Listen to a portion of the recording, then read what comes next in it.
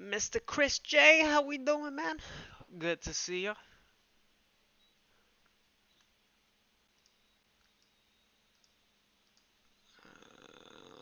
Fuck.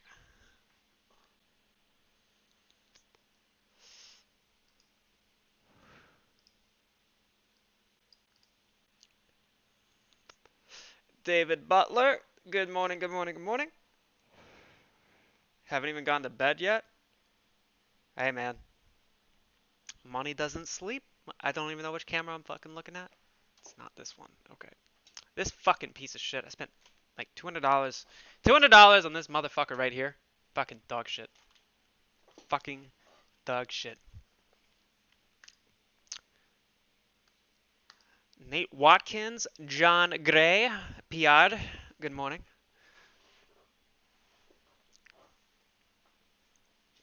Good morning, good morning, good morning.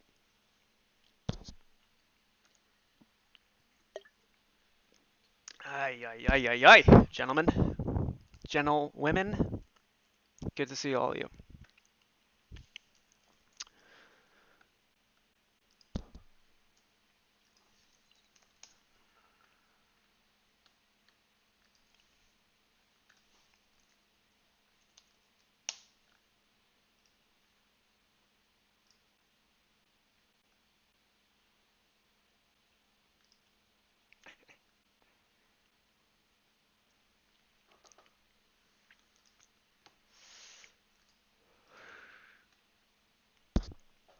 Raised my share count 25% yesterday. Shit better rise today.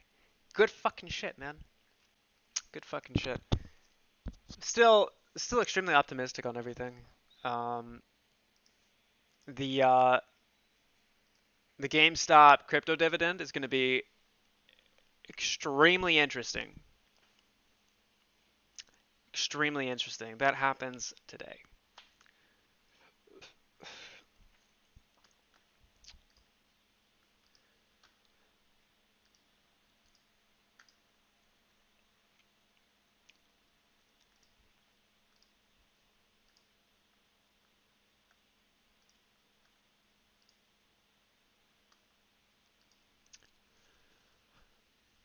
Oh, motherfucker, motherfucker, motherfucker.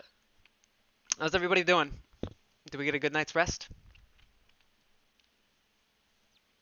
I sure as shit didn't. I got drunk with some friends.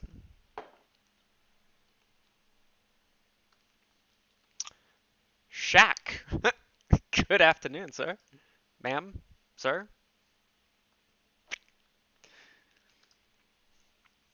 Goddamn right we're fucking ready. Been up since 3:30. Yep, same fucking here, man. I never went to bed.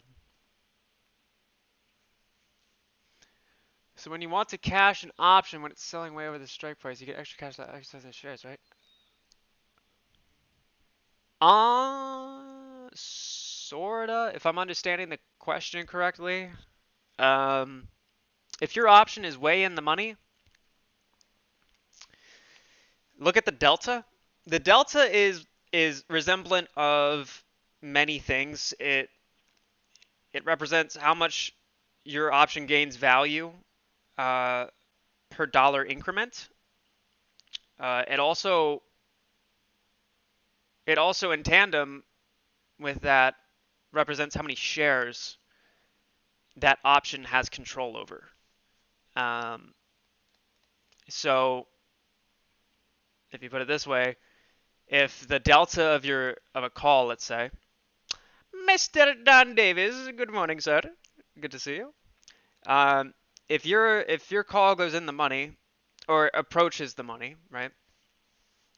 And the delta is at zero point 0.5, all right? That means that you essentially have the right to 50 shares. Now, ultimately, when the option uh, matures all the way, come expiration, you want that delta to be 1 because at that point it's just the intrinsic value of it. Volatility and the amount of time left on it have no meaning. Mark Williams, good morning, sir. Good to see you. Um, so Right. So the delta, in essence, is a simulation of how many shares you have the right to. Uh, so if AMC goes up $1 and your delta is at zero point 0.5, well, if AMC goes up $1, it's in essence, that comes out to $50 in theory is what your option gains in value from delta. Um, or in other words, it's like owning 50 shares. Options are extremely fucking fascinating. There's so many things that go on with them. Uh, it's a multi-dimensional trade, is how I phrase it. It's a multi-dimensional trade because when you just buy and sell an equity, Stephen Wellen, first time tuning in. Appreciate your tweets. Fuck you. Thank you. Thank you. Thank you. I try my best. Um, so when you just buy and sell equities like stock, it either goes up or it goes down. Uh, the only thing that determines the value of that position is the movement of the underlying, which is the stock. But with options, if you buy a call, there's so many different ways that you can maneuver through the value of it. There's some prospectus filing to be removed today. Do what? What do you mean, Shaq? Salutations from Lawrence, Massachusetts. Stephen Duran, thank you. Thank you for tuning in. Good morning. Salutations. Look at that clean room. Look at that clean room. Mia Khalifa coming around, Sammy boy. I fucking goddamn wish, dude. Soon, soon. If a 145, let's say it's at $300, better to exercise than sell or sell it for cash is what I'm asking. Um, it all depends on what you want to do with it because basically, if you have a call option, not financial advice by the way, or a saint. If you have a call option at 145, there's two scenarios there where if it's about to expire and the stock is at 300 and your strike is at 145, if you want to keep that position that you've created essentially, um, you'd want to exercise it in theory, not financial advice by the way. Purely talking in a hypothetical quantum parallel universe that has no connection to ours in whatsoever. Theoretically speaking, possibly, maybe, perhaps, actually relating to what we're talking about now. Anyhow, so if you want to keep that position, then you would want to exercise it, and what happens is that you can, if I recall correctly, you can convert that premium of whatever the option is worth into purchasing the 100 shares, but you're purchasing those 100 shares at a price of $145 each, your strike price. Um, so in essence, you're getting a 50% off discount, and that's why call options and puts are so valuable, um, especially when there's a lot of volatility involved. Because if there's a lot of swaying in the stock, if it moves up and down and fucking sideways and volatility is the term for that. How likely is it to move? And so not only as an option writer, but as an option purchaser, if you don't know what the fuck it's going to do, then you're going to pay more because somebody else is putting out risk and you're also taking on risk. So the value of everything is going to go up. Clint, good morning, sir. Good to see you. Link in Twitter above. I will check it out, sir. What are we saying on JP's wave-based theory? Shit day today, then rising onwards. I have to double check it. I mean, there's a chance for it, yeah, and he does some great work. The caveat is just, how the fuckery going on around us transpires, and especially with the crypto dividend that GameStop is either announcing or enforcing. I don't know what it entails. All I know is that the Ethereum token that was put on the Ethereum network has a launch date for July 14th at 11:20, I believe, in the morning. So T minus 4 hours. Um, uh, J Jamie, did you just fucking say MILF Squad, baby? MILF Squad? Goddamn fucking right.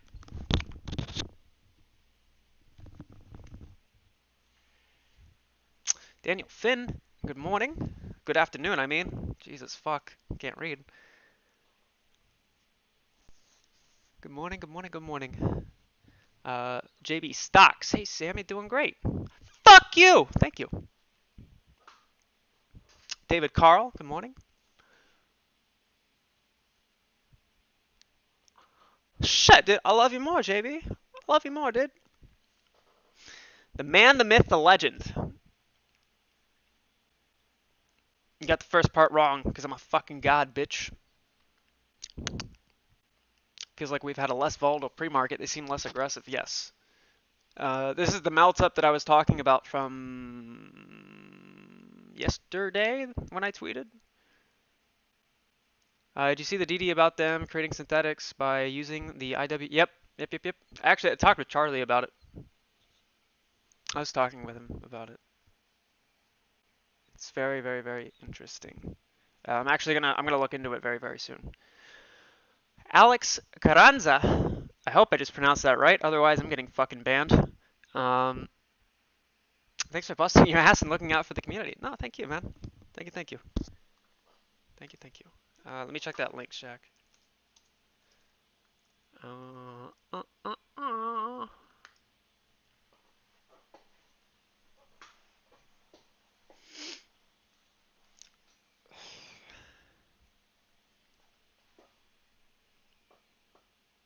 My fucking back hurts.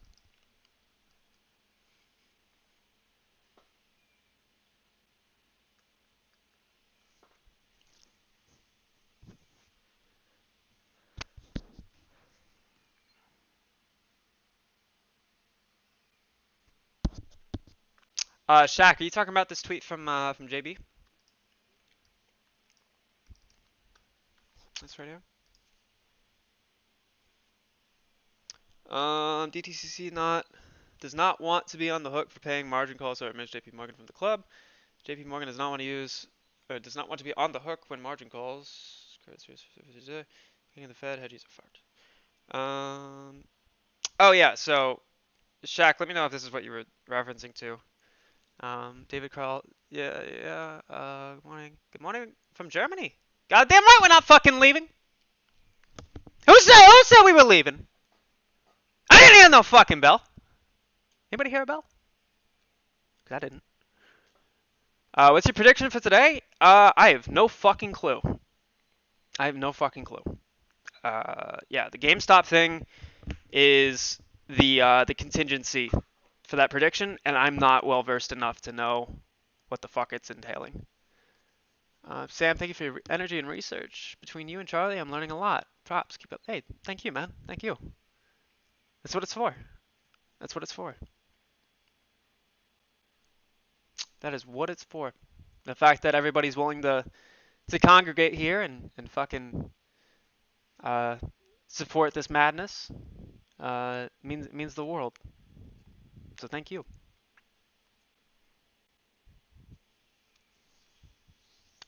Look at you. Got about 700 more subs in the past week. Yeah, I'm getting there.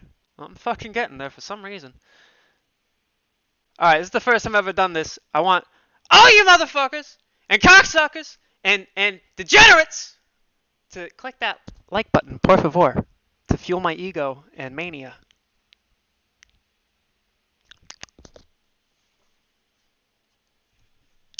Grand Rising, my fellow apes. I do. Holy fuck, yep, the like count just doubled right in front of me. I love you fuckers. Thank you. Thank you. I was really actually just curious as to what that would do. In all fucking honesty. I was curious as to what effect that would have. That's fucking insane. You guys are goddamn fucking warriors. Thank you, thank you.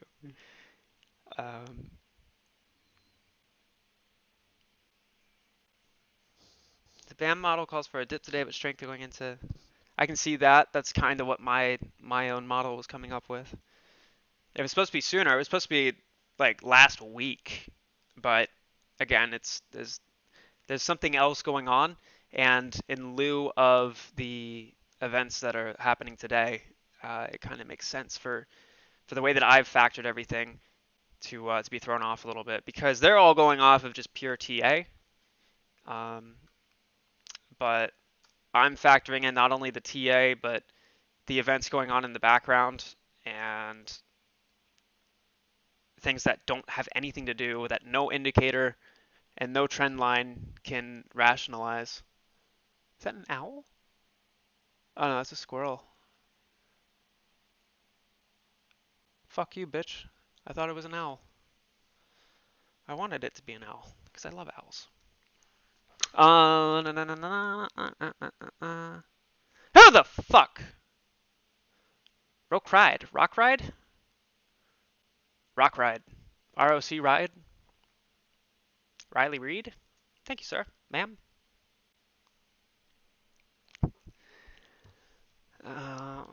See Peter Hand semi-retracted statement. Sam seems foolish to me. Suspect the legals have given him a call. Semi. What do you mean? Which one? I'm not familiar with any that were retracted. It's my first time on your channel. You hooked me on a video of yours that I saw yesterday. I'm really thinking about. Goddamn fucking right. Goddamn fucking right. You feeling the vibe? I'm gonna make this point real quick, and then I'm gonna explain this. Where do you go to see every stock in the different time size squares? Market cap, I assume they show red or green. You just change the time frame. There's a lot of different things you can do. Oh shit! What the fuck is this? Oh right, it's 8 o'clock. Um, but you can change your time frame, right? So it just compresses candles together or expands them. You can change the chart style. So I like to use Heiken Ashi candles just because it helps me identify trends easier. But if you can use standard candles if that's your thing. You can use the bars, you can use the fucking baseline, you can do whatever. I like to use Heiken Ashi just because it's much easier to put the story together through these than something like this or this or this or this. This just kind of helps string everything together. Um, you spoke about Citadel. Yeah, I didn't. That was retracted. I want to keep eyes on the VIX, by the way. The VIX is very important today.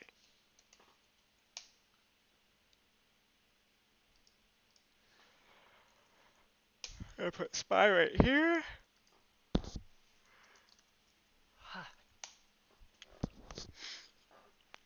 Check for what I talked to you on Twitter.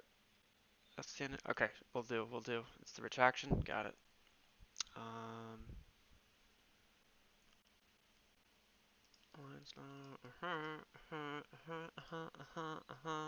Okay.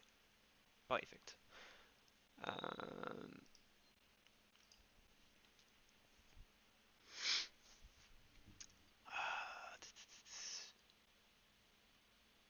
No, the board that shows like 100 stocks at the same time. Oh, you're talking about TradingView? This one? And then I'll do this sometimes. I'll have like all of these. Talking about this? A heat map? I don't recall ever using a heat map on stream. Not that I can think of.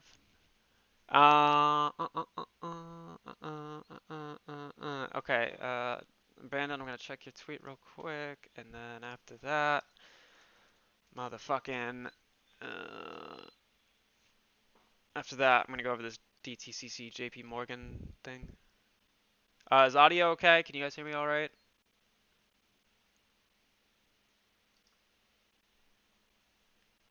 Is it quiet? Too loud? Anything of the sort? All good? Alright, thank you so much.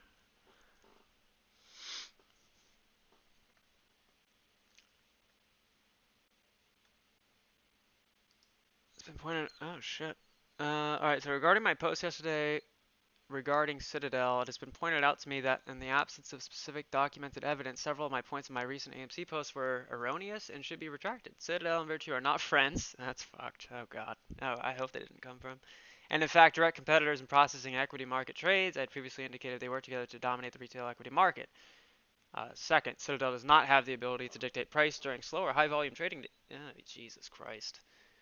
I had previously indicated they used their ability as a market maker to favor their trading book. 3. A psych warfare group does not exist. Yeah. All these points have been discussed over the internet during the last 6 months, but I acknowledge that there is no way to verify any of them. With that, I've decided to refrain from discussing. Yeah, it definitely sounds kind of sus as far as the retractment goes. How do you think this pans out? Yeah, let's go higher. Yeah, whenever this on in the video. Yeah, so the guy's definitely bullish, and he knows what he's doing. He knows, in the sense of his profession and his career, and I like the guy's perspectives and what he has to say. Obviously, though, the verbiage of this is extremely sus. This does not sound like him, and yeah, definitely had got a phone call or something from somebody. Oh, the Finviz heat map.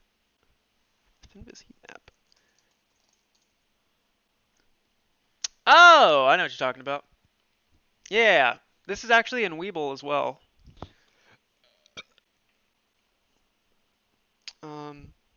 Yeah, it's under this globe icon, and you can see it right here. And of course, you got all the tech companies fucking ballin', which is not what I want to see, because this goddamn market is just fucking bullshit. This is not normal. This is not what a market is supposed to do. We are so overdue for a correction, and I'm speaking in terms of just the market as a whole. And not only that, but I think that's part of why we've never really seen. Who the fuck? Fuck you for subscribing, motherfucker. Thank you. I think this is why we haven't seen any margin calls happen. Is my theory is those who just disgustingly shorted the equities market has set up the dead man switch, as I call it. And if the market were to tank, the value of the bonds that were put up for collateral from the hedge fund broker, market maker, whatever the fuck relationship, would just throw everybody under the bus. So I think that's why we've never seen any correction. And that's why today is so important, because Powell's going to be speaking about inflation and blah, blah, blah, blah, blah. Yeah, I'll touch more on that later. Yes, definitely sounds like a lawyer wrote it for him. Yep. Yep. Do you think they listen to the trends the apes find and mess with them? Yes and no. I think the way that I can't confirm that they do this, but it just it's very evident. I do think that the timing they have for when they don't publish articles and pay people to write particular sentiments in their articles, it's super suspicious. And what I've wanted to do for a little bit now actually is because I wrote a script back in February that analyzed like Discord, Reddit, Twitter, Facebook, Motley Fool, Seeking Alpha. Basically, it scrapes the entire internet for any major discussions of a stock, and gauges sentiment through it. I've been wanting to use that to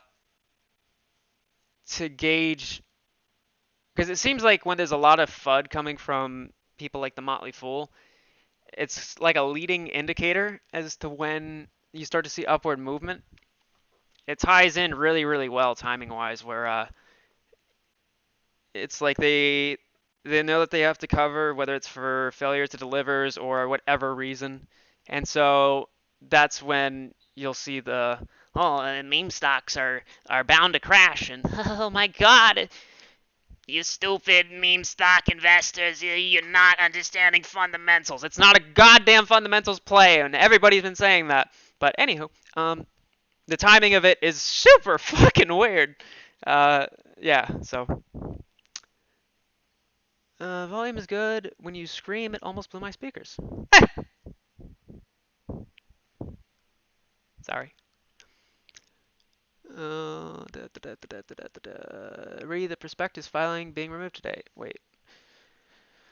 Prospectus filing being removed today. And then real quick, this is definitely interesting. From what I've read, I don't know that this. Fuck. Ah shit. Yeah. I don't know where that went. Oh, there it is. Oh God.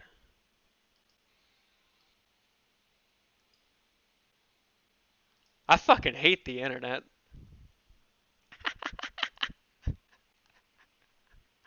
That is fucking scary. That's the first time anybody's ever done something like this with my face. Oh, artificial intelligence, you fucking thing. Yep. Um. God.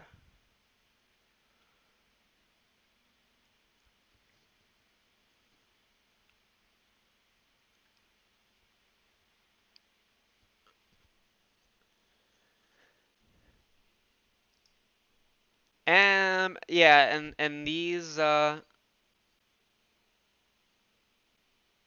the real quick too, the 13F filing that shows AMC, there's like 4 shares purchased by who is it? Income Strategies, Sound Income Strategies, uh, however many thousands of dollars a share.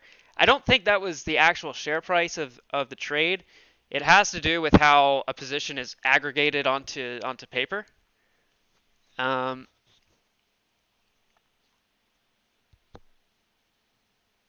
yeah. Um, I talked with Charlie about this a while back because the same thing happened on GameStop back in May that we saw something like this, where GameStop was at like $30,000 a share on the 13F. I'm not saying that it was, or I guess wasn't. I can't. Neither of us can confirm or deny it, but the simpler explanation to appeal to Occam's razor is that it wasn't that GameStop was at how many thousands of dollars a share. It's just how whatever position said company uh, the value of that position, wasn't strictly in shares. It might have been a combination of something in the derivatives chain and then, maybe a swap somewhere. So not entirely sure as to what that really means. So I can't say that that's the actual share value for that context. I don't know. Fucking badass fucking picture. I can never remember the fucking bass player's name. You got Bonham, Pagey, Planty. Uh, goddamn fucking. I love you, JP. I love you, dog. Salute. Um, fuck. What was I doing? Where was I at?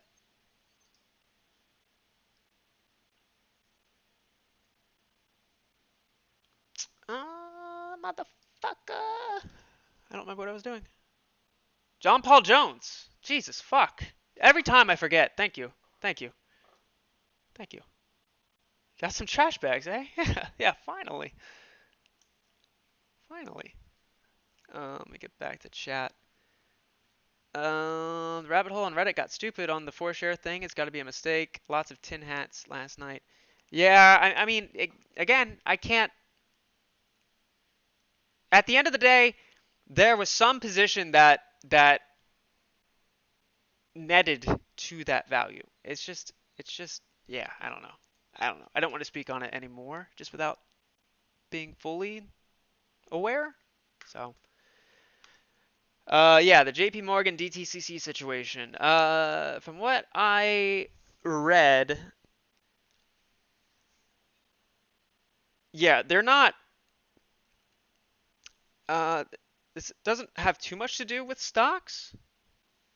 But it is still important because what we're seeing, and I tweeted about this last night before I got shit-faced, um, or yesterday at some point. Uh,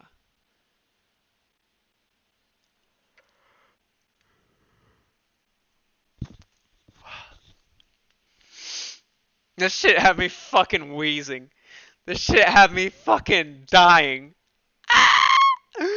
Oh my god.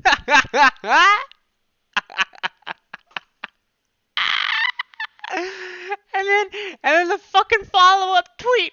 Fucking $20 a G. Oh my fucking god.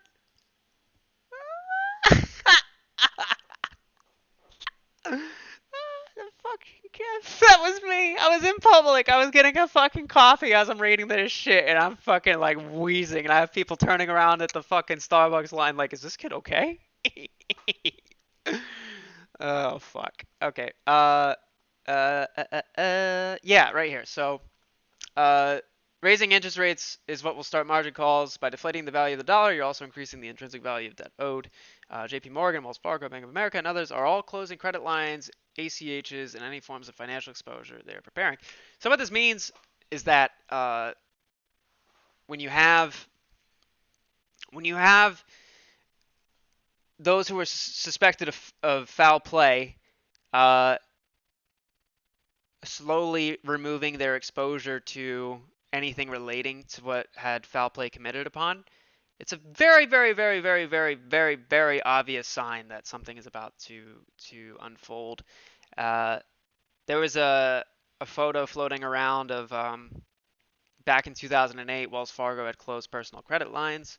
That was a headline, and then next to it was the headline from like last week of them saying that they are closing personal credit lines or reducing the fucking, what do you call it, the availability or the how easy it is to get one. I don't remember the exact verbiage.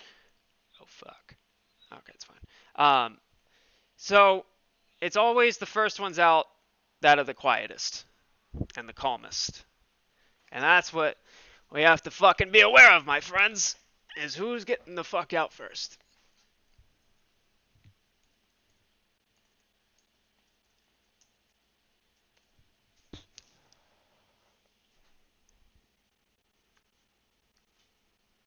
God damn it. Um, hey, is eToro a legit platform? I don't know. I don't use eToro. Actually, no, I do. Fuck, I deposited like $500 in there and then fucking couldn't use it. Oh, fuck me.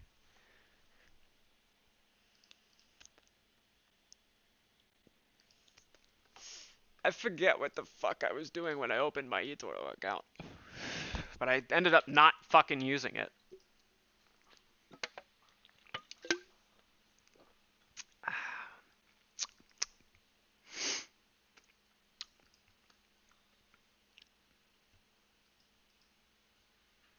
Um, not their main account, basically, from what I saw. Yeah, no, so it's just, um, yeah. I'm not, they were closing off municipality, uh, municipality bonds. Um, the the highway between them and the clearinghouse, essentially. They're closing that off. Um, what else was listed? And municipality bonds just have to do with cities and just general public and whatnot. Miss Melissa Riley. Good motherfucking morning. How are you doing? I shorted my entire Wells Fargo credit line 2 days ago before the news hit. It's all in. That's fucking savage as fuck. Well played, sir. Well fucking played. Well played. Yeah, I think eToro is fine. Not financial advice, by the way. I don't use them. I tried. I tried, and then it said I couldn't trade equities in my country. So it is what it do be when it do be is what is sometimes to be do. Simple.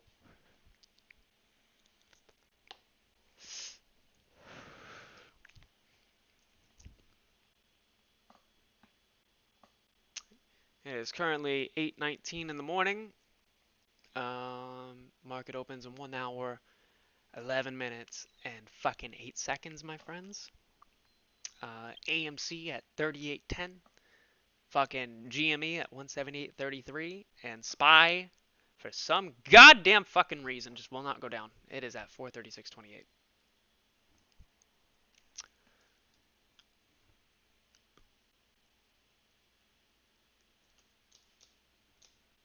Any new important fingings or possible catalysts between you and Bigums? Mr. Colin Shantz. Uh, yes. Nothing that I'm prepared to release publicly at the moment. Good morning, sir. Yeah, nothing that I'm ready to speak on publicly yet. Although they are extremely bullish, and I need to make sure that I have enough to substantiate them before I release them. There's a lot of stuff that I just can't talk about, not only because of the implications that come of it, um, but also it's information that those that bear it do not want released. That's all I can say. This is the one time I will ever acknowledge this tweet publicly as well. This is an insurance policy for me. It also has information that somewhat pertains to the statement I just made about information of which would not want to be in public eyes. So yeah.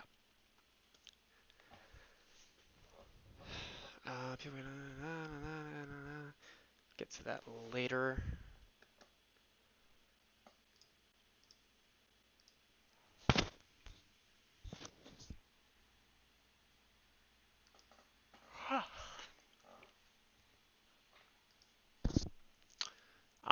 Okay, so the IWM and FTDs and all that shit. Let's do some digging. ETFs are fucking crazy, my friends. Absolutely fucking crazy.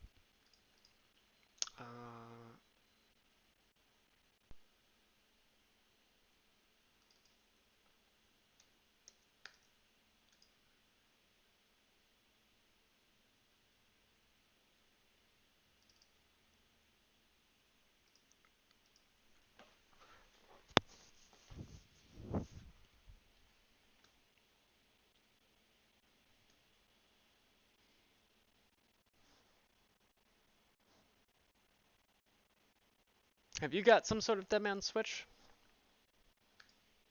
Well, if somebody wants me dead, they'll find out. Thank you, I meant, is there anything you can warn? Wait. Thank you, I meant, is there anything you can or will speak about? Presently, at the moment, no. All I can say is that, again, makes me extremely bullish, and just for the sake of informational integrity and the spotlight that I now have on me, uh, I have to be extra careful of what is said. Uh, I've always been conscientious of what I have to say and the implications that can be created or perceived or interpreted. But now more than ever, especially with just I think there's a new phase of DD. DD in itself, like there's always been due diligence in anything, whether it's the stock market, a new car that you're gonna buy, a new computer you're gonna buy, the fucking that 10 out of 10 shorty with a fatty, and you're like, I know you're trouble for me, but goddamn, fuck it, you know, like you're gonna have some form of research, right? Um, but now more than ever, I think that there's a new transition happening with due diligence, and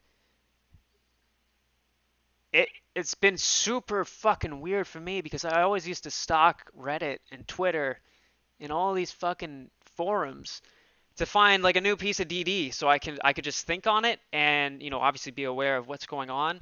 And I don't do that anymore. I don't have to. I still look and I read and uh especially with that of like Bigums and JP, uh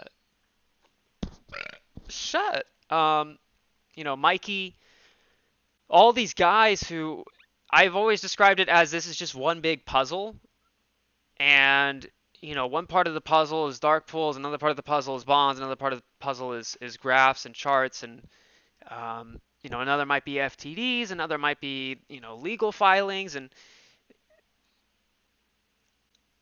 everybody's got their own section that they've found.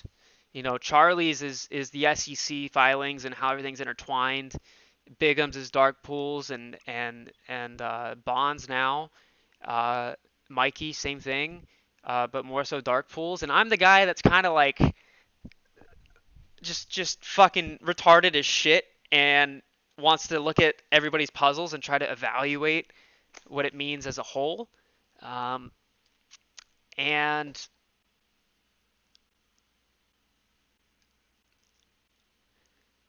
that's why people call it me being vague. It has nothing to do with me trying to, you know, edge people over some new piece of information. It's literally I'll tweet something and people call it vague and stop spreading FUD. You're being too vague and you're trying to generate hype and clout and no, it's I found a puzzle piece. I don't know which part of the puzzle it belongs to. So hey, anybody who's got their own piece of the puzzle, I got another piece. See if it fits because it doesn't fit mine. Even if it does fit mine, I'm still going to say, here's the piece. There might be another one like it. Um, so there's this new phase of DD, and it's no longer just charting. It's no longer just filings. It's the collection of all of those. And there's a lot of complexity to the aggregation of different sections of DD, and it's confused some people. It's even confused the authors, and that's a part of understanding all this. Um, but it's been conflated with attention seeking and trying to generate fake clout and like I know that there's people out there that are doing that. I wouldn't even call them uh, DD authors. There's some people who are not concerned about the integrity of a post, but rather the attention that it will give them if they're the first to post it. And so rather than verify the integrity of the DD or, the document or whatever it is, whatever the medium for information is, they won't verify that, and rather they're going to film the video first, post it, and then if it turns out that it's wrong, they'll keep the video up, but make a tweet and say, yeah, it turns out it was wrong, and won't delete the video. And I don't I don't associate myself with that side of things, and I don't ever want to catch myself, not even catch myself. I don't ever want to find myself being a part of that echelon, because not only does that show that you lack integrity, it shows that you lack the fundamental meaning of what's going on, and you're more so concerned about your own personal gain.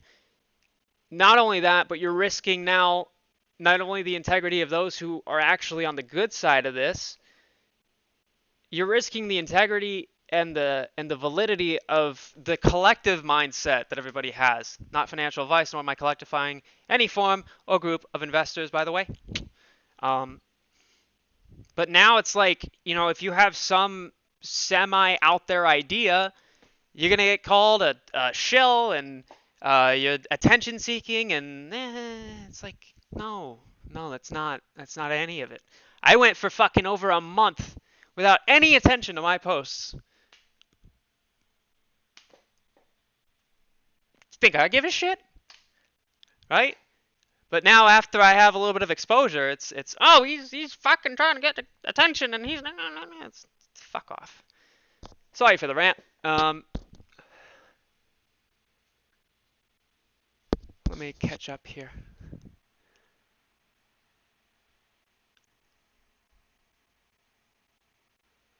What do you think would give us a boost in the Yellen bit? What do you mean?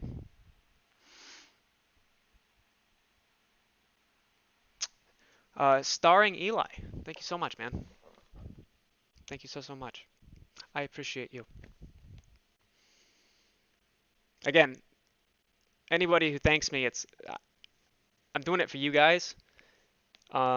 It's the most selfless, selfish thing, I guess, is how I can only describe it. Because I would do this even if I didn't have people tuning in and following me and liking videos, and I would still be doing this. But if I can help educate and reassure, that takes priority on the emotional side of things. The pragmatist in me is just doing it because that's what should be done. But thank you.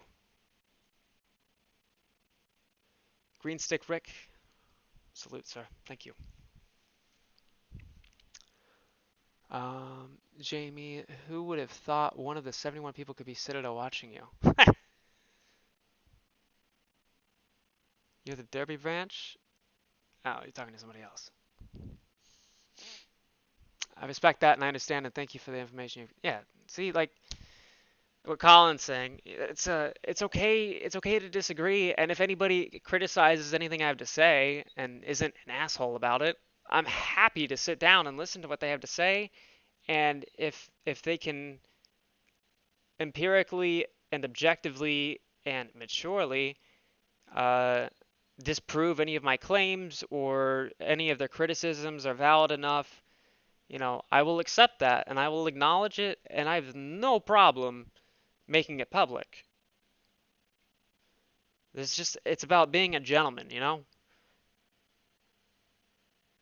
You have to, I think the sign of the that somebody is the wisest of men is that they accept and cherish their defeats and their victories in the same manner, and they are humble in both equally. That's the sign of the maturest of minds, and any great anything ever, they've always had that quality, Honestly, I think all credit is due to people finding amazing things. At the end of the day, let me make you a mod. Mr. Randall Cornett.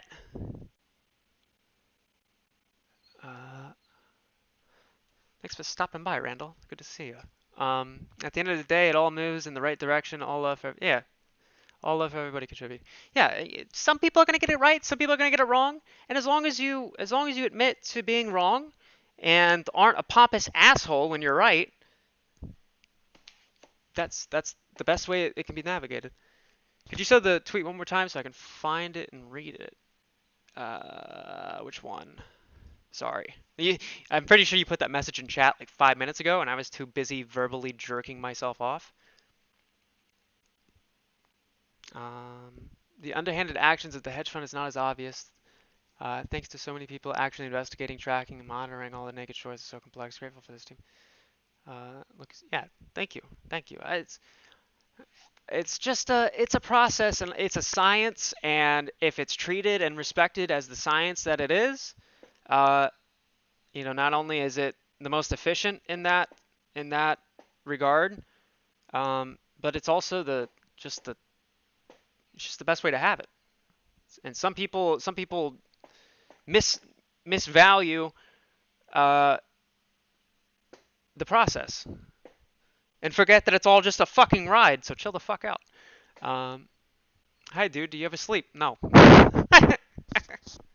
Not as much as I should, but given my age, I'm under the conviction that I need to make the most of my youth and my 20s, and hopefully I survive during it. And if I don't, then I wasn't cut out for what I was seeking.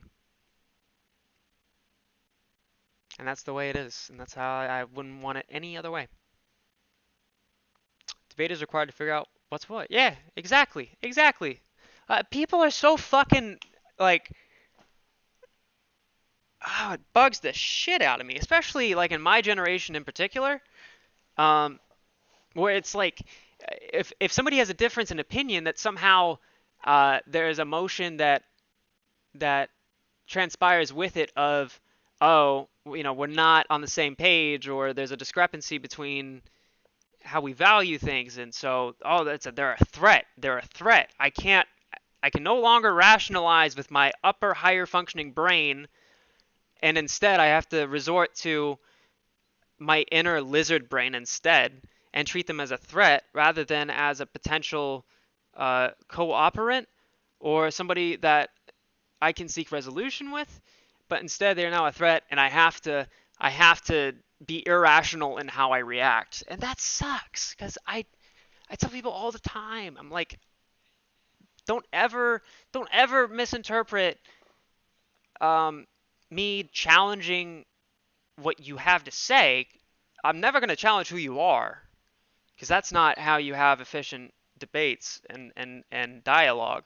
But don't misinterpret me questioning you as a sign of disrespect. It's just, one, I want to make sure I'm understanding what you have to say, and two, uh, it's there's no way that two sides can come to a resolution without dialogue.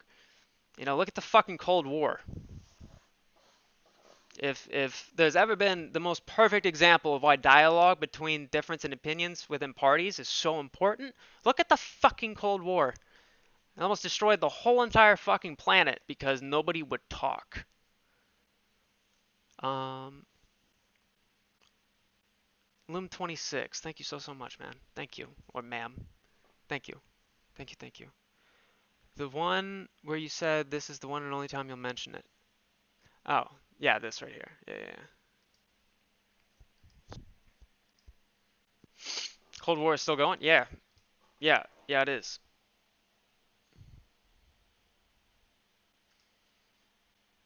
If you all just patted each other on the back with no questions asked, we'd all be wrong. Yeah, yeah, exactly, exactly. These echo chambers, and with the dawn of this fucking shit that's in everybody's fucking pockets at every fucking goddamn moment of the day, we now have echo chambers for everything we want to hear and see and feel, and it's this cozy bullshit fucking reality that we can make for ourselves, so long as we have a charger whenever we need it. It's insanity.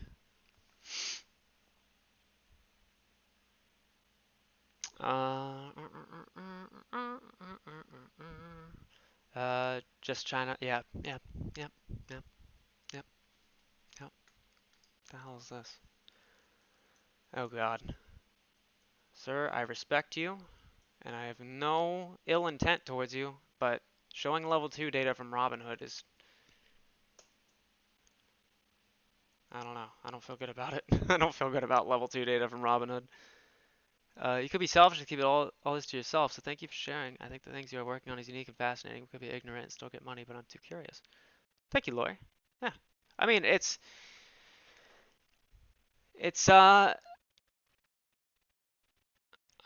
hold on. I'm sorry. Wait.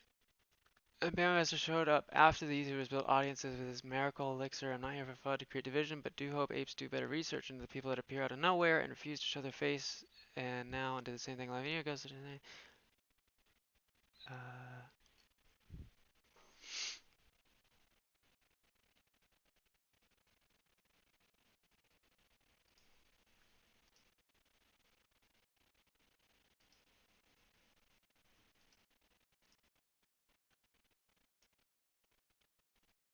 No, no, I can't agree with you on this one, sir.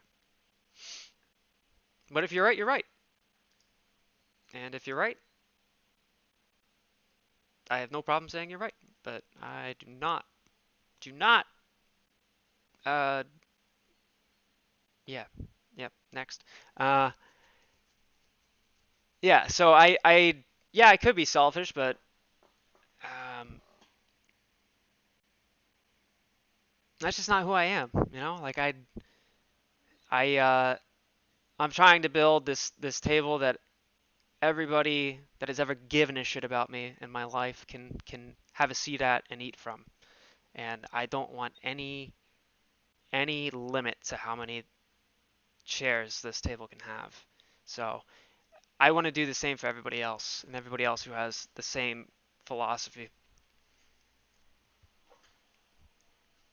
because we need more people like that. What's your take in the 51.25 per share yesterday? Yeah, I don't.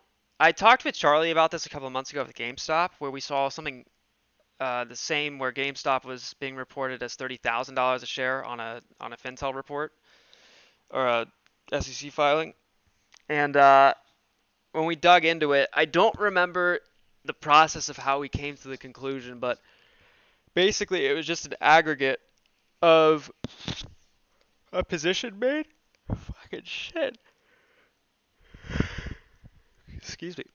It's not that the value of the shares for GameStop were at $30,000. Maybe they were. It was the way that the math worked out though was that um, the aggregate positional value came out to 30 some thousand dollars per share, and the share metric was not literally shares. It was just how many of that that spread, how many times it was opened. So I think that's what is going on with AMC right there. Um, could be wrong, but that's what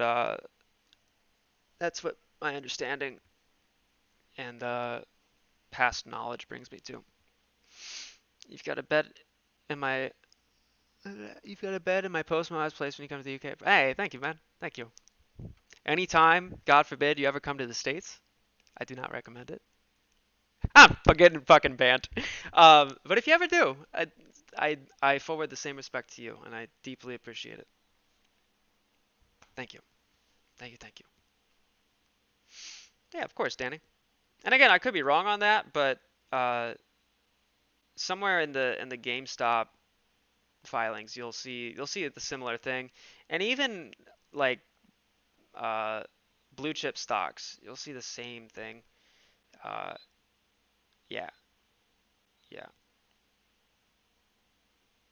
It's a consolidation of some aggregate position rather than sending somebody through the loopholes and the fucking rabbit hole of some complicated spread that is hedged through, you know, different VIX tranches and, vertical spreads across the stock and all while being hedged against fucking SPY. Like, it's easier to say, here you go. And then we had four of these spreads collectively, and this was the value it came out to.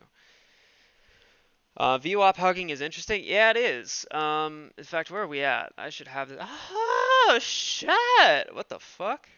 Oh. Yeah, no, still good. That's a lot of green. Um, oh, it's because of SPY. Dear fucking God, man. This is just fucking insanity. This is not normal. This is not good. This is not good. This is not what. This is just SPY, SPY, SPY, SPY, SPY, SPY, SPY, SPY, SPY, SPY. Everything's great. Everything's fine. The economy's doing great. Inflation? Never heard of her. What? No. Quantitative? No. I can't even say that word. Quantitative easing? No. Just fucking, just insanity. Okay, so here's a little tidbit about why interest rates, inflation, and bond yields and all this shit, and bond yields in general terms, not for AMC. Maybe it could cascade into AMC, but just in general for the economy. Inflation is the concept that by injecting money into an economic system, the conduit of currency, the conduit for currency rather, of this economic system will intrinsically be devalued because you are inserting more of it. Um, Jesus fucking, oh my, this like literally no bullshit, no funny games, no whatever, okay? This causes me anxiety every time I see this go up because this is not normal. This is not where our market should be. Um, so by injecting money into an economy, you're inherently devaluing the value of the currency in that economy, right? That's why breaking producer price inflation jumped 7.3. Yeah, like I'm serious. I'm being as earnest as I can here. Um, the reason why Bitcoin uh, the reason why Bitcoin is such an interesting experiment, we'll call it, uh, is because at the fundamental level of Bitcoin, before it was securitized through the government, um, there's only supposed to be 21 million Bitcoins to ever exist, and every however many blocks it is, uh, there's what's called a halvening, where half of the Bitcoins in existence uh, will be removed. Um, I'm sorry, rather, half of the Bitcoins yet to be mined will be removed. And so that is a self-deflationary financial instrument. So every time there is a halvening that occurs, the value of Bitcoin will go up because now there is less of it. So if your demand for it is constant and the supply of it is not constant and is rather decrementing, the value of it will go up, right? Uh, as with the US dollar, where a lot of the global leverage we have, not in financial terms, but just in terms of politics and war and, you know, the US dollar is extremely fucking important, right? Uh, so you can't have the US dollar become worthless because of careless management and uh, maintenance of how its value is balanced between inflationary and deflationary terms.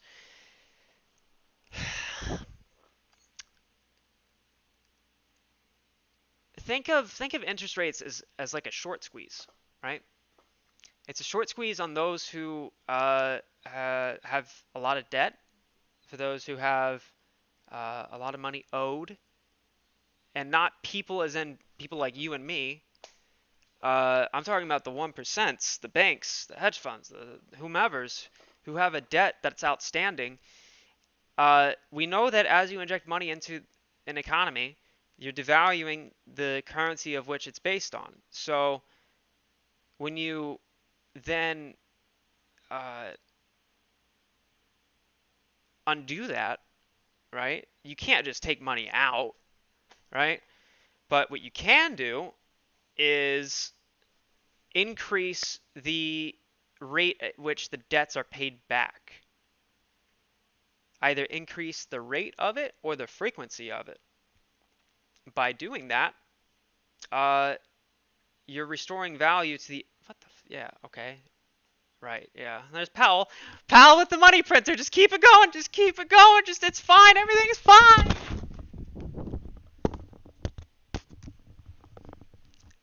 Um, so the the damage that is caused when you restore that balance is let me pull up Darkpool data. Um, as you restore value to the currency, if let's say you're just what the fuck is this? Why? This makes no fucking sense. This does not make fucking sense. God. Um,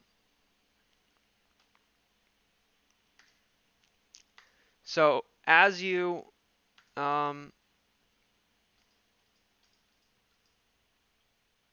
as you restore value to that currency, if the value of the dollar goes up, the value of the debt that exists also goes up, because if you owe $100 and $100 gets you a pack of bubble gum, but then throughout restoring value to the US dollar, what used to only buy you a pack of bubble gum can now buy you, uh, a new phone. That debt at an intrinsic level has much more bearing than it did before. Um, so now when we bring bonds into the picture, which is like a credit card against yourself if you're the issuer, where you need capital right away, and you're going to pay back those who are willing to give you that capital at some interval, biannually, quarterly, weekly, whatever it is. So, as I had just said about how debt that is owed now becomes of more value, bond yields will go up. Bond yields are God fucking damn it. Just why? This doesn't fucking make any sense. But the bond yields will go up. So the payments that are made to those who are willing to provide capital becomes greater. So now the incentive for issuing capital goes up. It's a self-balancing act. And right now, we're way fucking just. And for some reason, it just doesn't fucking add up, man. The Buffett indicator, I almost said buffet. I almost said buffet. That's a joke. I'm the fucking next Warren Buffet, dude. I sell vapes to high schoolers. Like, that's a joke. And I almost said fucking buffet. The Buffett indicator is what it's called, which, if I recall correctly, is if the GDP of a company is greater than that of which its securities markets or equities markets. I could easily look this up as I have a connection to the world's interconnected information center, but I'm too fucking lazy. Um, if the stock market value is greater than that of a nation's gross domestic product, something is wrong. And we went way over that fucking part of the scale a long time ago, right? And then you have another one that involves a 200-day moving average, where if you fall below the 200-day MA, that is a very bearish sign, and we've been under that for so fucking long. As a market, not with AMC and GameStop. Just want to make that clarification real quick. Yeah. So thanks for coming to my TED Talk. I need to catch up on chat.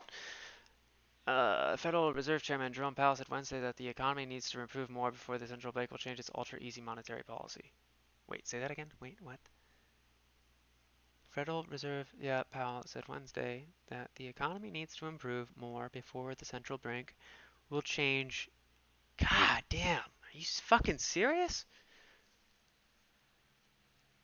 What the fuck else is the economy supposed to do to improve? It's not improving. It's not fucking improving. You can see it in the reports that, like with the fucking jobs report from, like, I think it was a month and a half ago, that said that we were up like 0.1% over what was expected. And oh my God, it's amazing. And then the fucking number that pushed it over that was, I think it was like bartenders or servers or whatever in the food industry being up. But everything else, like your construction, your teachers, your I can't think of any other examples, but like what really builds a nation's economy, those numbers were down. And then you had like bartenders and servers, and by the way, I'm not saying that bartenders and servers aren't of any value. I'm just in this context, I'm trying to illustrate the fuckery. Um, the bartenders and servers or whatever that line item was clearly just fucking inflated. Like it just doesn't make any fucking sense. What the fuck with that candle and spy? That is an excellent question, sir. Because not shortly after,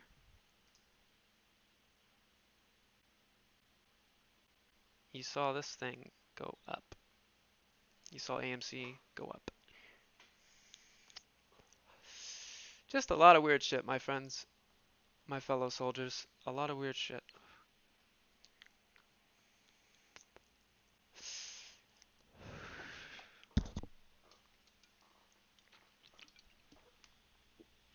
Okay, let's do some observations, some observing.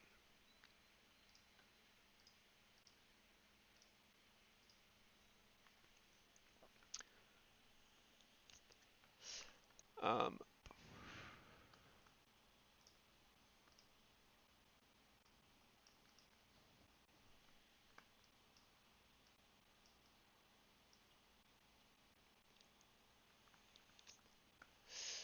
GME NFT is just a rumor. What was it?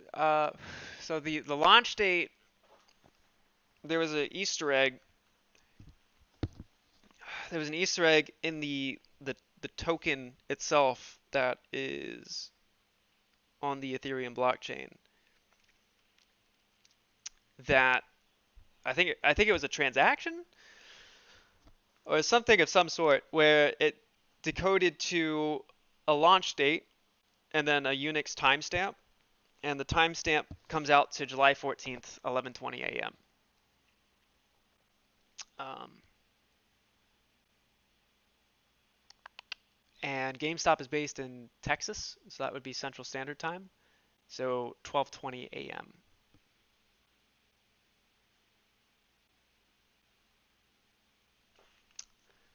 Yeah, so basically they're saying that the launch date, whatever that means, is today at 12:20. Or so that's my interpretation. Why is my stream shitting itself?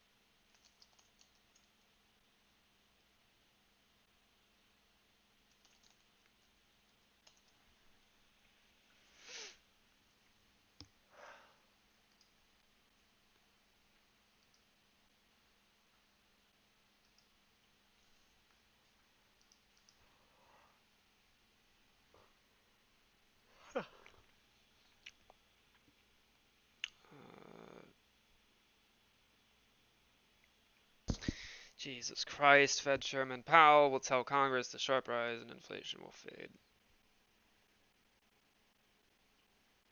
Wells Fargo earnings blow past forecasts. This is not.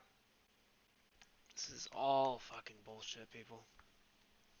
Inflation is going to ruin a lot of things. And those who are supposed to protect us from it and be the ones to say, you know what, it's going to hurt a little bit, but let's rip the band aid off and we'll be able to move forward much faster, are instead saying, it's not even a band-aid, buddy. It's just your skin at this point. It's fully healed. Nope, you're fine. Yep, everything's fine. Everything's fine. And you got a fucking tumor growing around your fucking heart. That's what this is. Absolutely fucking unreal. Um, okay. So, trading view. Excuse me, Sad. Where did you go? There we go.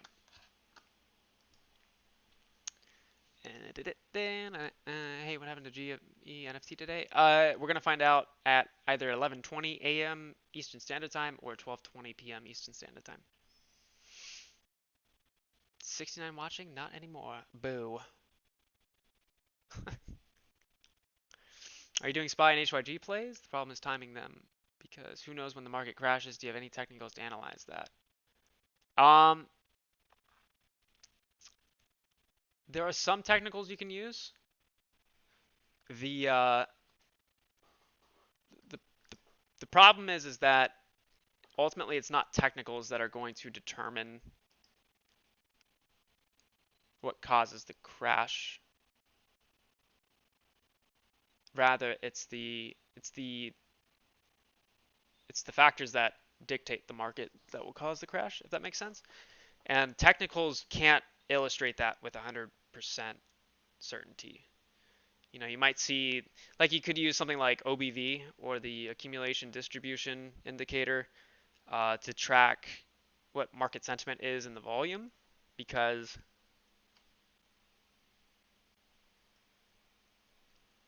fucking hang now.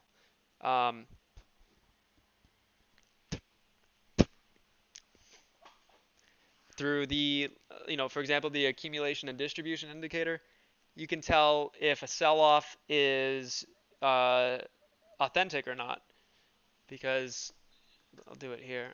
Um, in fact, I wonder if even I wonder if we can see it here.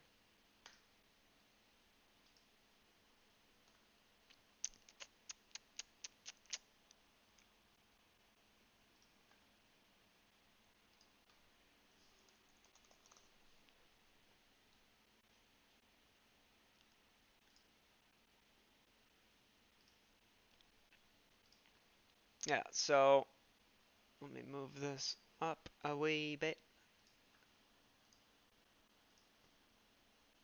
All right. So, throughout SPY's history, so we're going all the way back to mid-June. This indicator can tell you just how much volume related to a sell-off versus how much volume related to people just selling, right? Um, if a sell-off actually has any validity to it, you will see that this line will drop with it. If the sell-off, like here, is flat, or even in some rare cases, still has this line going up, that means that the sell orders that happened were just convenient enough as far as where a buyer and seller met, such that it could dip the price. When you see this line go flat while this line, the chart, is going like a nosedive straight to the ground, that typically means that the sell-off isn't what it looks to be, right? And of course, you see us gradually build back up again. But if you go to somewhere like oh fuck. If you go to somewhere like March of 2020 when COVID took over, all right, you see it was a pretty substantial fucking move. Uh, and you see that the accumulation distribution indicator also shares the same sentiment. Higher class bum. Good motherfucking morning, sir. So I would say this is maybe a good indicator, but ultimately it's indicators won't tell you when a crash is going to happen. At least that I'm aware of. Should have way more viewers. Thank you. Thank you. Thank you. No problem, Lewis. No problem. Not a problem, my buddy. Buddy said, motherfucker.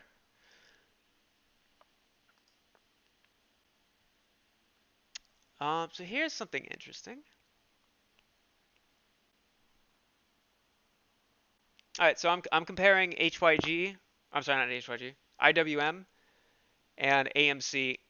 Uh, so just look for patterns. You know, this has always been my thing.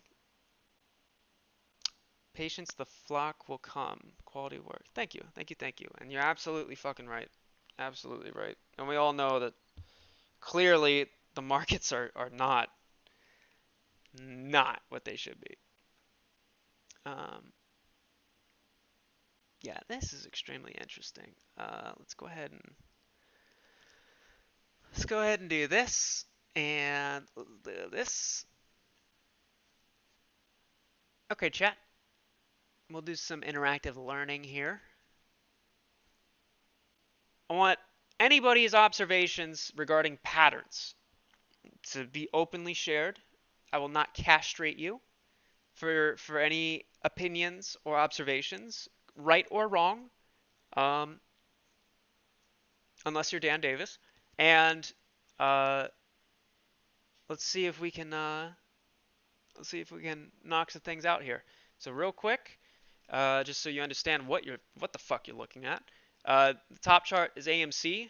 The log chart going from November 5th. Remember the 5th of November of 2020 up until present. This is the 1 hour chart.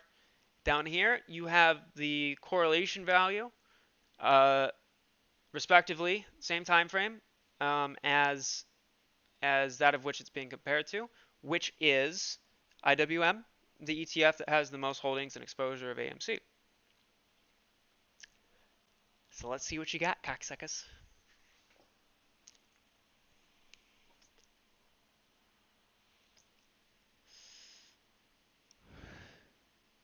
See? I said everybody but Dan Davis I will bust the balls of. I'm sorry. Wait, I just said that fucking wrong. Fuck you, Dan. Fuck you. Fuck you. Everybody say fuck you, Dan. Right now. Right now.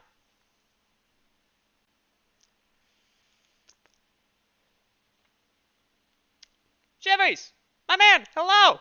Hello! Good morning! Good morning, good morning, good morning. Great to have you here, sir. Good to see you. Off-topic question, but I know you're a dev. Are you on Linux? Have you seen some terminal screenshots before you? I'm on Mac, which is technically built off of Linux, the Linux kernel. I have used Linux in the past, though.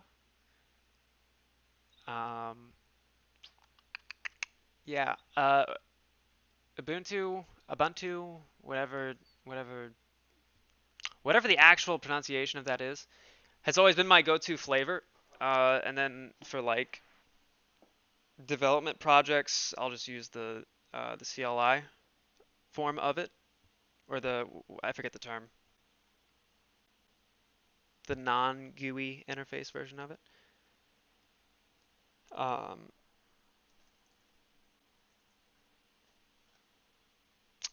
T-minus 23 minutes until market open, my friends. But yeah, fairly literate with the Linux command line.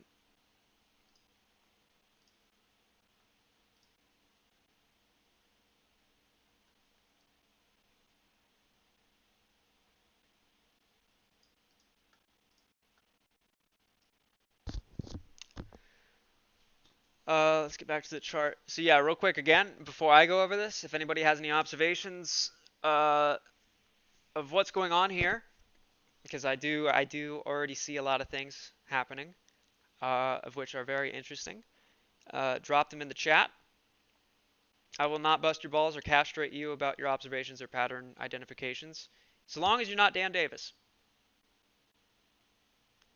Travis, fucking down me, my man. Good to see you, sir.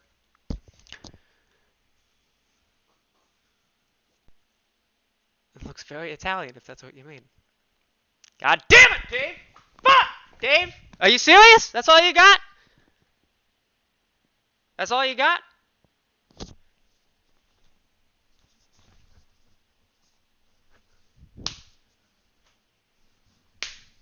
The fuck?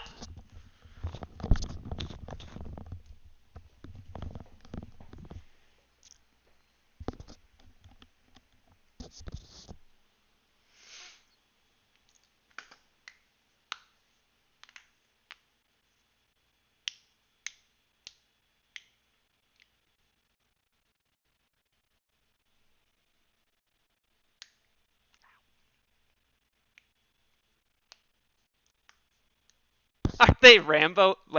Fuck me. Are they Lambo Revs? That's all I need, brother. Pizza, pasta, and tiramisu. Yeah, pizza, pasta, tiramisu, and fuck you. Love you, Dan. Italian flag equals soon Lambo. Confirmed.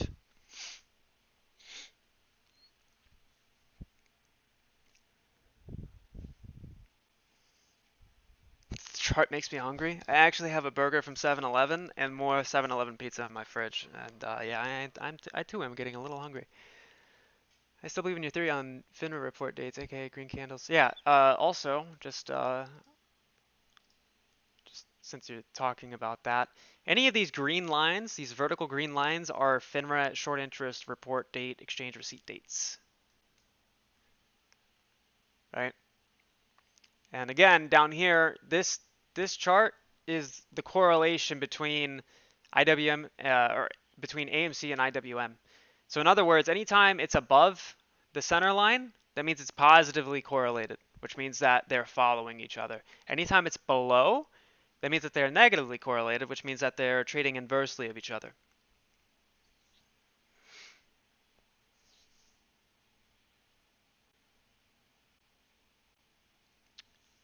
Price movement looks related. Yes. Yes, it is. Yes, it is. When does the drinking start? Well, it was supposed to start whenever the VIX moved at least one standard deviation in lieu of talks of inflation, but oh shit! What the fuck's going on here? What the fuck's going on here? Hmm. Fuck all the rest of the fucking charts.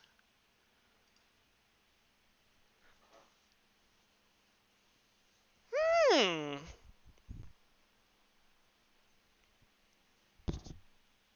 Someone really wants the open price to be high.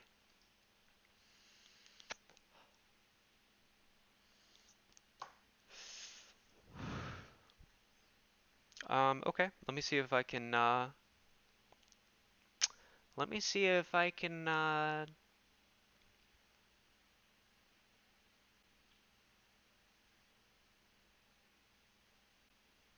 That's like what the fuck? That's extremely fucking low volume too. What the hell?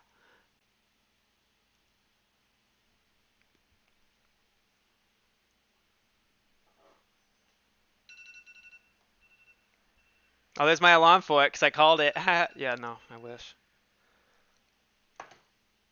What the fuck?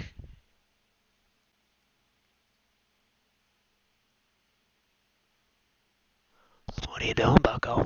Huh? What you doing? What are you trying to do? Talk to me. Talk to me. Come on. It's okay. But you gotta stand up for yourself. Stand up for yourself and talk to me. Come on. You motherfucker. Delayed buy orders, maybe? Abso-fucking-lutely. Oh, I don't know. Did I ever show this on stream?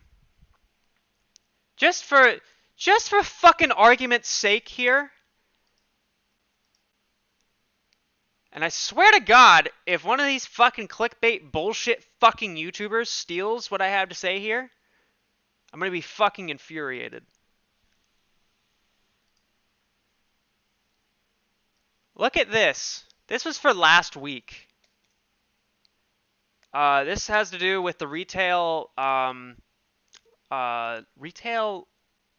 liquidity program. In other words, any retail orders across the whole entire New York Stock Exchange, the NYSE. Let's take a little look at what the New York Stock Exchange had to say about the two most favorite stocks of the entire retail fucking forum. We had an average orders placed on the week of 7,180 for AMC, and an average orders placed on GameStop at 184 for the entire fucking week of July 6th through July 9th. Also, the fill rate of AMC was 2.6 fucking goddamn fucking percent, while GameStop was at 12.4 fucking goddamn fucking percent.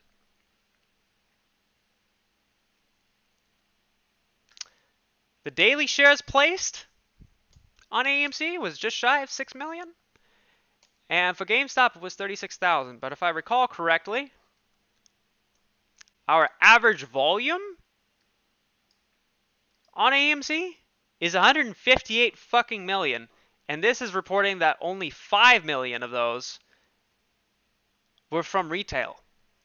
I'm sorry, wait.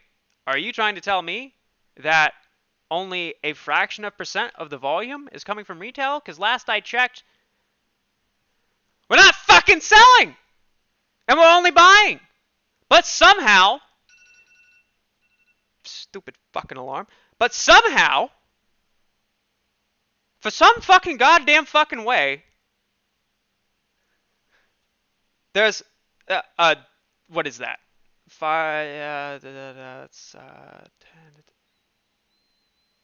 3,000%?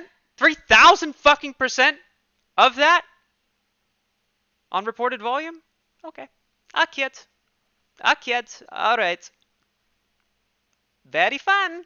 Very good.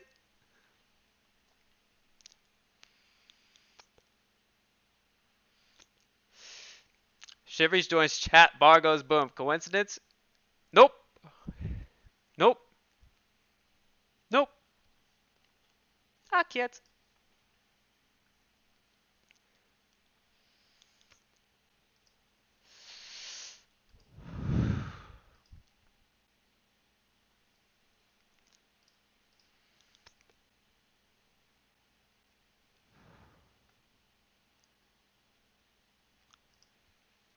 Here we go again.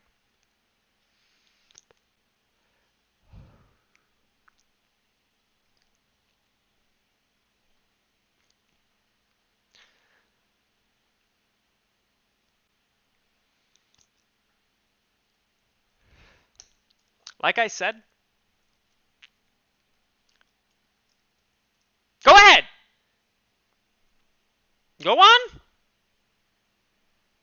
Don't stop. Don't stop. There's no reason to stop. You're finally getting your voice out. There's no time to fucking quiver. Stand up for yourself. Come on. Yeah, like that. Yeah. Go on. Make your claim. Make your fucking beautiful green voice heard. I don't know when sound had colors assigned to it, but it does fucking now. Fuck! There we go.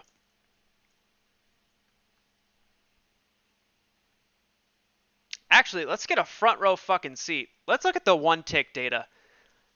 This is gonna be real interesting. I want to see what it looks like on the way up.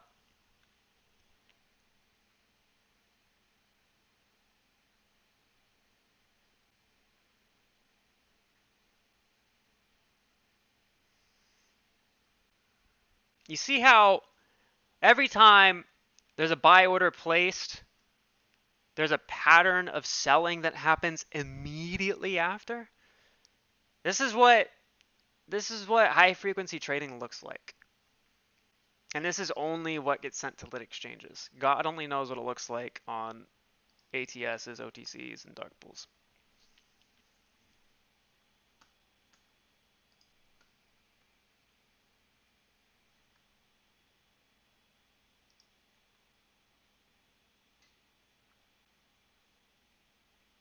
Is the stream lagging?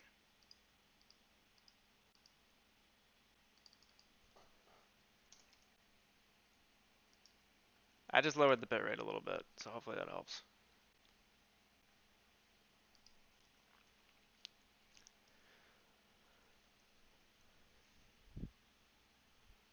Holy shit.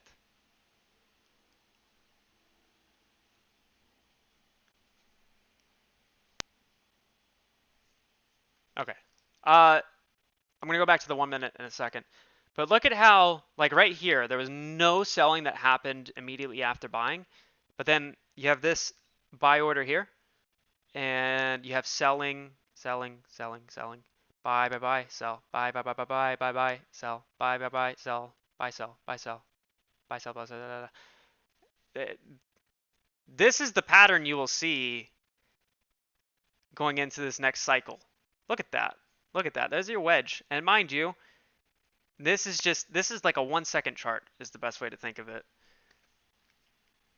You're going to see this same pattern throughout the rest of the day. This is what it's going to look like. You're probably going to see a lot of patterns. Fractals. Yeah, this is fucking retarded. Yeah, I wonder what could be happening here. Oh my good god, I wonder what could be happening here. Where the net fucking result is, oh, we go down 8 a.m. every day. But yeah, this is what I've been waiting for. Holy goddamn fucking shit.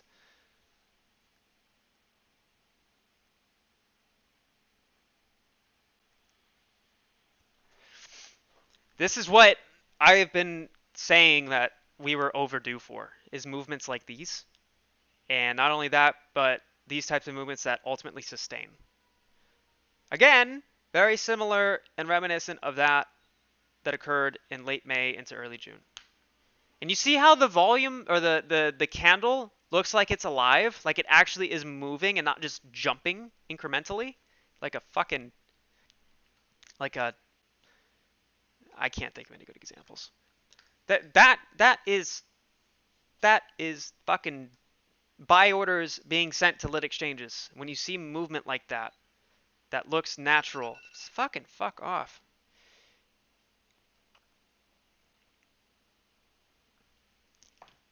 Um,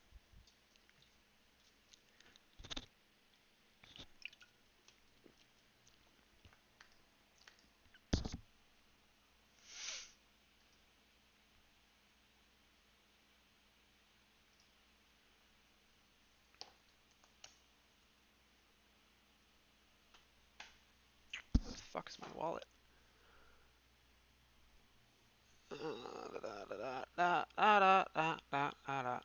Fuck. Where did I put my wallet?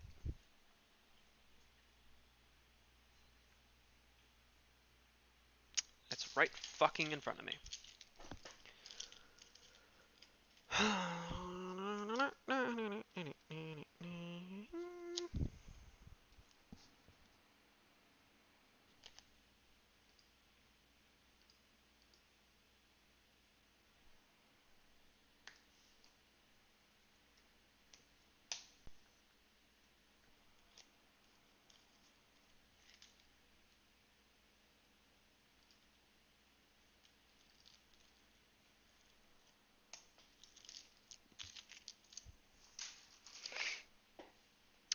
T minus 7 minutes and 30 seconds until market open.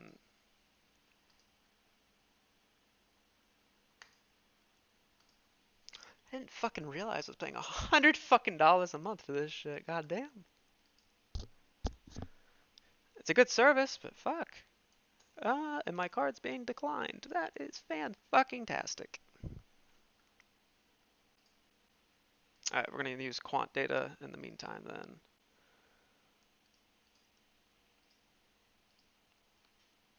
Oh, we got some prints on AMC. Finally. Let's see, that was yesterday. It's block order at 39 and 39.35. Very interesting.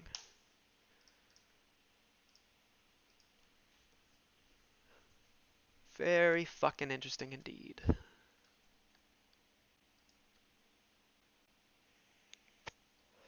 Oh shit! 10 off 100 viewers.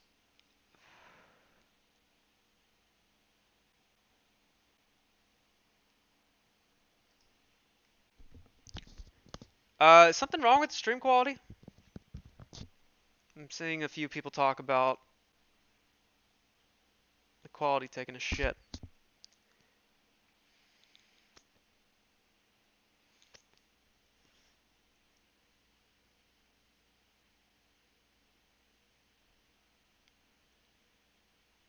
Okay, so the stream is fine, yeah?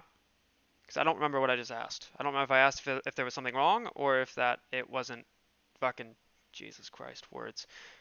Need more caffeine. Caffeine's always the answer. Caffeine and nicotine does the fucking job.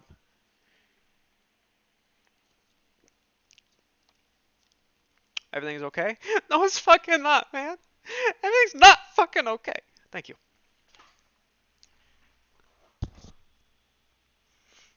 Leave blank. Check. Click the cog icon, the settings icon, and it might be set to auto. Change that to. I think I stream at 720p because I'm a fucking degenerate. But set it to the highest setting, and if it starts to lag, then incrementally or decrementally reduce it and see if that helps. Is this real Darkpool on AMC today? Yeah. Yeah. I don't. Why the fuck are these popping up? This is not. What? What? What? Actually, I am curious. Um. Hold on. Let me bring this back. Nope, not this. Close that. Okay. There you go.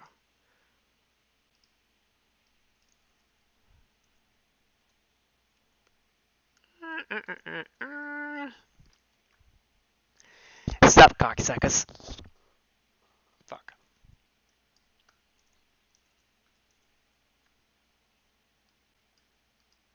Yeah, even here on oh, yeah, fuck it, whatever. Even here, you can see that we're actually there's a lot more volume happening on lit exchanges. This is interesting. What? OTC other is asking for 4244. And what the fuck? That's really interesting. That is really fucking interesting.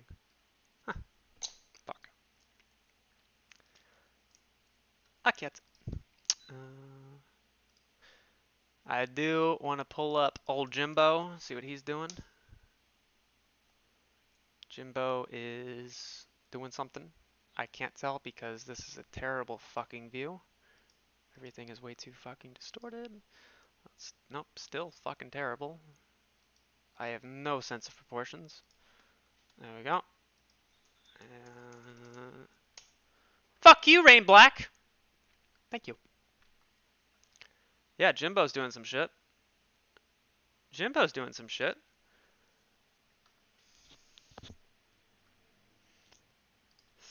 Let me pull this back up.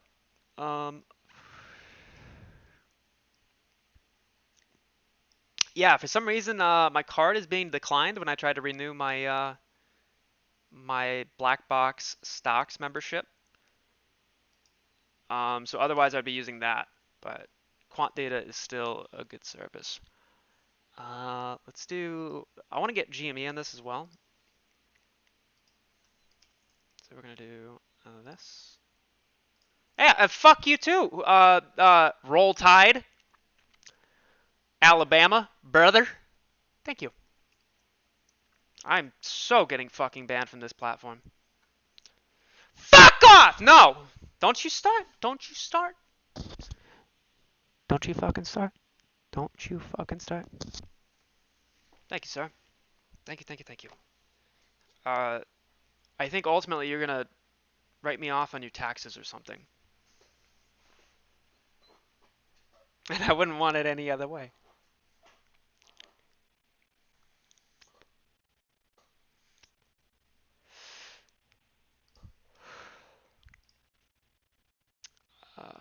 Save this.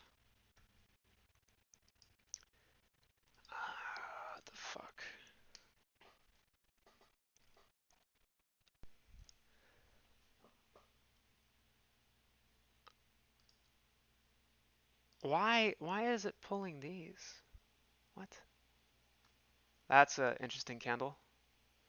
Yeah, this is what we saw in late May, right before we started to run up as well, is like hard shoving on the price to push it back up.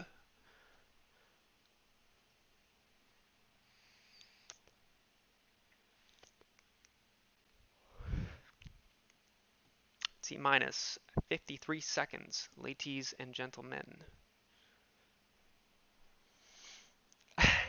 He's gonna claim me as a dependent by the end of the year. Yeah, probably, because I'm too much of a fucking degenerate with my money in the stock market.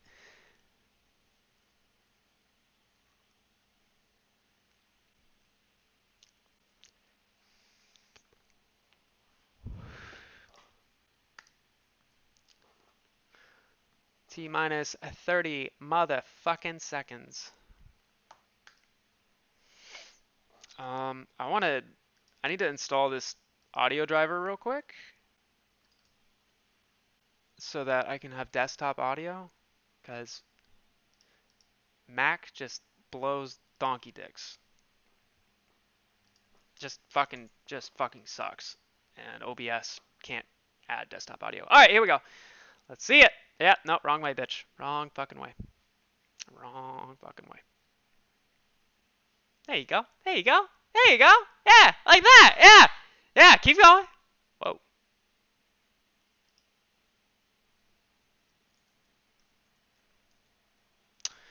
Here we go, my friends. Let's see what the fucking goddamn shit happens.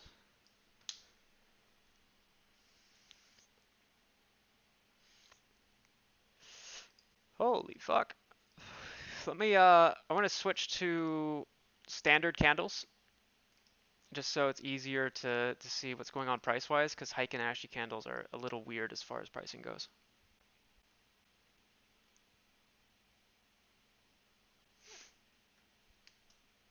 Looking actually pretty fucking strong out of the gates. Normally, when we're in the bearish cycle of my thesis, it's typically like a hard red candle open, and then it'll run up, but then fall back down and just bleed all day. So this is good. This is already good. Um, Jimbo, me boy.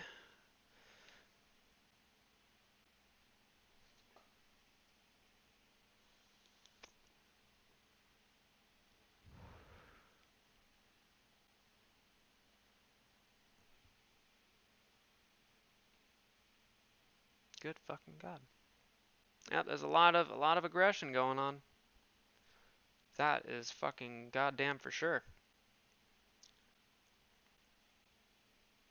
They really don't want this to move. This is desperation, my friends. This is just utter and sheer desper fucking ration.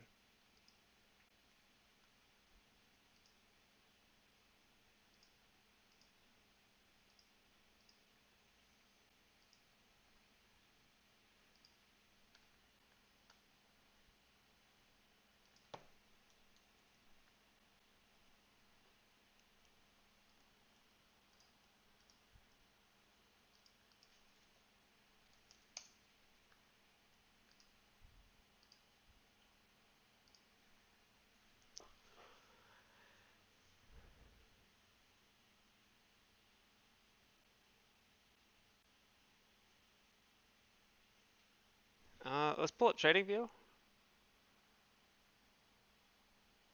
Wherever the fuck it went. Trading view, trading view, trading view. Can I get a trading view? There we go. The Uno Manito. And fucking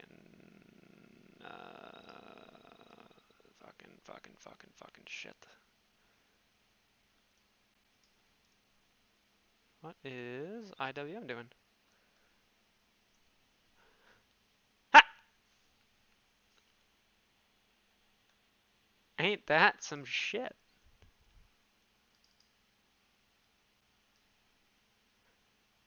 Yeah, that is super interesting that they are trading so inversely of each other.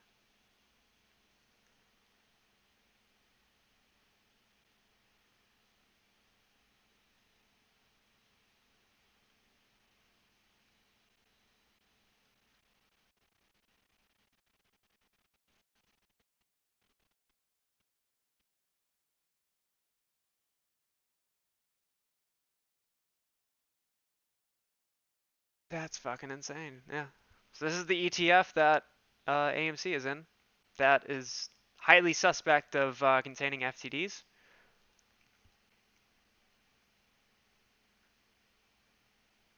This is the correlation line between AMC and IWM, the ETF of being suspected of containing lots of FTDs.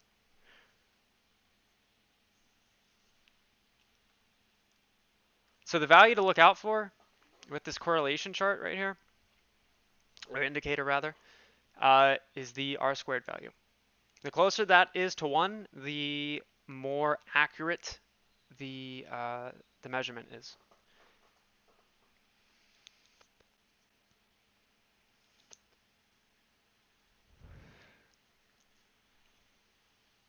That is just fucking insane.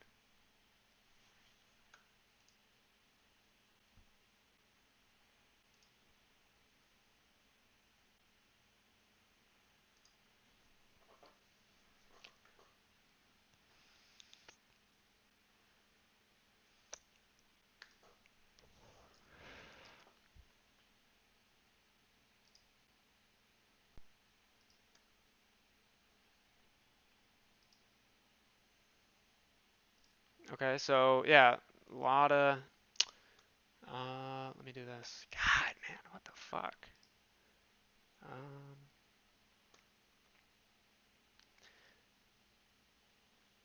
okay, so.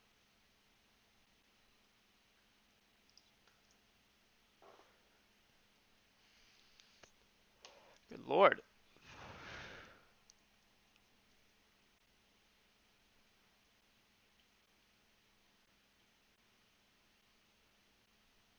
It's a lot of fucking volume, my friends.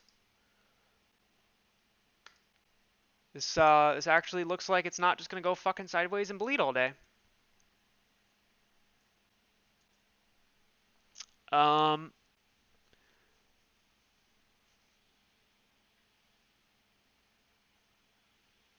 Normal charts? Yeah, yeah. NFT boom on GME. What? What do you mean? I'm aware of the NFT, but why? What do you mean by that? So what's the dark pool price? Pretty much the same as what it is here. It's just uh, there's no like special secret second ledger price that I'm aware of. That's not what I mean by having the dark pool data pulled up like that. Uh, GameStop, yeah, they're supposed to be announcing. There's something to do with the NFT token happening today. Bouncing off the VWAP. Excellent call out, actually.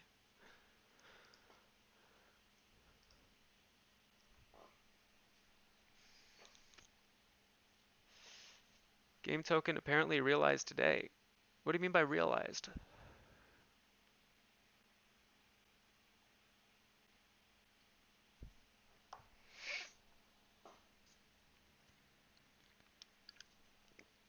Yeah, I mean there's FUD surrounding dark pools, yes, but let's not I don't want to I don't want to assume that H666 is I don't think he's trying to spread FUD. That might just be a misunderstanding.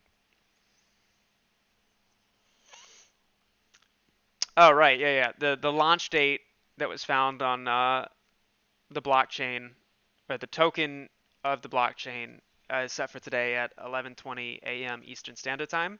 But GameStop is based in Texas, which is Central Standard, so it could be 12:20 p.m. Eastern Standard Time.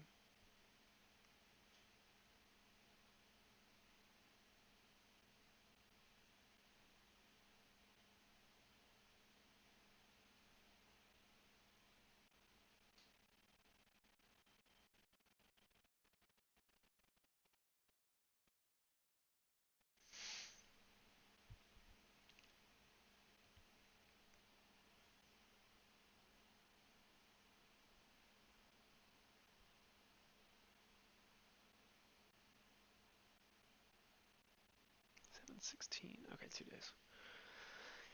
Oh, I wish Webull had instant settlement.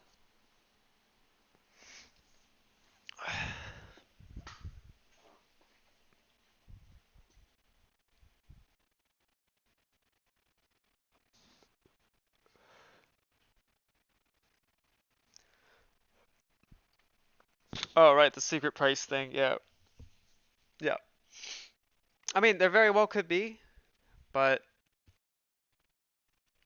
until there's solid proof, because that's like what this whole entire thing is centered around is the price of AMC and GameStop. So, some things I'm more lenient on speculating on, but as far as the price goes, like that's not something that can be that is the last thing to have speculation for. You need cold hard solid proof at that point.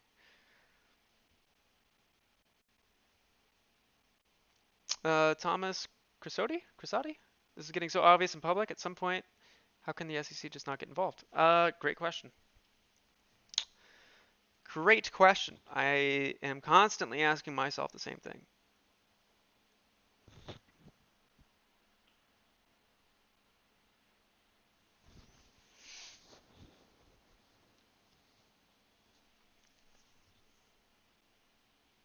Looks like Spy might be having a little bit of a bad day.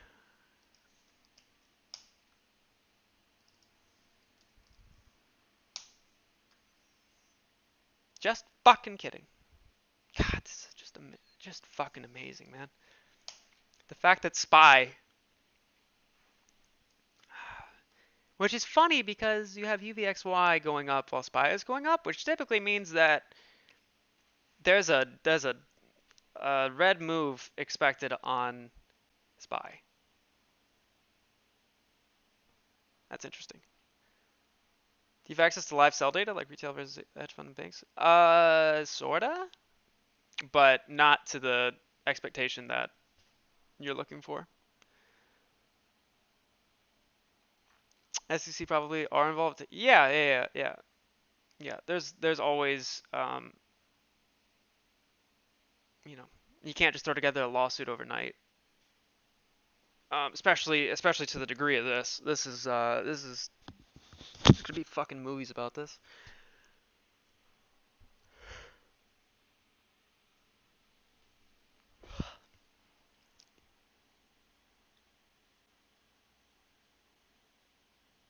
It's not the dark pool price, it's the secondary book system price, they know the real price. Right. So this is where things get very speculative, and I'm not dismissing what you're saying.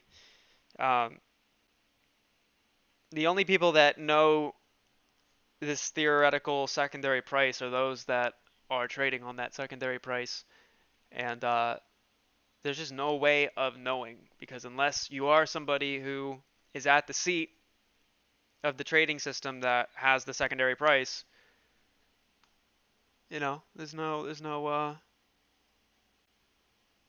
there's just no merit for it right now. And I'm not saying it doesn't exist, but I just can't you can't you can't base theories uh, that you want to have go public around it if you don't have the substance behind it. Again, not dismissing, but that's ultimately how the discipline has to be carried in this. You know, um, what value is there in trading a secondary? It's the fact that it's like how the options chain has a different set of pricing than the equity, the stock, right? It's not that it's intrinsically they're different, but they move relative to each other. And so if you can finagle all of the fuckery that this is, they might be trading at the top at a completely different number that is much much higher, and then based on losses or gains of either party, it might ultimately influence the price we see.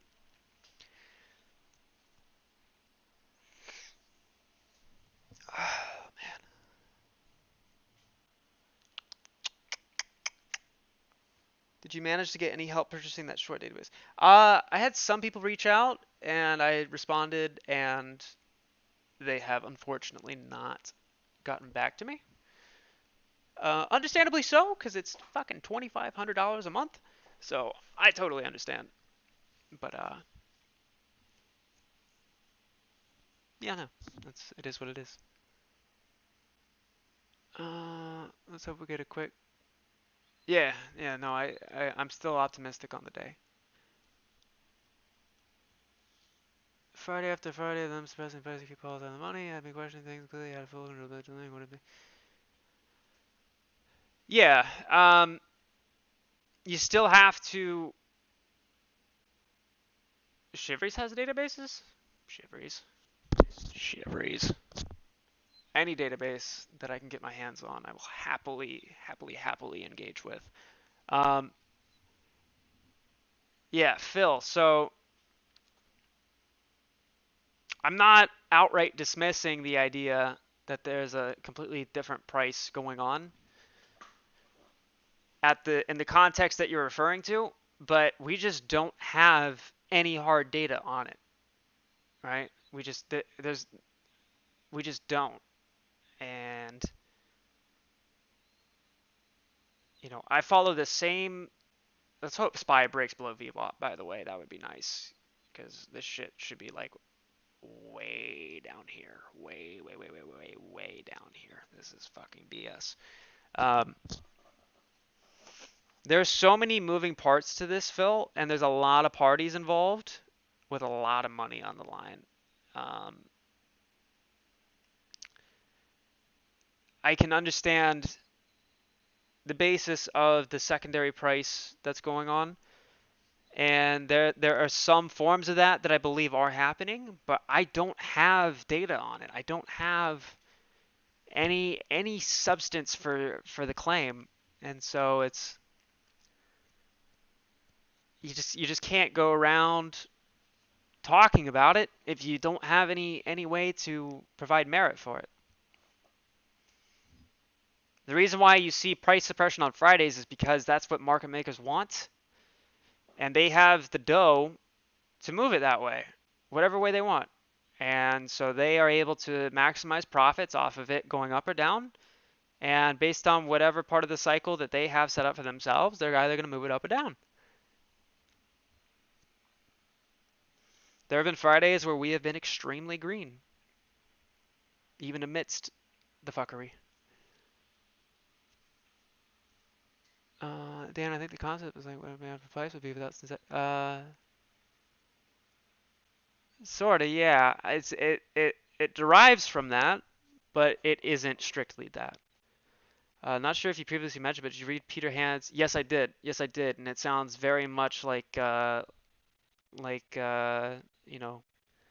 somebody from legal gave a little suggestion of maybe you should, just for your sake, clarify what you were saying. Yeah, it did not sound like him at all. The verbiage sounded like him, but the rhetoric and the message just was very not like him. Agree, just had no proof of it, but it does logically make sense as everyone still pays their buying, so 1 + 1 now. Right. I'm pretty sure that's that's a Lou versus Wall Street thing. Um, there's a better way of phrasing it than 1 + 1 = 7. It's simply put that the stock price we see is a derivative of, and I'm not saying this, I'm just trying to help you articulate it better. In the event that there is a second book going on that has a much higher price, it's not that the price would be higher like that, because this has to do with derivatives, right? That's why you have futures markets set up for this kind of stuff. And so when you have derivatives markets, you can see massive values that don't look like they would set up with the stock, right? Like call options can be super overvalued relative to the stock, right? But that's because the value of that financial instrument is not based on itself, it's based on what is above it, which is the stock. Or if you're dealing with bond yields aren't coming directly from what a bond yield is, it's coming from the bond and the surrounding factors. So you just have to be careful with that. I understand what the what the interpretation is and what's trying to be illustrated through that narrative, but it's extremely misleading when there's no hard data. That's all I can say. You think hedgies watch AMC content creators? I fucking hope they do, because they would want to see this beautiful fucking godly face. Yeah, I would bet they do. He got read out on Matt's stream, bound to have been seen by Shitadel. Who? Who got read out on Matt's stream? What's your take on Lou versus Wall Street? I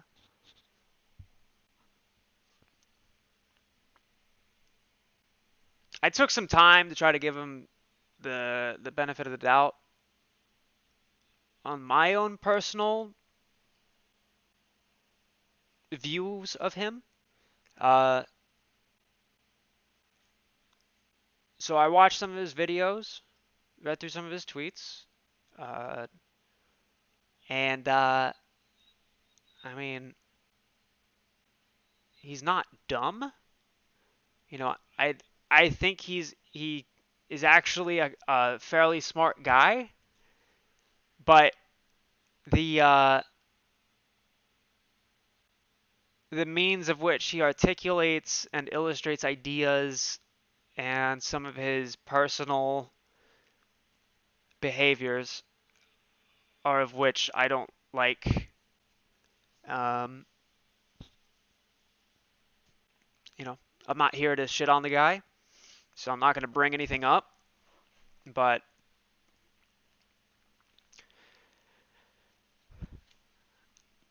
not somebody that I would go out and get a beer with. We'll put it that way. Nonetheless, a smart guy, but I think there needs to be some refinement in the way that he um, in the way that he handles himself and his ideas. And ultimately, everybody's on the same endeavor, but there are some things that, again, I'm not going to say that are unfortunate character flaws. But nonetheless, I would say he's a smart guy. GameStop's doing some interesting fucking shit. Every person on YouTube with a following is important to the community. We're all here for the same reason. Yes, yep. But there's a difference between being important because you're doing the right thing and being important because you cater to confirmation bias of the community and ultimately exploit your position of publicity in exchange for your own gain and then mislead and misattribute and ultimately damage what this is.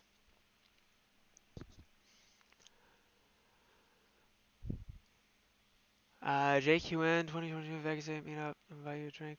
Drop anything. Goddamn right, Mr. Blank. Goddamn fucking right. I look forward to it, man. I look forward to meeting everybody.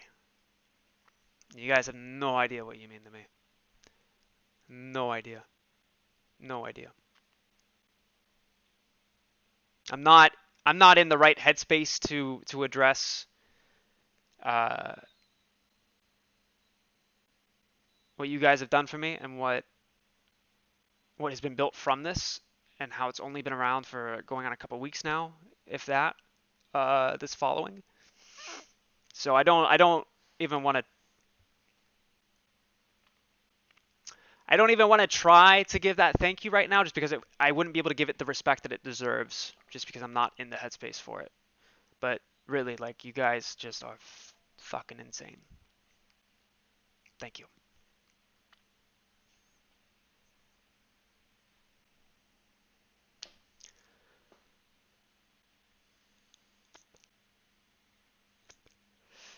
Charlie sent me here? Who's Charlie? What does Charlie want? Don't talk to me about. Are you talking about Charlie? Charlie from up in. I fucking love Charlie. Charlie's a great fucking guy. Did he tweet me out or something?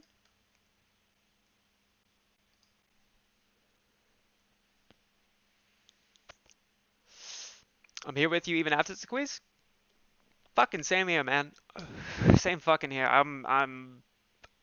When all this is over, after we've claimed our trophy, because this shit's already been fucking won, and we're able to celebrate over the victory. Uh, I want to meet every single one of you guys. Like this, again. I've wanted to be in a position like this since I was a kid. I tried doing Call of Duty videos when I was a kid and Battlefield videos, and just because, god damn, it's fucking bright, and my allergies are kicking up real bad. Um, I wanted to do Call of Duty videos and this and that, and either I was too young, too stupid, too immature, uh, whatever it was, and it just didn't quite work out. And that's what this channel is. This is the the headstone for it. But it's I just wanted a way to help, and it wasn't centered around Call of Duty. It was just gameplay commentary. It was just supposed to be like a dialogue, and I just wanted to be able to talk to people and help them out and whatever it was. So this is the fulfillment of uh, almost a decade long endeavor. So fucking thank you guys. We're gonna need you to put our winnings somewhere to grow. Will Bryant, love you, Sam. I fucking love you, man. Thank you. Thank you. Thank you, man. I love you more. Holy fuck! Shivers! God damn it!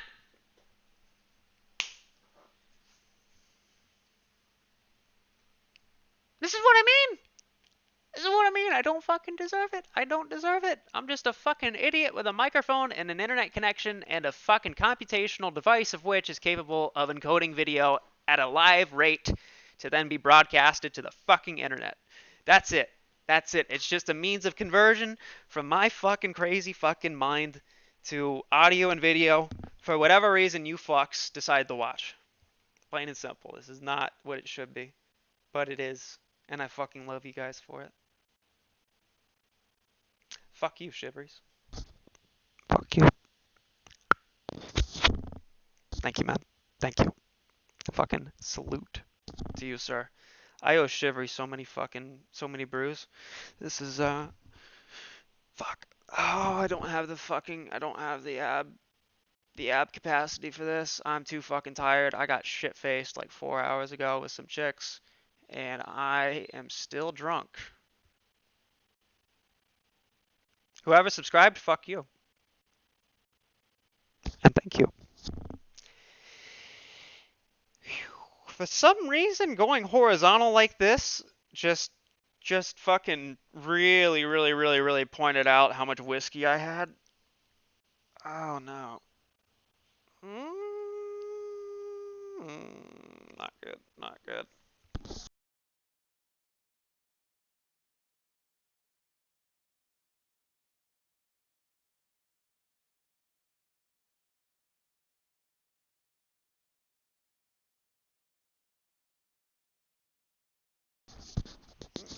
Is there a Rippy yet? Where's the Rippy? I need Rippy. Give me some fucking Rippy. Fuck. Oh, did I have AMC blocked this whole time? I am so fucking sorry. Shivers, thank you so fucking much, man. This is fucking unbelievable. Unfucking believable. My first time watching you, liking it. Fuck you. Fuck you, buddy. Thank you. Thank you, thank you. I appreciate you. I hope you enjoy your stay. It's a little chaotic, But I think it's the real side and the real perspective on things. And you know,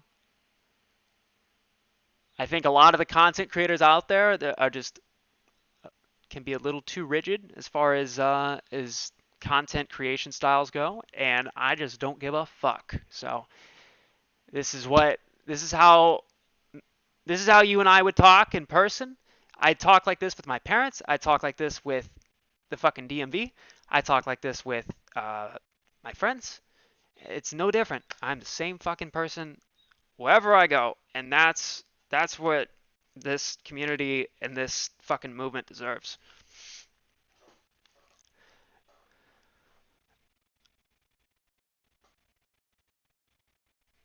Look at UVXY go. Holy shit, are we finally realizing that this whole entire fucking market is a load of lies? And that the equities that we base everything off of are really just inflated by that of which was caused by needless spending and arbitrary financial injections into the global economy as it is? Holy shit.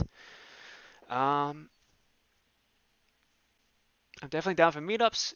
You've been not only helpful and insightful, but even took the time to say nice things to me on Twitter, and I don't get that a lot.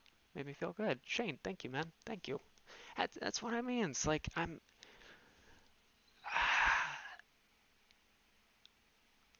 That's dude. I want to chat with you after this stream. Like that. It's so fucking important, man, to realize that. Like, yeah, you can dress up and come off as professional, and you gotta go if you gotta go to fucking jury duty, right? You gotta get your suit, you gotta fucking get your coffee, you gotta make sure you're top notch and professional. And the moment you fucking leave that courthouse, you're like, God damn, I could never fucking do this. I could never be that rigid and that uptight and have to do that every day. And people forget that mentality of holy shit, how can people do this every day? That happens in your 9 to 5s. That friend group, uh, that that relationship, that whatever. Like you have to be okay with realizing things for what they are, and to be true to yourself. Otherwise, you're gonna get lost trying to fulfill the perspective of somebody else. And sometimes you have to do it. Don't get me wrong, but nothing has been more empowering to me and to, I think everybody else who has adopted the mentality that I have before me, than to just see shit for what it is and don't. Like, yeah, if I go on Charles Payne, I'm not gonna fucking say fuck every fucking goddamn fucking motherfucking goddamn fucking second, right? But I'm still gonna be me, you know? And that's what I'm trying to build here is everybody can be themselves, and you can have far out their opinions. You can have far out their ideas. You can have like whatever it is, or you could be close to the fucking to the middle of it and be more modest and uh whatever. And you still have a fucking place here, Like that's what this is about. That's what this is about. I fucking love you guys. Thank you. Thank you, Shane. Just the acknowledgement of that just means the fucking world.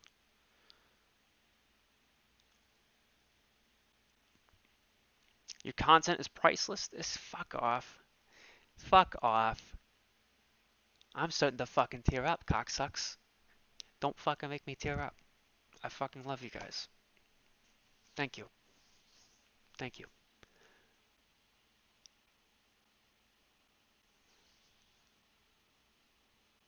Shivries is his own hedge fund already. In reference to The Big Short, we're at the point where the foreclosures are rising, but the price is staying the same. And yeah, exactly. Yeah, yeah. Everybody realizes that it's crumbling around them. But we're in the middle of everybody realizing that everybody's realizing. Holy fuck! Stop it! Stop it! Stop it! Stop!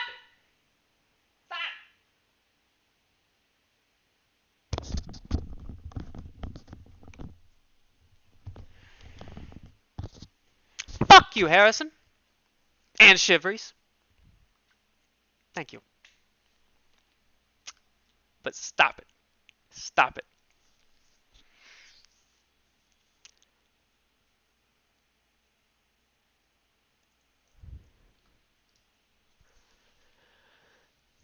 I always shot my best when I was still drunk from the night before. Yeah, yeah, yeah. Because you're still a little loosey-goosey. It's objective, measured, pragmatic insanity. Very well put. I am screenshotting that.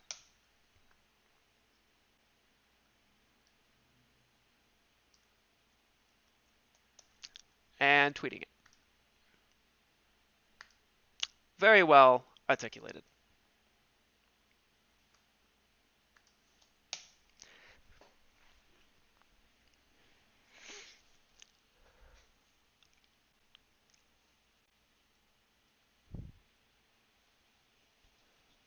SPY needs to fucking stop.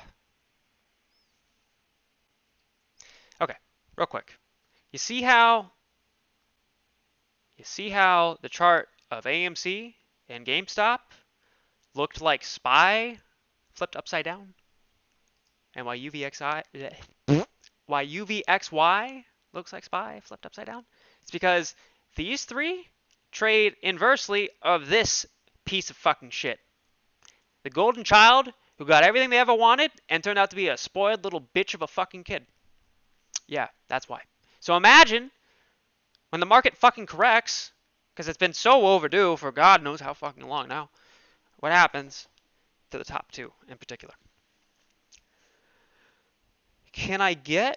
Wait, am I reading that right? Jamie, am I reading that? Can I get a... Can I get a...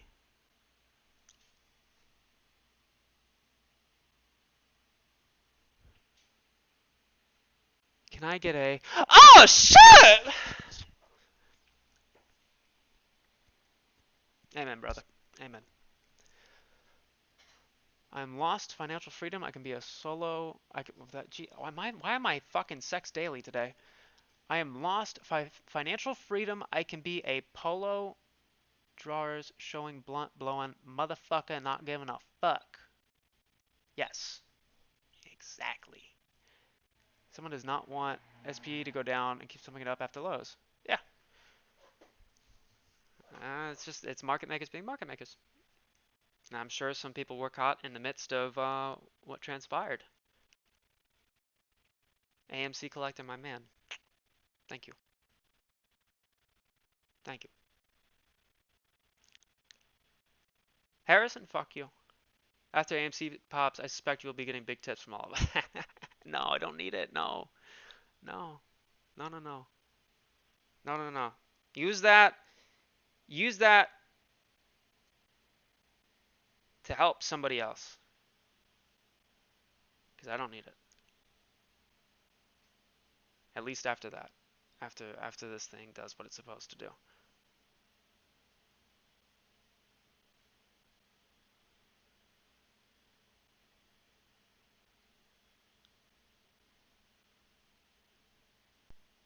Thank you, Will. Thank you. Thank you.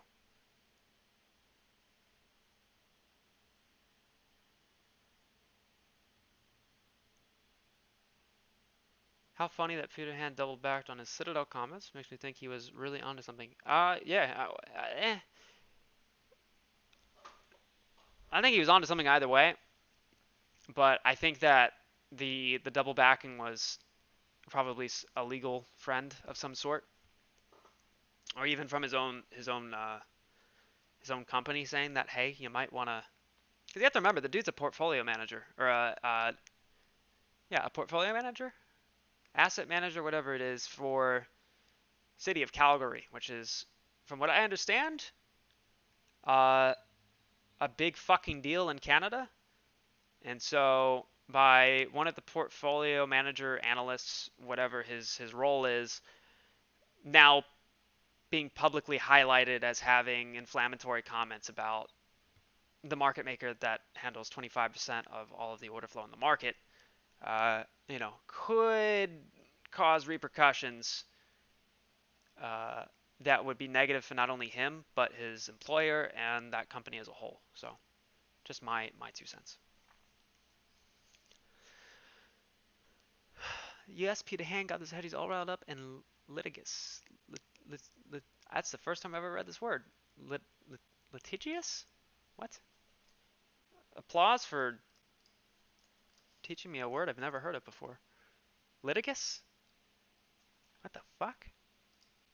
Litigious. Unreasonably prone to go to law to settle disputes. That is a good word. Litigious. Okay. You can tell he had to write that to stay out of court. Yeah. Yeah, no, definitely was the result of some legal advisory.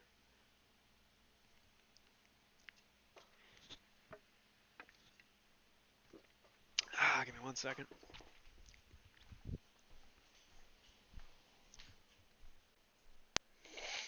God fucking damn it.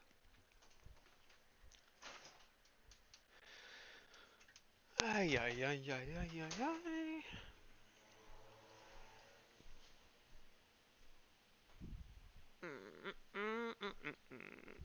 And the slow bleeding of today started? No, I don't think. I don't think this is what. I don't think this is slow bleeding. It's definitely a point of. Definitely a point where whoever's trading, whoever's making these moves, are uh, at a very tight battleground. That is for sure. I would not say it is the bleeding though.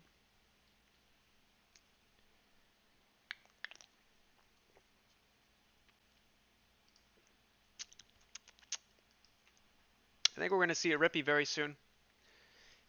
Either sometime within the next 45 minutes. Scratch that. Up until 5 after 11. If it's not then, it'll be sometime around 12:30. That's normally where the big pops happen when we go into the cycle that we've been so fucking overdue for.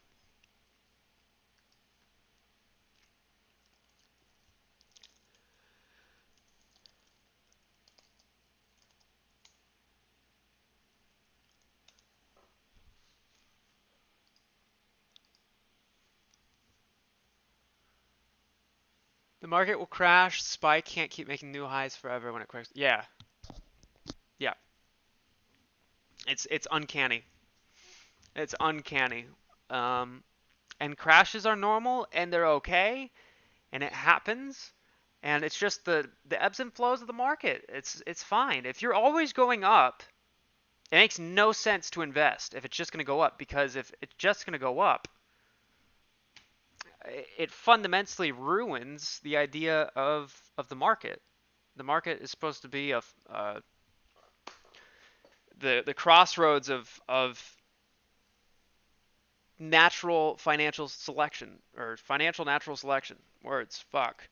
Um, so yeah, it's just fucking insanity.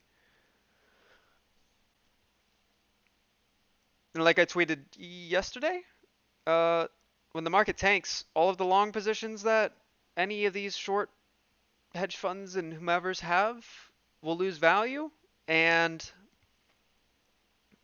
on their long positions, I mean, uh, and that just will send their fucking margin through the roof.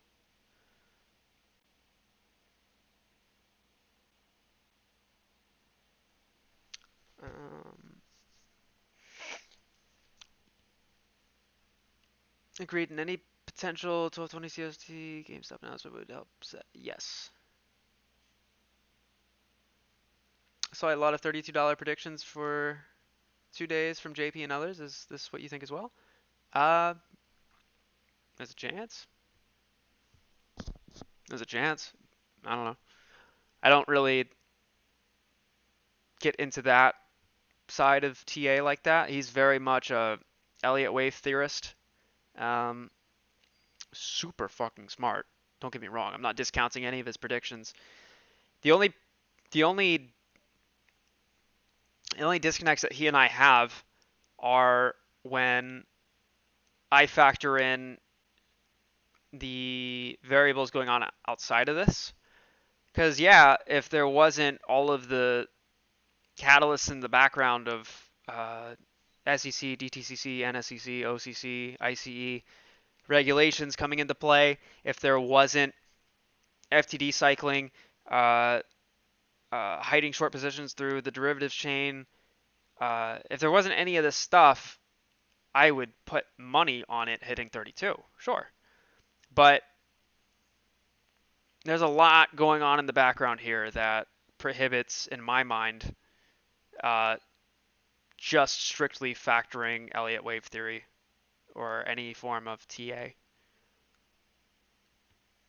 I think there's a lot to consider beyond that. But JP's a fucking top-notch fucking cat. Don't get me wrong. Um, but yeah, I mean, it could fucking happen. I don't know.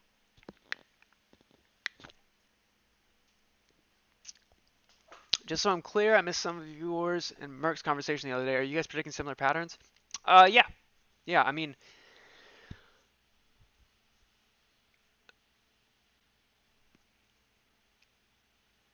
my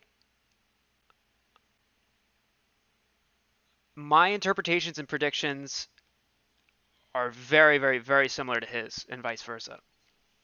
What's funny is that the things we're basing these predictions on are two completely different things. He's doing it off of uh, fundamental dash technical analysis. Uh, he uses a lot of Elliott wave theory, which is super fucking interesting. Um, and I'm sort of doing the same. I was doing it without realizing it, but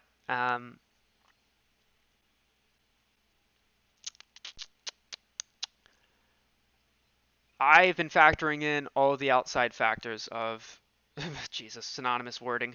Neat. I have been factoring in other variables going on around this that will not show on a price chart, will not show on a set of indicators, will not show on any form of anything you see in a charting program.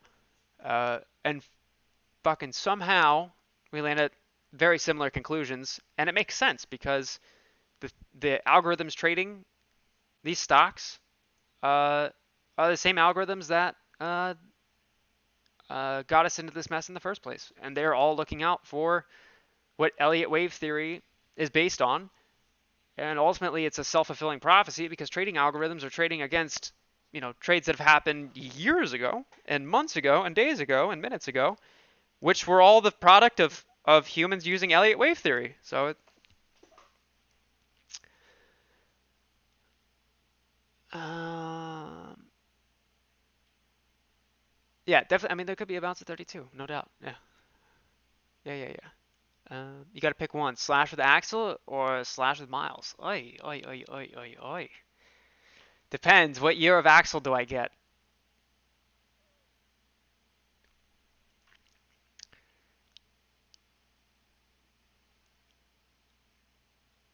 My brain hurts. Gee, thanks.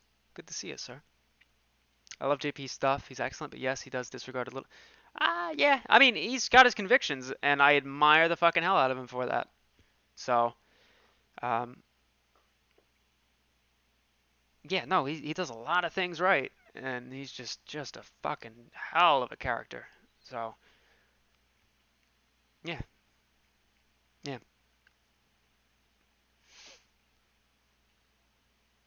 I still can't find a friendly Astro charter that may help. I'm confused. You can't find a friendly charter? But good morning. Good to see you. Let's say both of their best. Slash and Axel. Slash and Axel. Miles. Slash with Miles. They're still fucking killer. Um, and that's where a lot of I think Slash's playing has matured. But I've always been a fan for the raw, just down and dirty, sleazy, bluesy playing that Slash has had, and that just goes so well with Axel's vocals from back in the '80s. So I'd have to pick that. Nowadays, though, probably still the same. There's a lot of healing that has happened between the two of them, and I think there's a lot of interesting music that will be the result of that.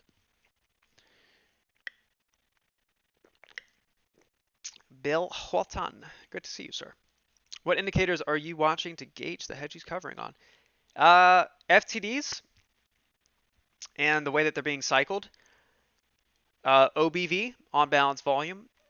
ADX, which is a directional indicator. It kind of just measures momentum between two different, between bullish movement and bearish movement, and then like a confidence factor, we'll call it, or a range. Um, yeah, the OBV, ADX, uh, a lot of it's volume. A lot of it's volume. I don't think RSIs and MACDs and uh, any of that. I don't. Never really been my thing. On like a 1 minute chart, sure, but this is just this doesn't regard direction as far as lines go. Can you explain OBV a little? Yeah. So OBV or on balance volume is just it's a momentum indicator. I'll pull this up and I'll keep AMC up here just so that Jesus fucking Christ. See how we started as the inversely correlated to IWM on the day, and then that's fucking interesting. Okay. Ah, kid.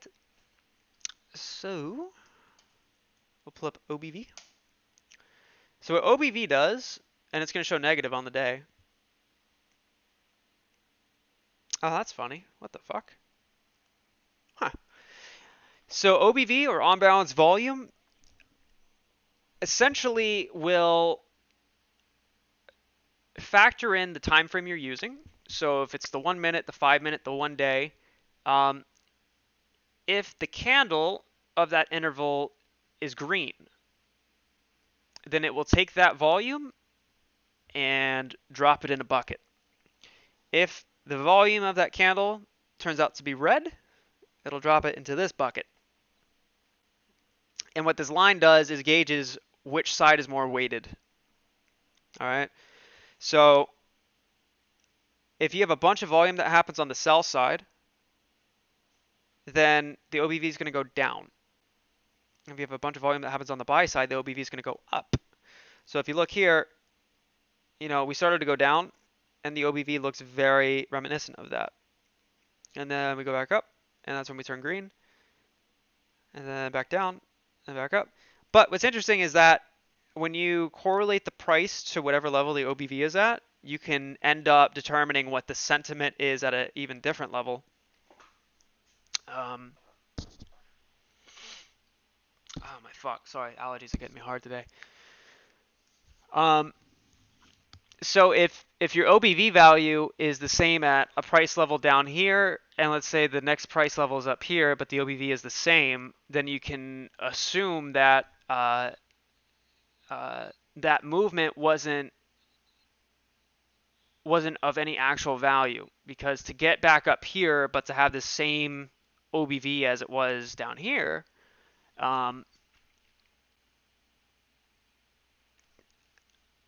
actually, I have to double check on that one.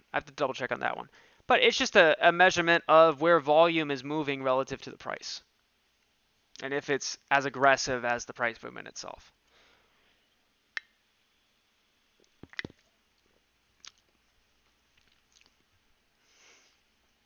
And what's interesting here is that the ADX indicator, this is just a measurement of how much range can we see the stock move, which is resemblant of in the purple line here. And then you have the momentum for bearish, which is red, and bullish, which is green. So as you see, if the bearish goes down and the green starts to go up, then you can see a green move relative to whatever this purple line is at.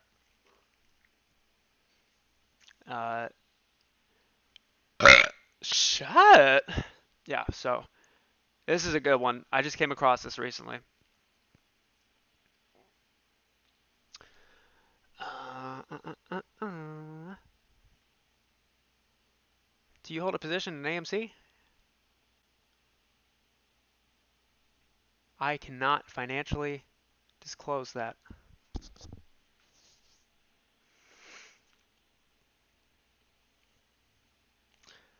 I got you going through my AirPods while I'm cutting the grass. God bless you, sir. If we start to go up as this goes negatively, with a negative correlation, that's gonna be super fucking interesting. If we see this fucking, what do you call it? If we see this correlation indicator right here between AMC and IWM go down and go red, and then at the same time see AMC go up, that is a fucking hard fucking signal that this is being swapped in a way, we'll call it, with IWM.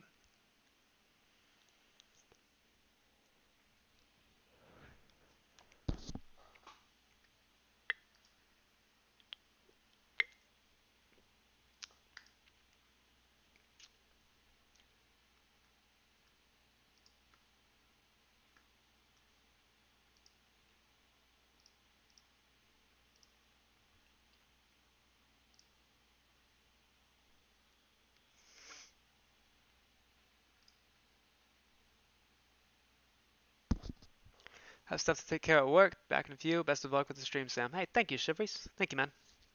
Thank you for stopping by and giving me money that I don't deserve. Thank you, man. Have a good rest of your day. Hope to see you again before the stream ends. IWM's going down. Right. He's got a fucking empire to run. Yeah. He's got to go. He's got to go. He's got to go make AMC go back up.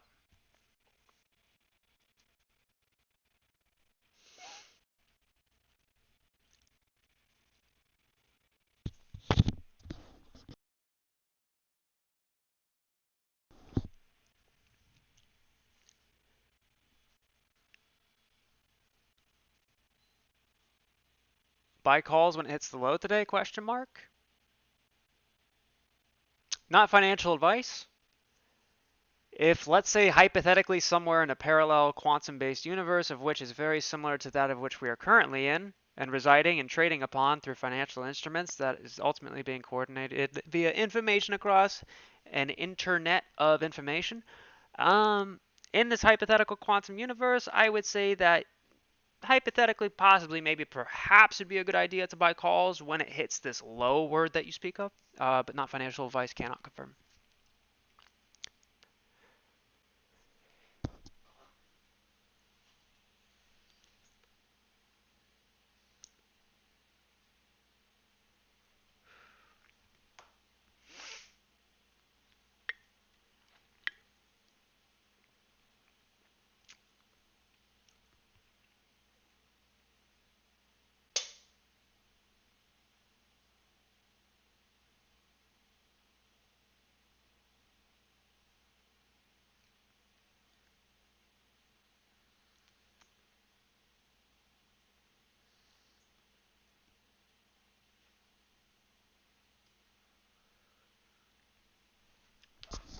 Is there something going on with SPY?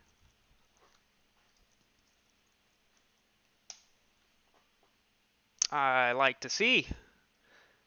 Daddy likes seeing what he is seeing. Drop. Drop! You are not supposed to be where you were at, SPY. This is such a fucking load of shit. If it breaks to this support completely, that is a good sign. Not for the market as a whole, but given my fucking agenda,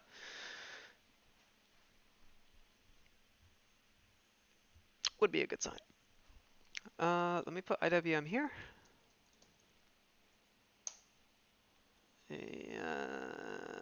Jimmy here.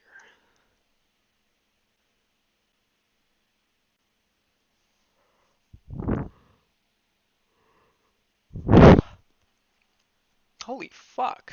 Where did I get 133 fucking viewers from? Oh, then it drops to 94. It's almost like fucking Citadel's controlling my YouTube metrics. That's insane.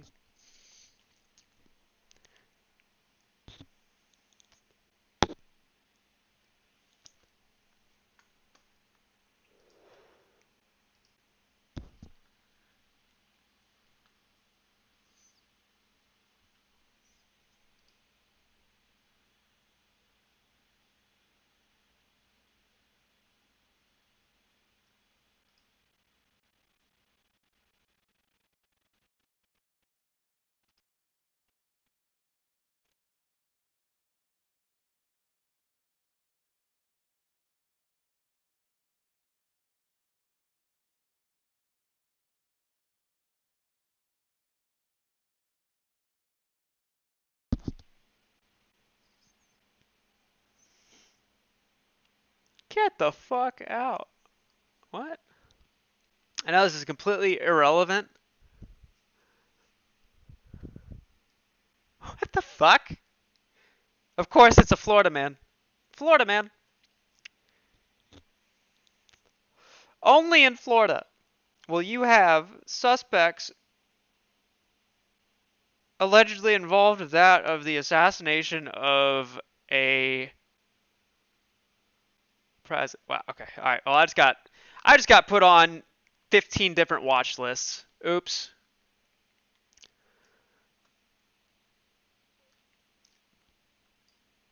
Leave it to Florida man. Leave it to Florida man to put himself on 13 different watch lists talking about the assassination of a major political figure on an internet live stream. God fucking damn it, I'm an idiot.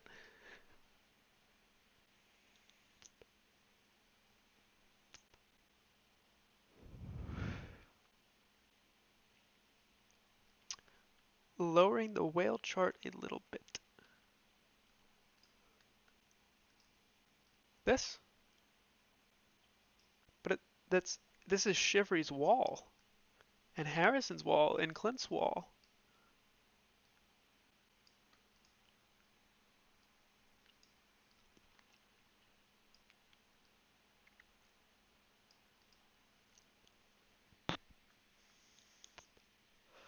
Let's see if we get that bounce off 32. Currently at 34.53 on AMC and 175.38 on GME.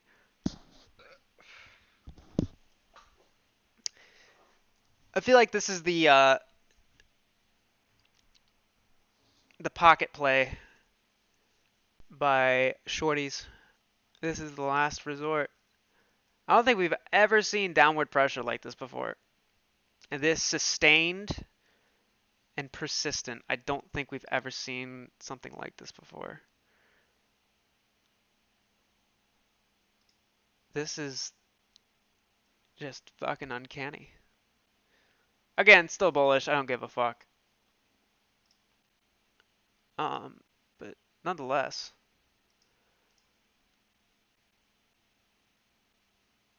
just insane. This is laggy as fuck. Even, let's look back here.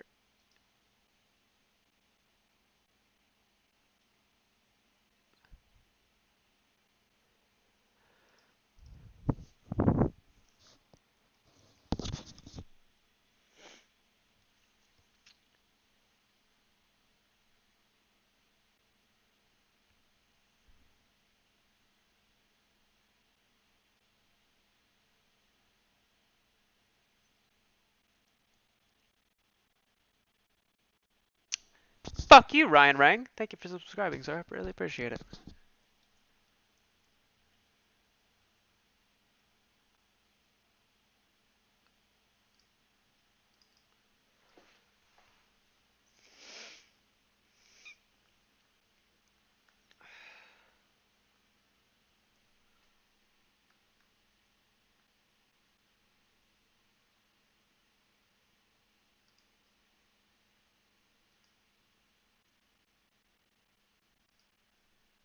So this was...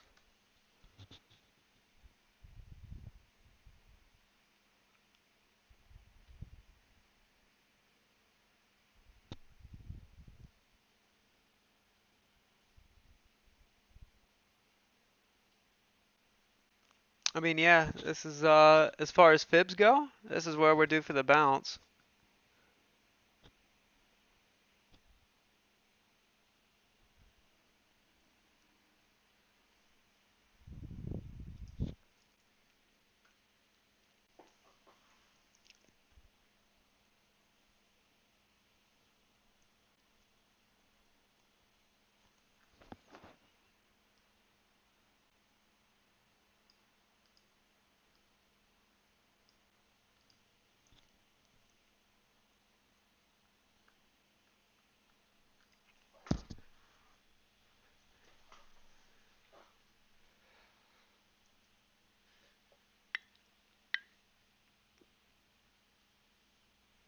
Are people really watching this? LOL.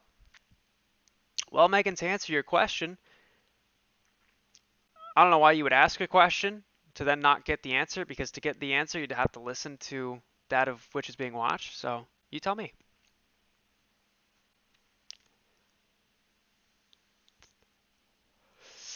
I'm gonna wait till it hits 33.50 or lower to buy. Yeah, I, yeah, sure. A good non-financial advice-based opinion. TD Ameritrade just sent me a warning that AMC dropped. Yeah, because it did. We bought, and now the second part, hold.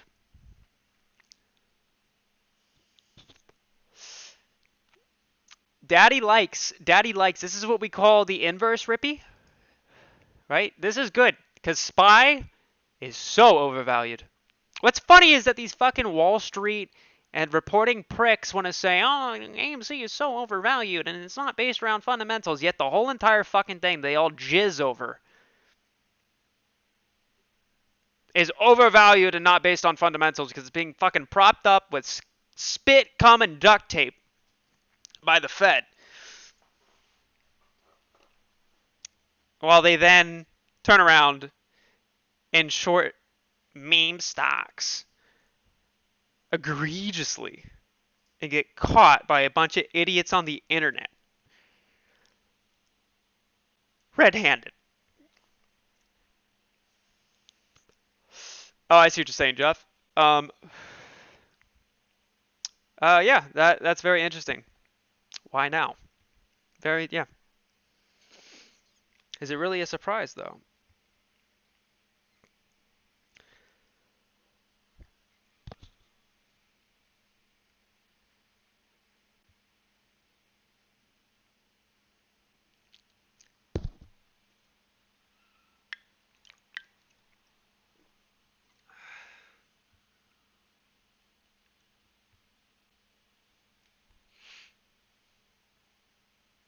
Okay, seeing some actual movement now on AMC. The volume candle actually looks like it's moving and it's animated and not just blips. This could be a rippy. I like what I'm seeing. Let me now tweet and say this could be rippy. Cool.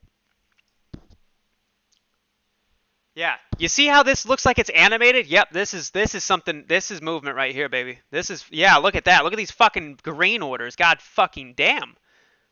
Look at this. Look at this. 3,600, 2,000. Yeah, something's going on, baby. Something fucking going on. Something is fucking happening.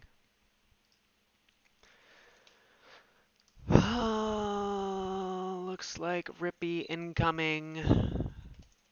Live analysis here. Yeah.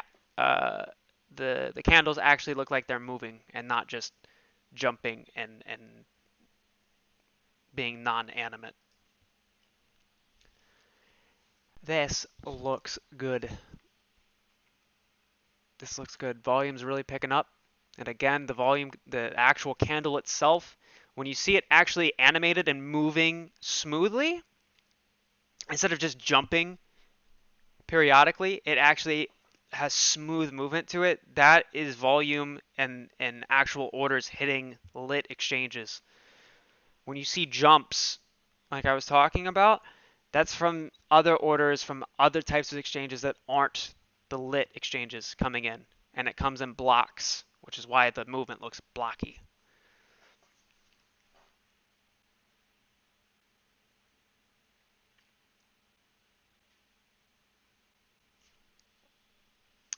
Yeah, look at the time and sales right here.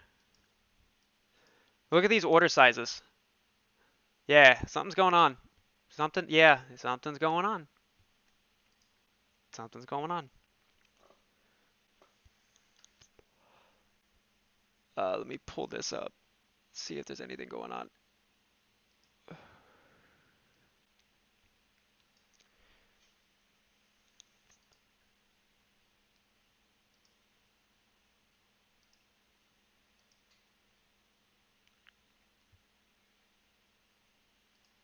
We had a block order. We had a dark pool buy order, an actual block order that was fulfilled at 3706 at 9:40 a.m. I don't know why it keeps. I'm filtering just for AMC, but it adds this shit.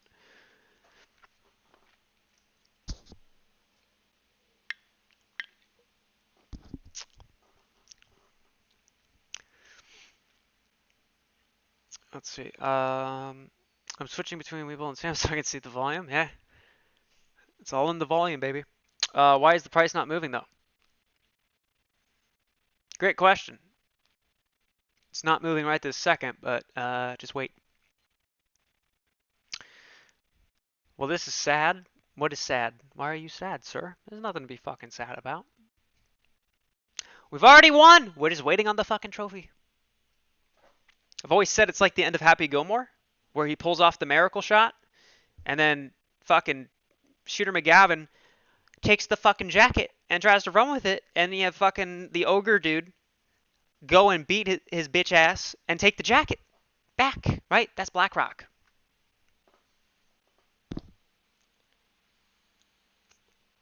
Or whoever, I don't fucking know. All I can tell you is we're getting the fucking jacket.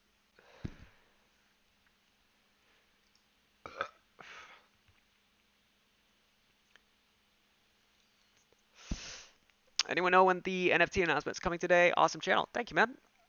Or ma'am, sorry. I just read your name, Linda. Should be 11:20 Central Standard Time. So that would be 12:20 p.m. if you're on the East Coast, and that would be 9:10. Yeah, 9:10 a.m. Pacific Standard. In regards to your pinned tweet, it looks like gibberish. Are these high-frequency trading channels that are used to disrupt or jam trades? No. Nope. It's a form of a insurance policy. It has information in it that will be relevant at a later date.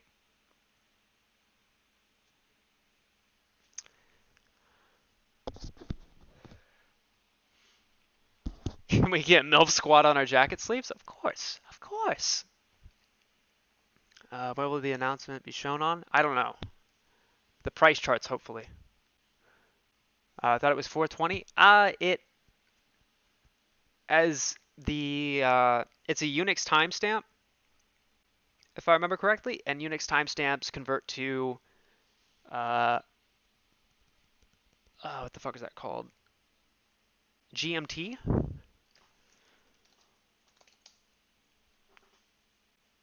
GMT time? No, it's not GMT. UTC. Yeah, Universal Time Code, I think is what that means, which is plus 5 hours relative to me. Or I'm sorry, relative to the time zone that it's being based in. So that would translate to 420 UTC.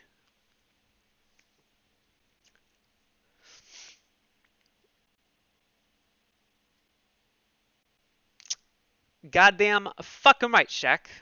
Goddamn fucking right. Diamond motherfucking hands, bitch.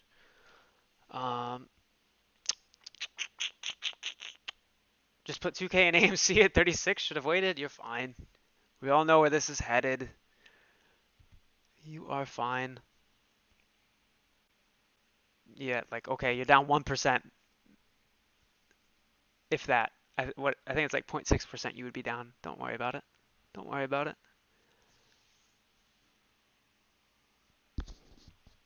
See what I mean? Like it actually looks like it's moving. It looks like it's animated, and that's something that I've always been. Yeah, I mean, it looks like it's actually moving and not just fucking jumping around. And this is what I mean. This is when, yeah, see, it's actually filling. It's living, right? This is what human trading looks like, not this bullshit fucking. Oh, let's just bleed it sideways and then take it down. Like this is what real trading looks like.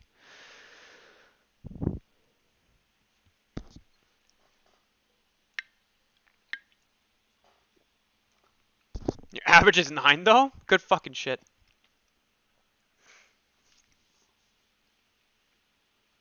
I mean, just the volume on the day. What are we at? 50 million. Yeah, yeah, we're doing good. And this VWAP break, if we get through this yellow line and have some momentum behind it, you can see a lot of movement coming.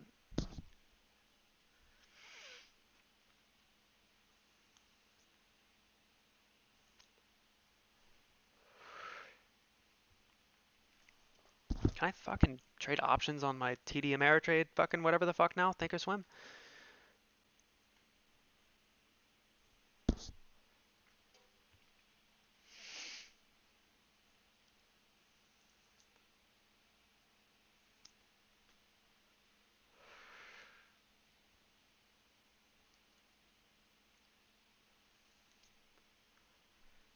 And I also want to show the after I fucking log in and buy calls. Hold on, not financial advice by the way.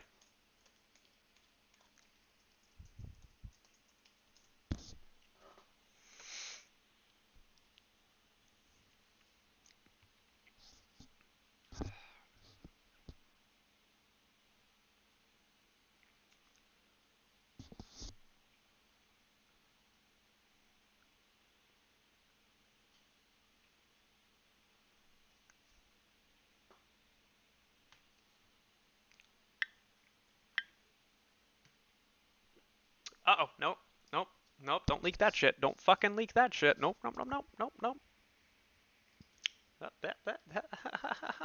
Fucking poor over here. I only got $500 in this fucking account.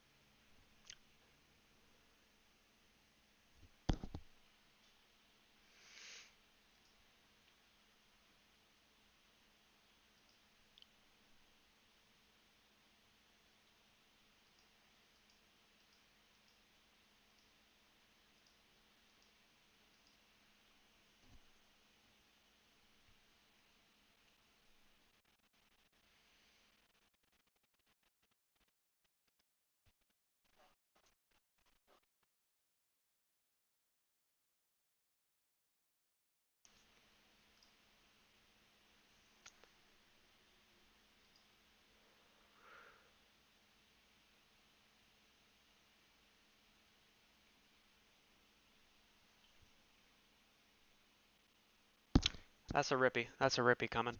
That's a rippy. It's gonna rippy. It's definitely gonna rippy.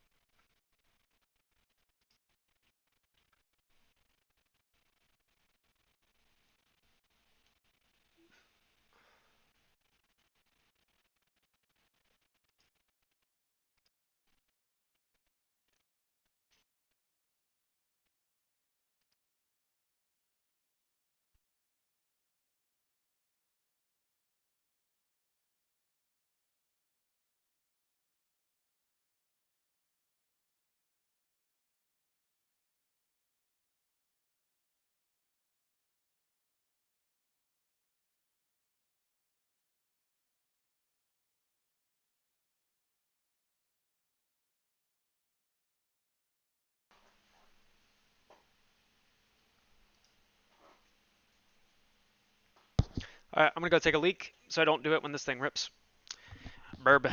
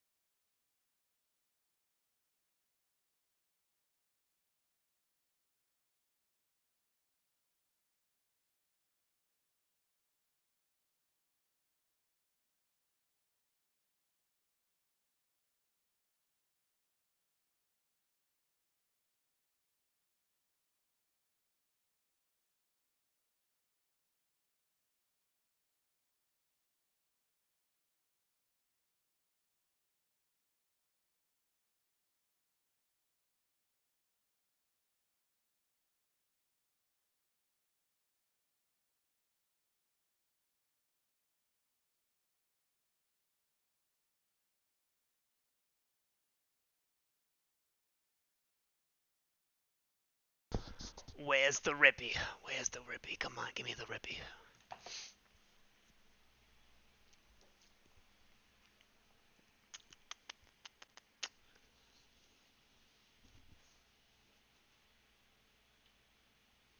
Fucking any second now.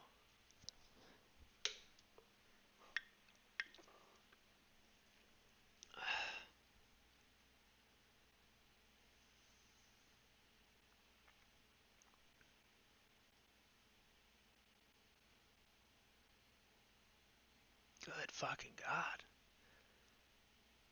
This is the most alive that we've seen the stock. Like, don't get me wrong, the price action, it should be more bullish than what it's showing.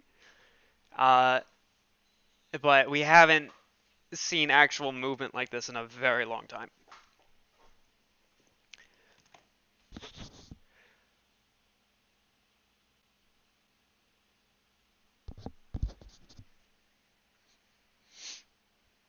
Let's see. I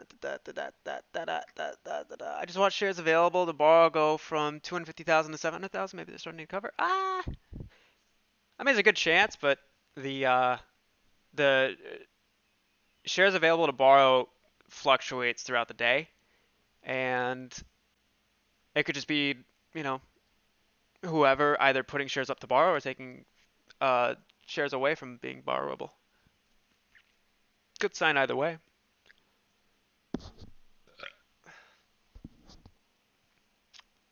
What are the four tickers you have on the screen? AMC, GME, and what other two? This one in the bottom left is SPY, the S&P 500.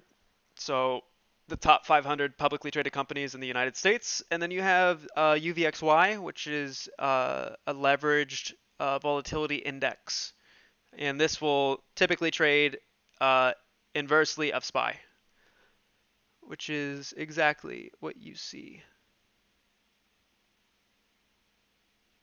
This looks like this flipped upside down. Give me the fucking Rippy. Come on. Come on. Talk to me. Come on. You know you want to do it. Just stand up for your fucking self. Get up and fucking.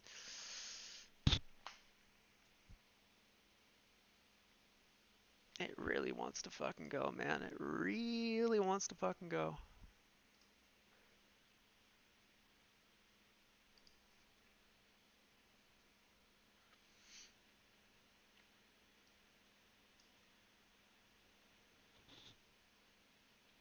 It's very strange that GameStop is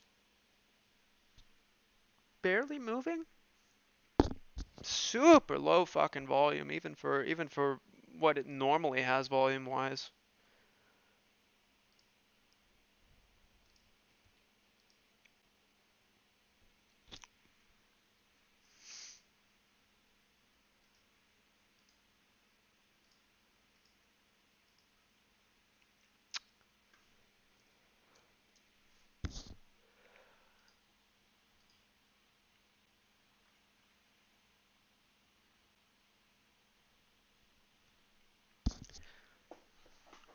Huh. A lot of trading happened at 36.90. Isn't that where we opened? Didn't we open at 36.90? Yep. Wait, no. We opened at 39. What the fuck? So a lot of dark pool action happened at 36.90. So that's interesting. That is something to take of note.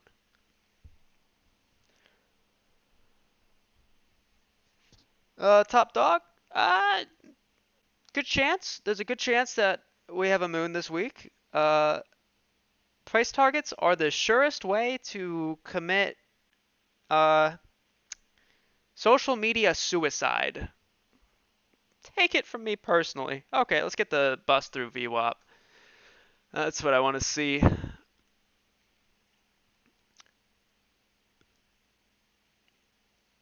Letting it nearly kiss the VWAP before re-upping on borrowed shares, finishing the dip seems methodical. A last attempt to demoralize us, rip you soon. Yeah, it could be. We'll see.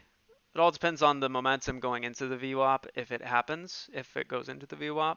But yeah, good chance. Either way, I know what's gonna fucking happen eventually, so I'm gonna keep fucking doing my thing.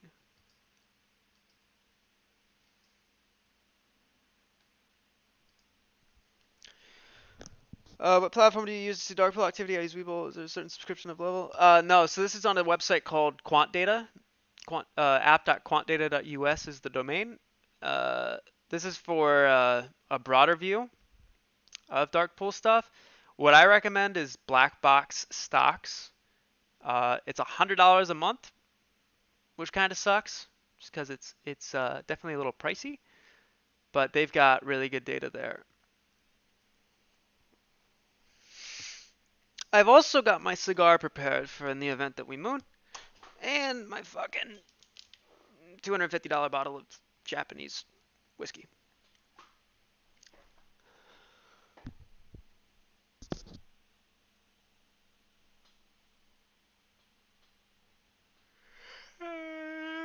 Shit.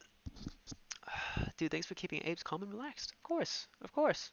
I'm not even here to keep anybody fucking calm. I'm just giving the facts. I'm giving what I see. You know?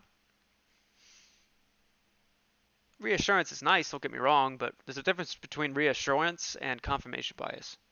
And I'm here for the former. Reassurance of the facts. All right, let's see the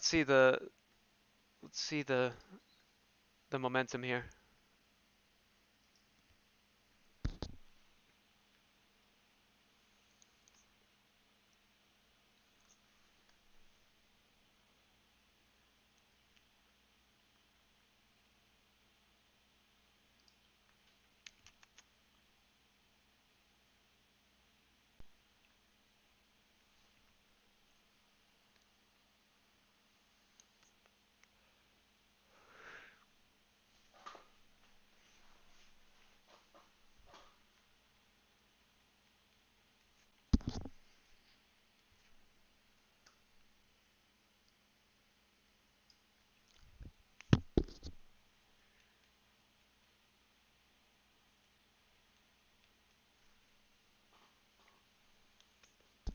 $36. Let's see it. 36, 36, 36. There we go. Daddy like a lot. Keep going. Keep going. Keep going. Come on. Come on. Just do the fucking thing.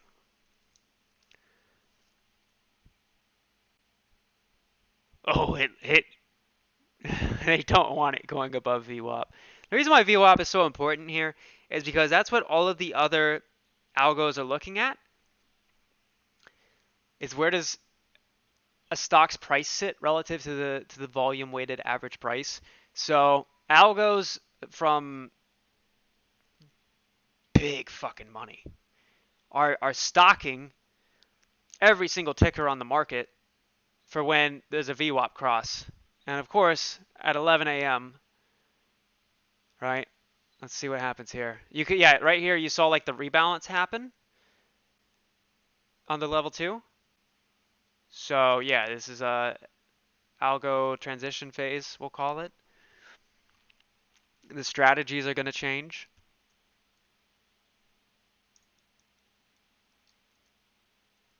Oh, fuck. No, fuck United States Steel. Who gives a shit? No.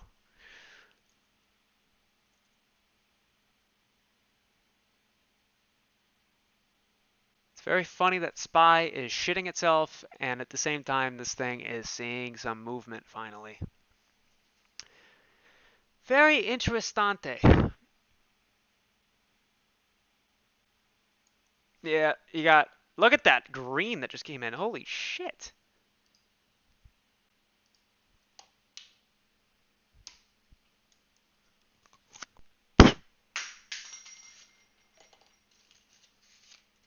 Give it to me, bitch. Come on. Let's go.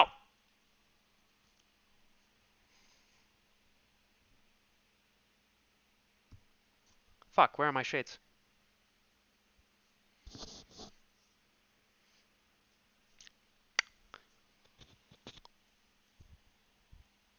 Are you serious? Are you fucking serious? Come on, what the fuck?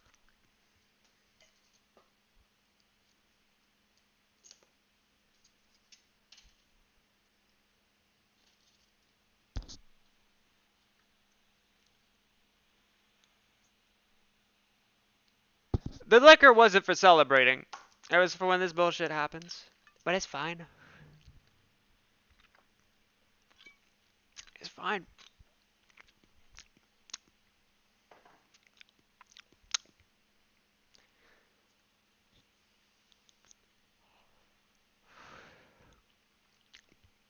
Very interesting though, because this is the... Oh, all day. Yeah, all day it's been trying to hold us off of VWAP. Very interesting. Huh. Hey. Very fucking interesting.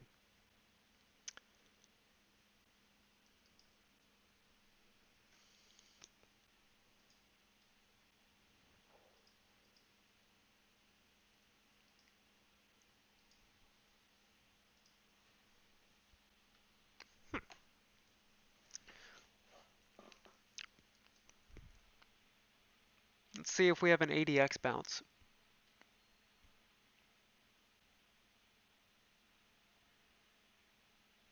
So, if you look right here, the green line and the red line, these are just measurements for the momentum of bullish movement versus bearish movement.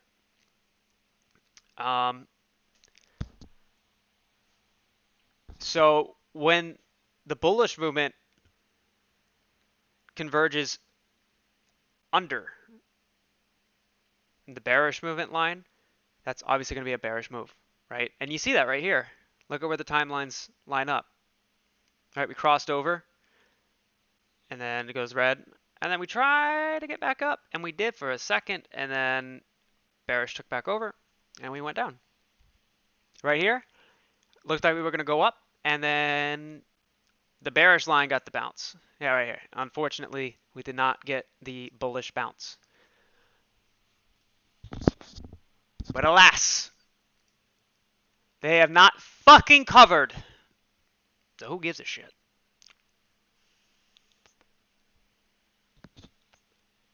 Look at these buy orders. 4,000, 2,000, 3,000, fucking Jesus fuck, 2,700, 3,000, 400, 400, 1,400, 1,500. Like, we know this is bullshit, people. We know this is fucking bullshit. We know that this is not the actual sentiment of the stock. It should be way higher. We know that for a fucking fact. So we've already won. We're just waiting on the fucking trophy. That's all it is. That's all it is. Don't get riled up over this shit. Everything's fine. We've already won. We've already fucking won. Plain and fucking simple.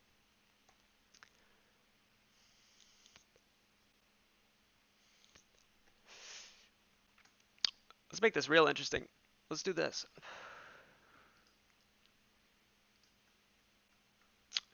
You ready to have your mind blown? Here's the 1 second chart. Actually, could be considered even more frequent than 1 second. This is known as the 1 tick chart. Alright? Look at this shit. Look at. Fuck. Look at this. Look at this. Look at this. What the fuck? What the fuck is this fucking shit? Alright? Look at that. Look at that. Every time there's a buy, yeah, see what I mean?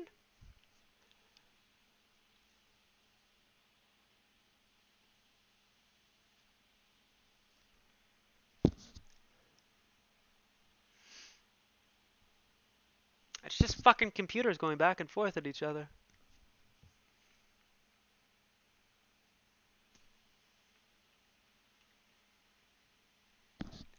See how this looks like the January run up, come back down, test it again, back down, and then we're gonna go up, float up here, then come back down, crash down a little bit, and then go back up. Watch it. It's gonna look just like fucking January. All over again.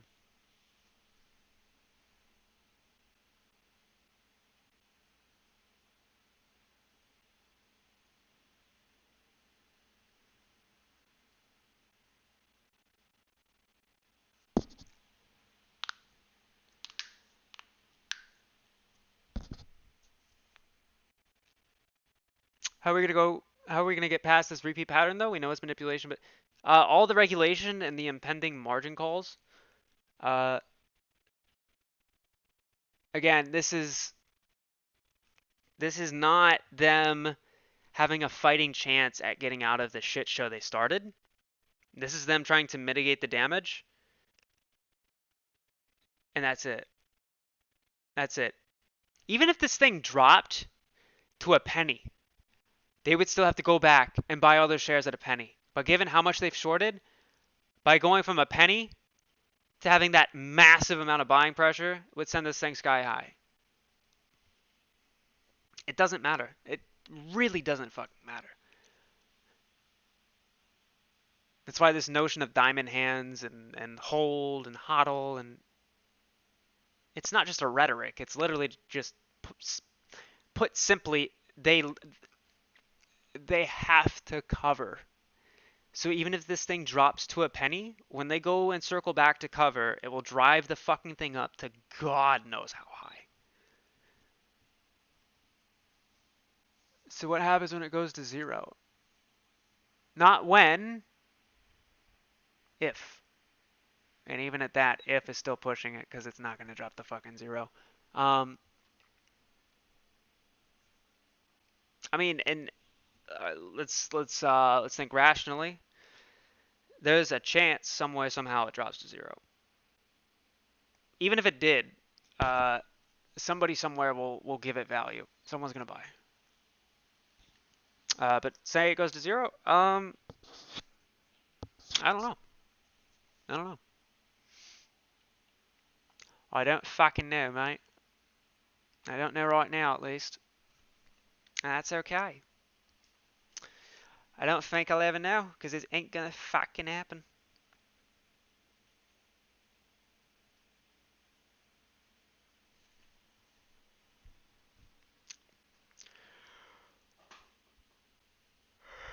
Jesus fucking Christ. I should have slept instead of getting fucked up with girls last night. Oops.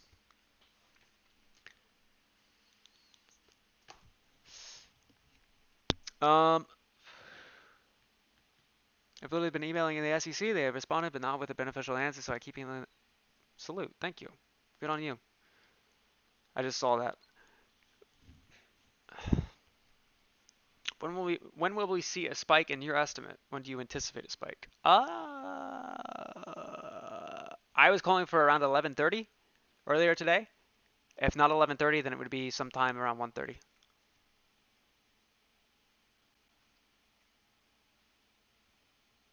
Yes, a bounce off 32 would be a big move up.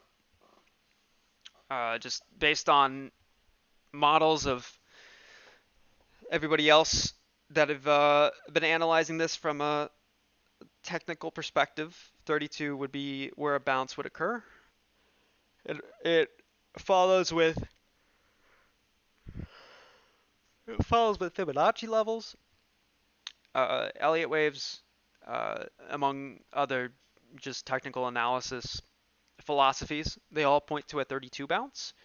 If it falls to 32, um, I'm looking for something like this.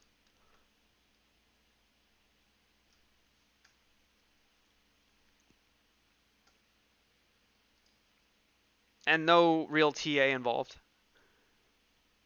Or I'm sorry, no TA is leading me to illustrate this. This is just intuition, just from what I've seen.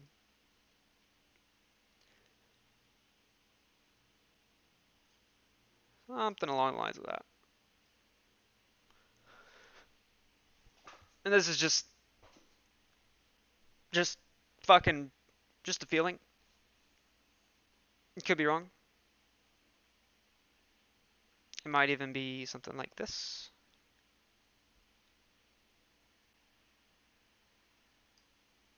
Right? It all comes down to delta neutrality. Uh, and the very common pattern that precedes this is this triple top kind of thing. Triple top and triple bottom, and then on the fourth instance of it, there'll be a run up. Let me do this.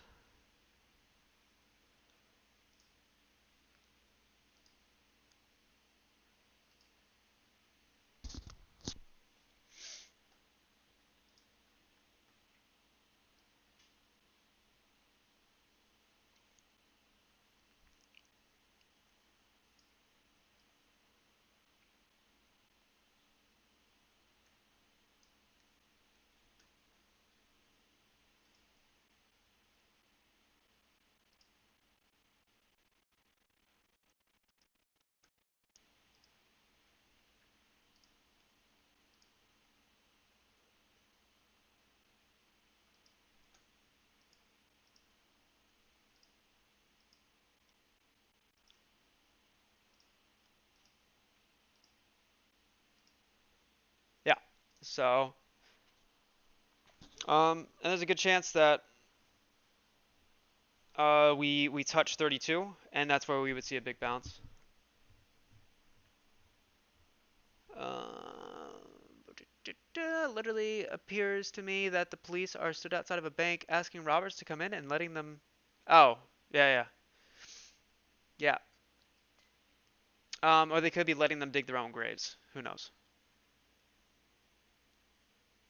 When do you think there will be a spike during the month? Uh, it was due last week with my model and a lot of other people's models. It was due last week. This week is looking more promising. I have an extremely bullish outlook on the rest of the week, including Friday. Where's the Rippy? Oh, it's coming. It's coming. How'd you learn TA? Any recommendations? I think the gentleman's name is Trade Spotting. I think he's Scottish, either Scottish or Irish. Kind of a quiet-spoken lad. Really smart guy though. Um,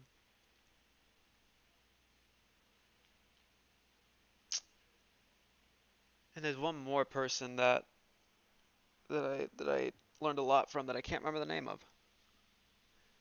Super quiet, kind of slow speaking, uh, but he has been doing a lot of TA on GameStop ever since like January, and kind of a shitty-ish quality webcam, but super smart guy, and I can't remember his name. Uh, he taught me a lot. After that, though, once I understood what TA is doing, with my background in tech and data and all that shit, uh, I just extrapolated. So, yeah, yeah. All you're doing is trying to relay patterns back and forth and figure out what when a threshold occurs, whether it's somewhere in volume, whether it's somewhere in price action, whether it's at a resistance or a support. It's just you're trying to use the track record to predict the future.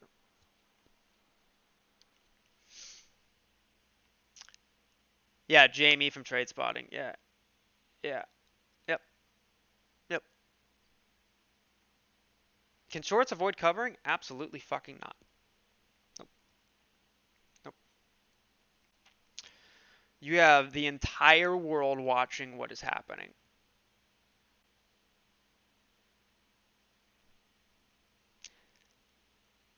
If the entire world wasn't watching, maybe. I'd say their odds would be a lot better if people weren't watching. But every day, here, let's do this. There you go. We'll do this. So I don't know if y'all are aware, but there's a neat little tool that Google provides called Google Trends. Google Trends lets you look up search volume on particular terms, phrasings, whatever. And you can break down the data of who's searching what. Oh, shit. So let's do worldwide. We'll do past 90 days. That's interesting. That's actually really interesting. What the fuck? When did we start to run up? Yeah, this is as we were running up. Huh. That's pretty fucking neat.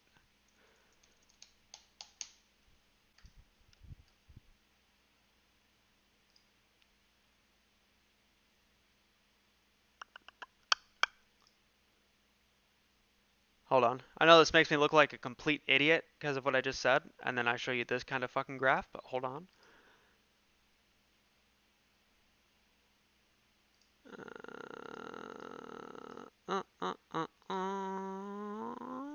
Shit.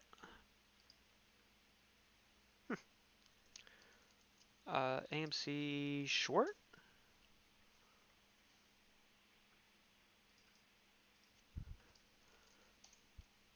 Huh.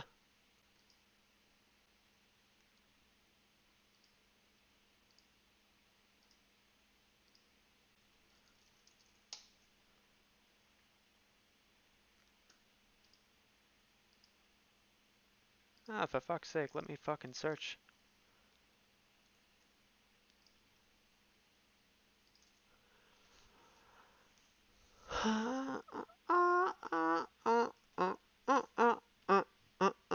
Fuck.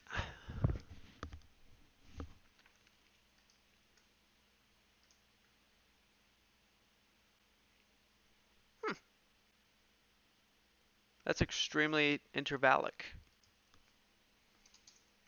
Nope, nope.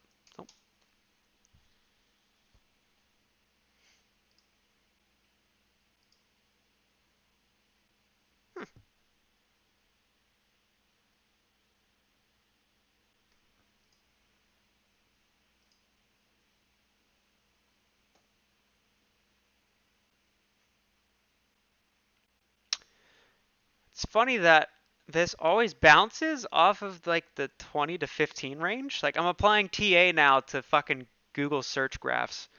But yeah, that's interesting as fuck.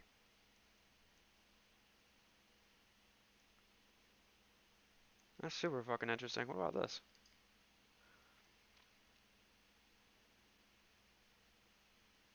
Hmm. Well, I kind of just shit on myself with that, but still, the whole entire world's watching. I'm not worried. I am not fucking worried.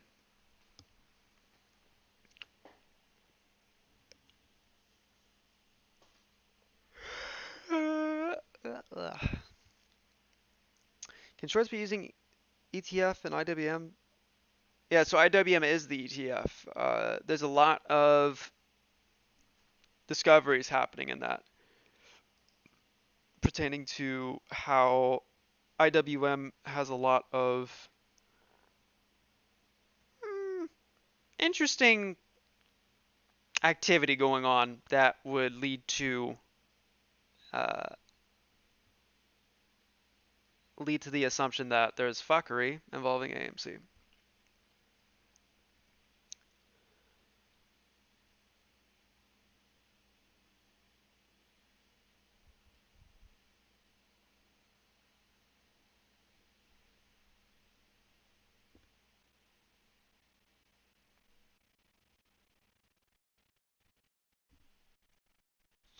That is fucking gnarly. That's a gnarly fucking dread. Yeah. Yeah, that's fucking horrible. Fucking horrible. Jesus Christ. Yep, I'm doing this live on the internet in front of 103 people. JK, never mind.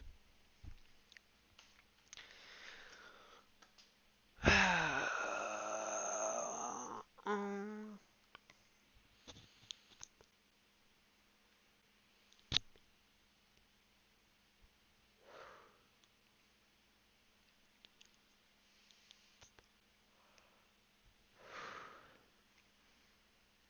35 to 34 now. Good chance. Is this war over if they can hide FTDs with IWM and just keep it? No. No. It is not over. Absolutely not. Nope.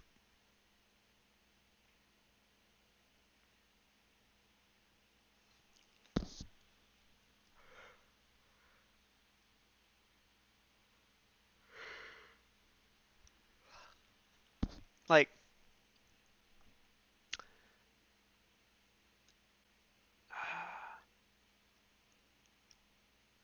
the free market has to retain the freedom narrative, even if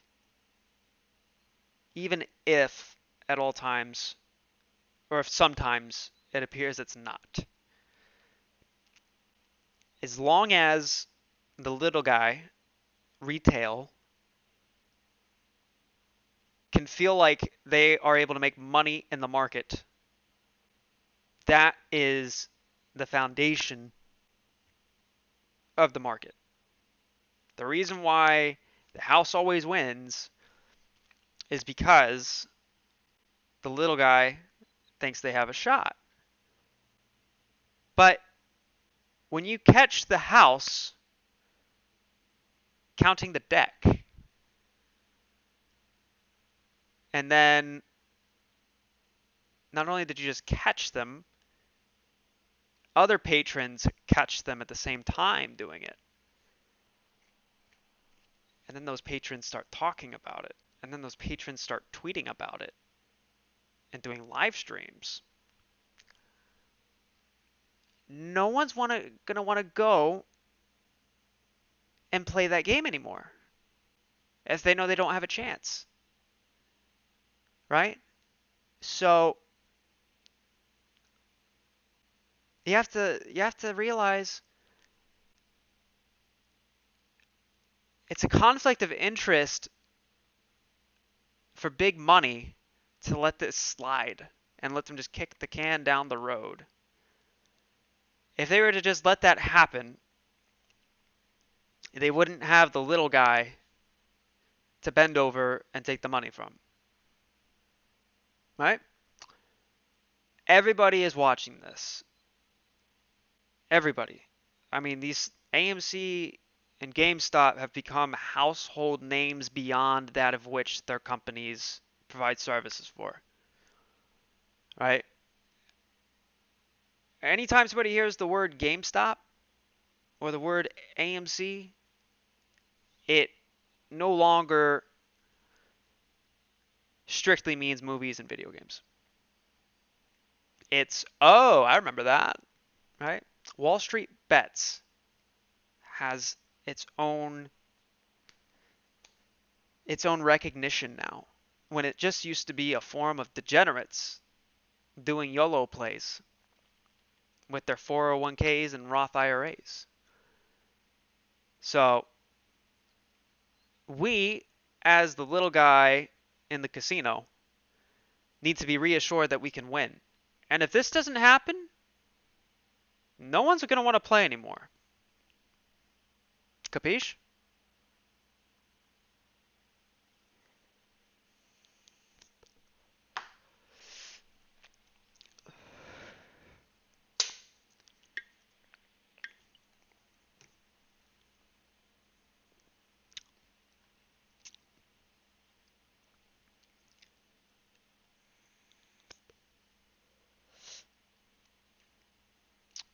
Yes, they are. AMC and GME are going to become household names like Coca-Cola. Yep. They're already well on their way. Well on their way. Right. Define Coke.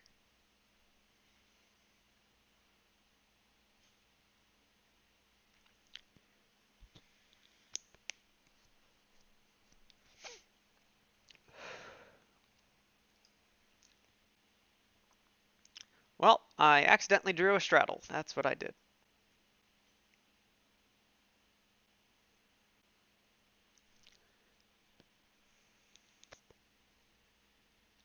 Like Coca-Cola and Shiver. He's goddamn fucking right.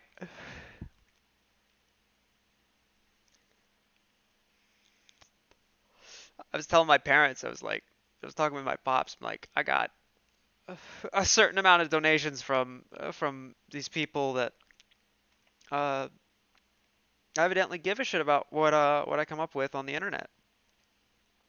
And my pops, being my pops, was like, you should really, you should, you should write them some thank yous and really, recognize their courtesy. I was like, working on it, working on it, working on it.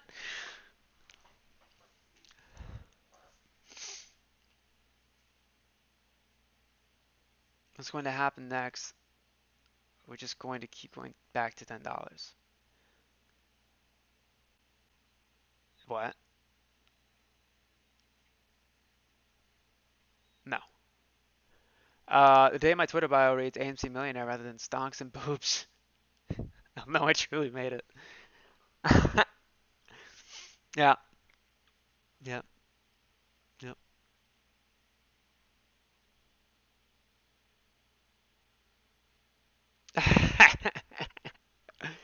My dad is the uh, most golden-hearted man I've ever met in my life. He truly has a heart of gold.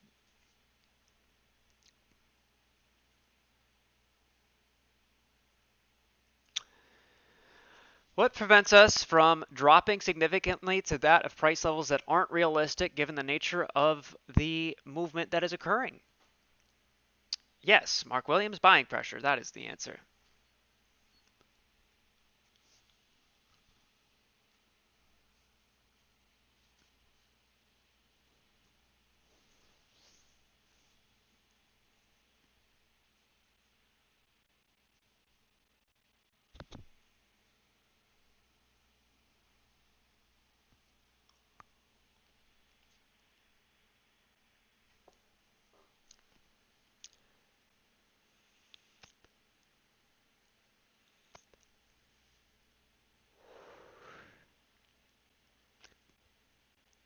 Yep.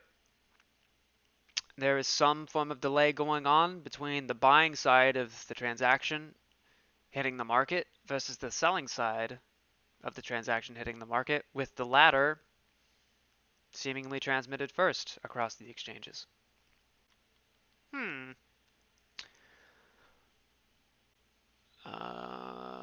And owning 80% of the float also helps too. Without, I think that would help a lot. Yeah, I think so.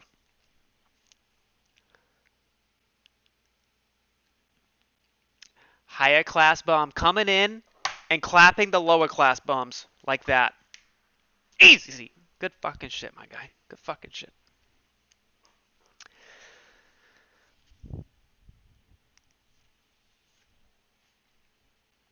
Do you think it's a lot more than 80 now?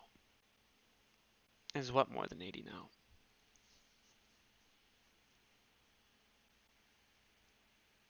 Oh, yeah, definitely. Definitely. Definitely.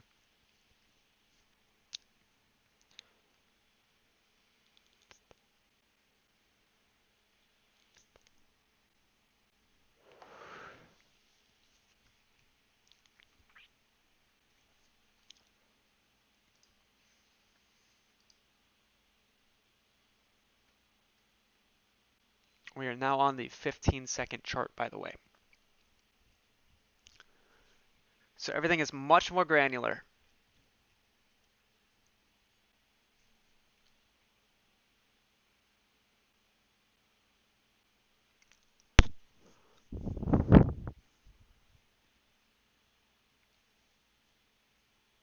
Regarding the price action, we're saying it is not behaving like it's being bought the way. Yeah, exactly. Yep, exactly. Darren B. I have only AMC and considering getting more GME with my next buy-in. Thoughts on diversifying? Oh, we're coming up on an algo transitionary period, by the way, so watch for a big change in price action. Um, they're pretty much one and the same at this point, and have been since January. So they get traded the same. Uh,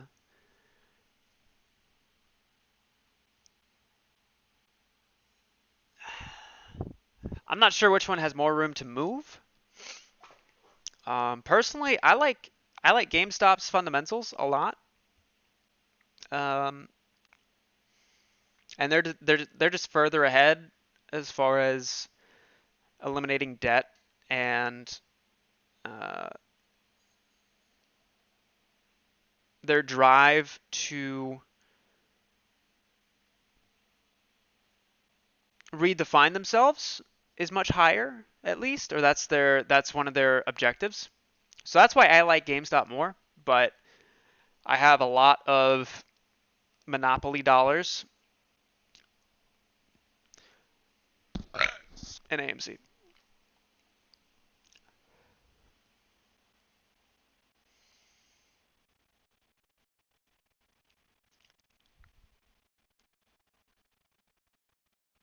I don't think it's a bad thing to diversify though,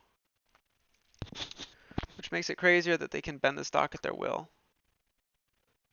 Ah, for every action, there is an equal and opposite reaction.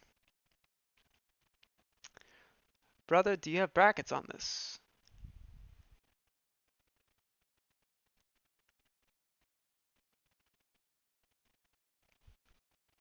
.5 AMC versus 1 GME. So when they squeeze, the end result, sale price may be a wash. Uh, I'm not too familiar with the nomenclature you're using. If I think it is what I think it is, then that tells me you're implying the secondary value. Um,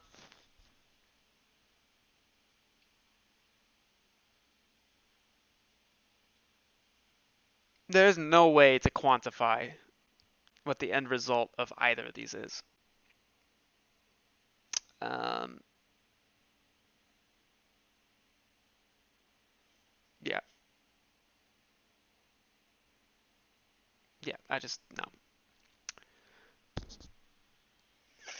Oh my fucking god.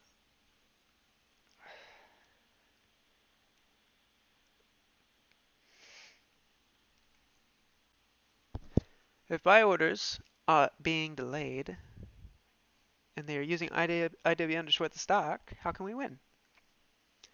Uh, the inevitable uh, judiciary action to come.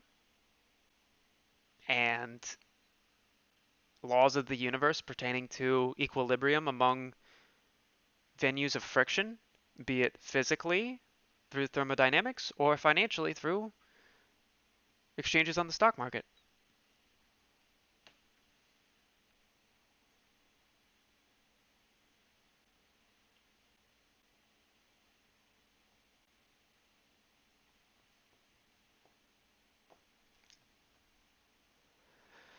And also, the banks are the ones who have been putting up for the idiots who tried to destroy these companies. Cock and ball, by the way, right here. Cock and ball pattern. Want to make that very clear.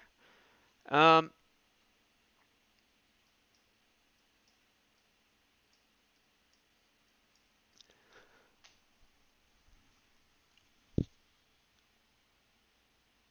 fucking, I don't even remember what I was saying.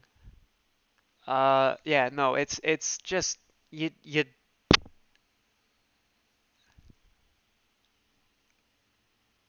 Yeah,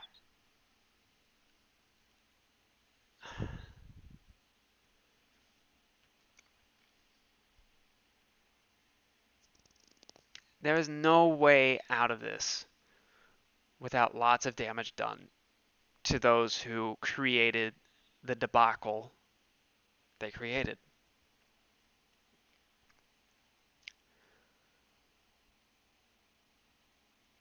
What judiciary action? Wait, I'm sorry. Let me read that word for word just to make sure that your point, which is so eloquently and substantially substantiated, uh, the articulation going on here is that of which I've never even been able to comprehend before. Allow me, real quick. What judiciary action? Oh my God, he's French evidently. Jesus fuck the French. Uh, I don't know. Look at all of the regulatory filings that have been going on over the past, I don't know, 3 months, all pertaining to over leveraged, overexposed, over allocated positions that are so far gone that the inevitable destruction they cause by the inverse happening because they have over leveraged themselves is that of which has capacity to destroy the markets that they happened in. I don't know. You tell me, bucko.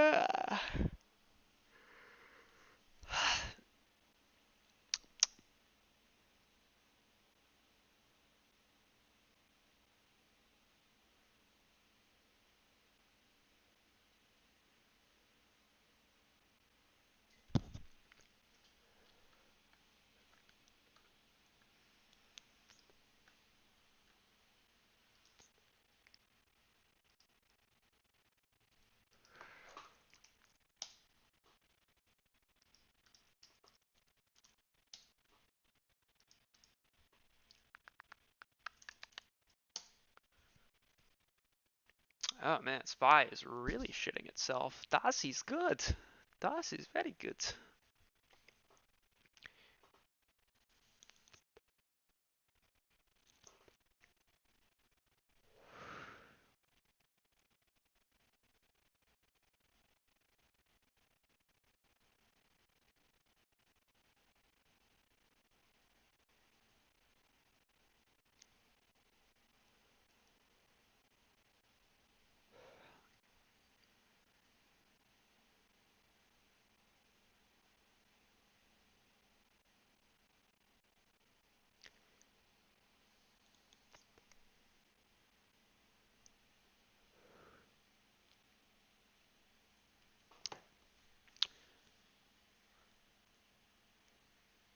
Yes, UVXY went positive. Very good. Das is like, das is good. Okay, okay.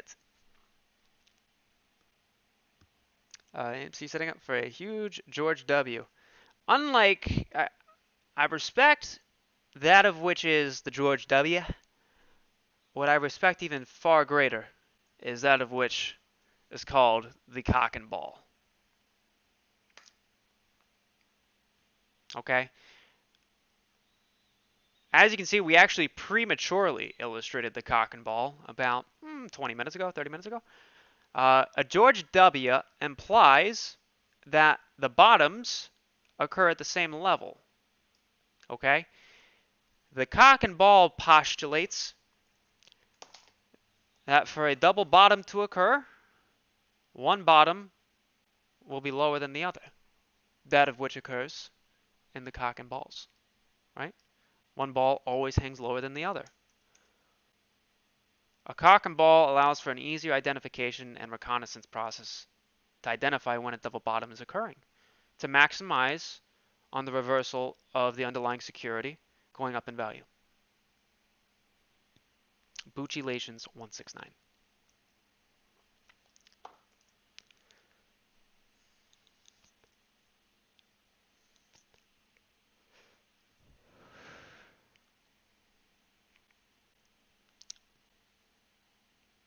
Yeah, this is a compressing wedge, is what I call it. I'm sure there's another term for it. Basically, just a bull flag that compresses into a bottom.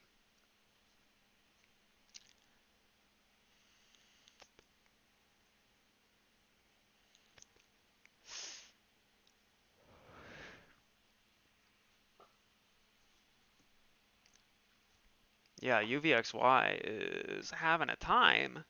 Oh, is Powell speaking? What does Powell speak?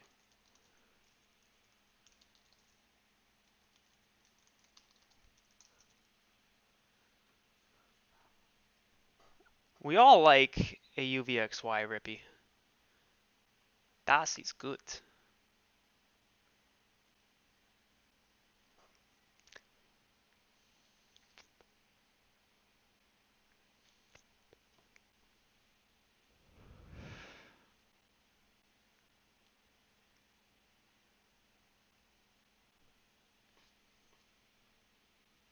Uh, is there any news on the GME NFT dividend? Crypto dividend?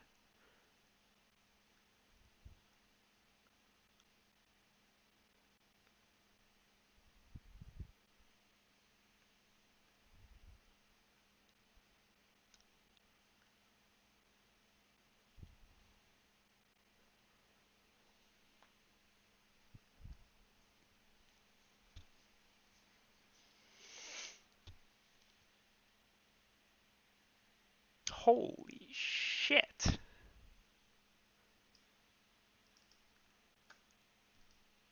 Uh, wow. Uh, Quarter two bank earnings. JP Morgan down 44%, Citibank down 40. Jesus. Fuck.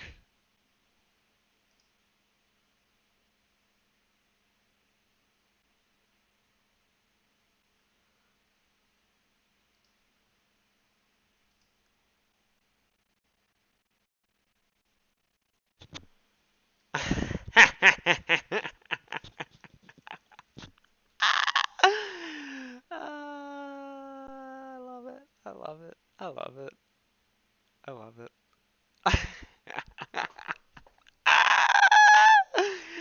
Respect and salute, sir.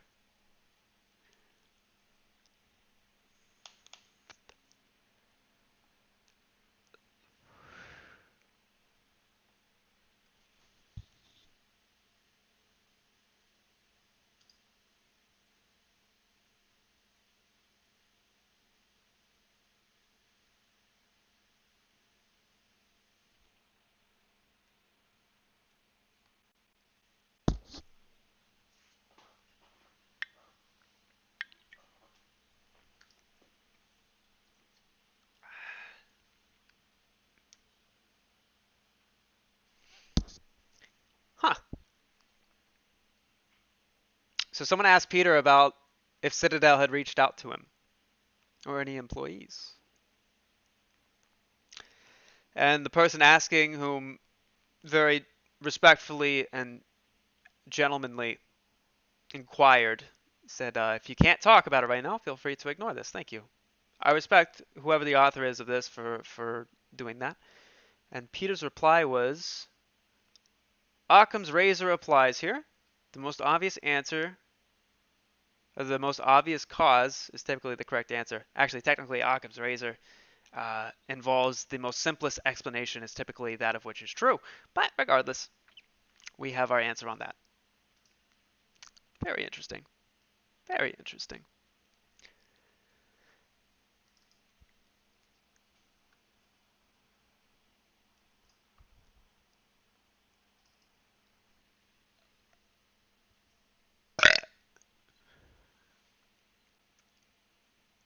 Yeah, it looks like we're going to get that, or at least going to 32.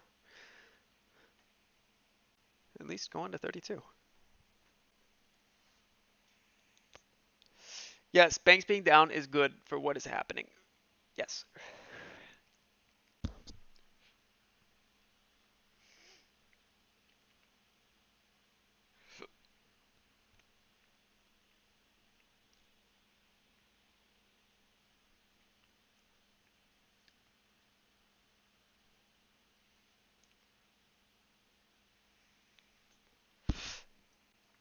Yeah, Merck fucking called it so far. Yeah. And I say that respectfully. I'm not saying so far as in like, oh, he's gonna be wrong. No, he's fucking very well done. When I say so far, I mean that in the purest of contexts.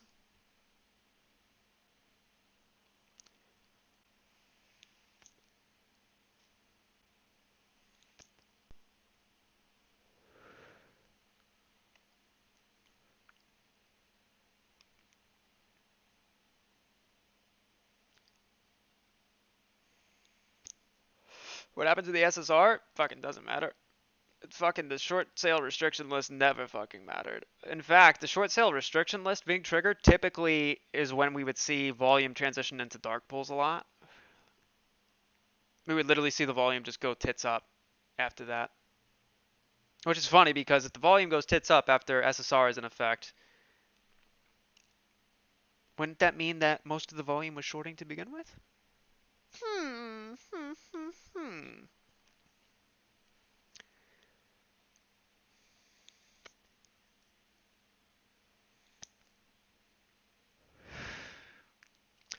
Keep on dipping, Spy. You've been so fucking overdue on dipping. Jesus fuck. Yep, this is good. Daci's good. Fuck me, I should have bought puts.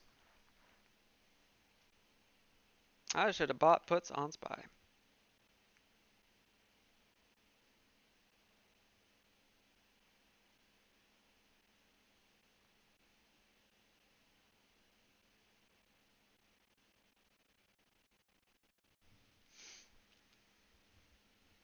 Powell is testifying apparently, so oh, what the fuck? What? Right now? What? Testifying? Are you saying that he's live? Or that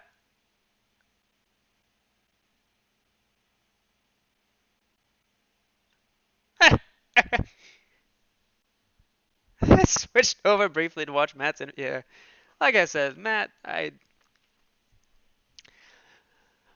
think he's a good guy. I think he plays his role really well throughout all this. But yeah, no, I mean everybody's got a little bit of improvement to do on their own behalves. Uh, eh.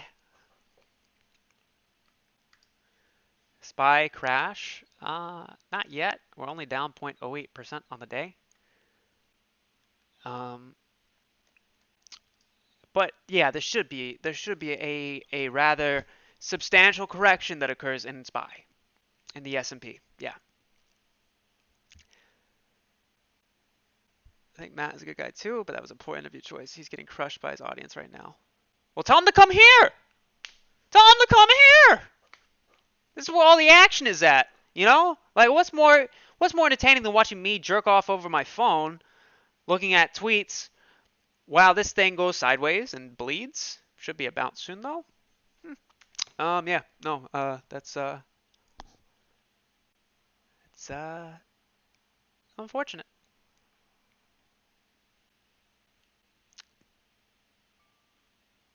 What the fuck's going on here?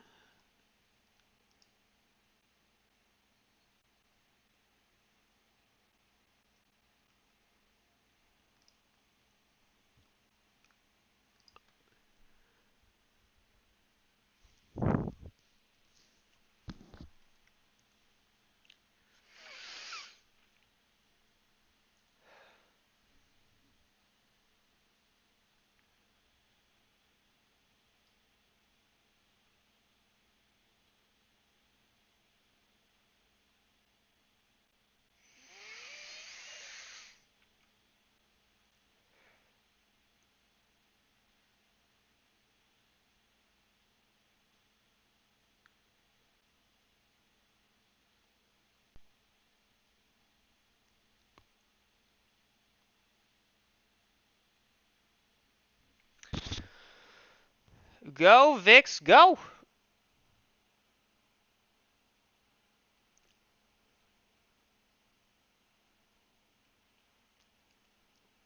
I would love to interview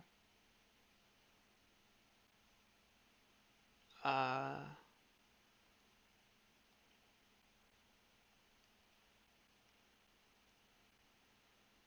yeah, I would love to fucking interview whoever Matt's dealing with.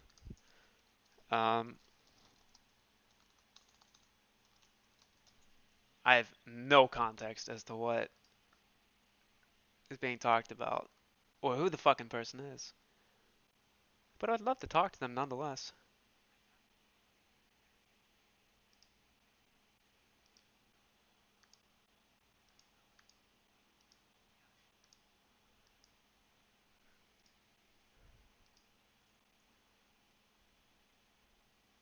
Oh, he's definitely a fucking Sudi. What the fuck? Look at this motherfucker. Holy shit. Wait, where'd it go? Where'd it go? What do? How be what is to inquire what how be why? Yeah. Yep. Is that a green screen or is that like legit his fucking office? I can't. That lighting looks really odd. It's either a spotlight or green screen as fuck. Doesn't even matter. Definitely, definitely. Um, yeah, I'm gonna refrain from commenting as it would be rather colorful.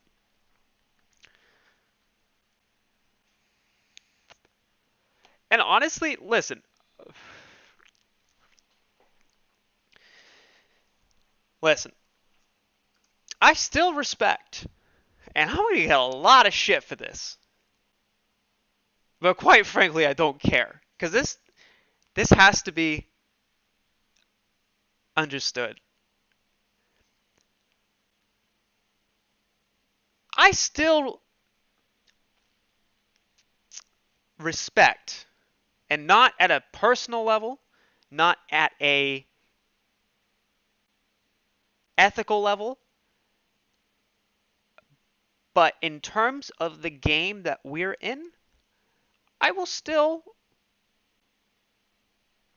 I will still respect for that of the game characters such as I'm gonna get a lot of shit, but I don't care. I don't give a fuck.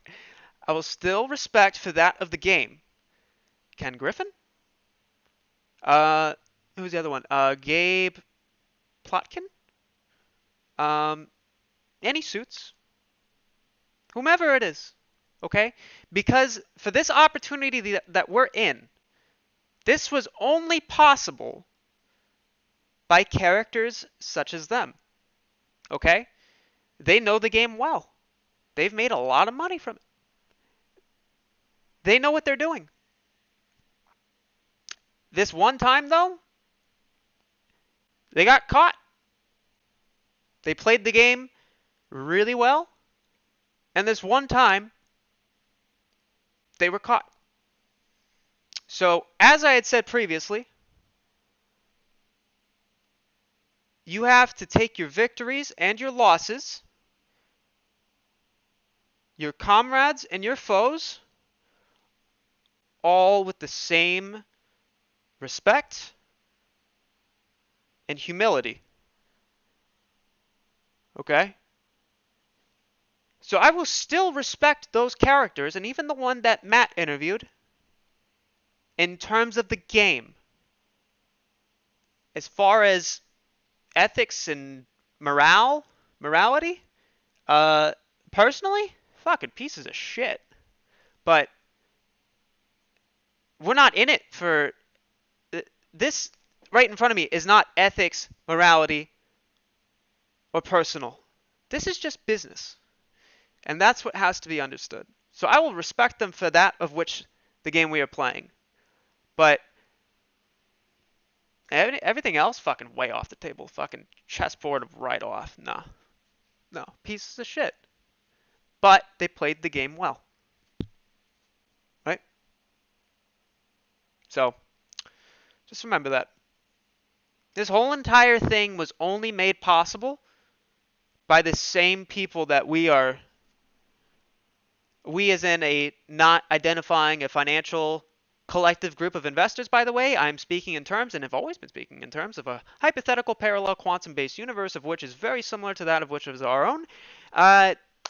Possibly, maybe, perhaps, actually could bear a resemblance to the current context, but that's a long shot, So, anywho, not financial advice.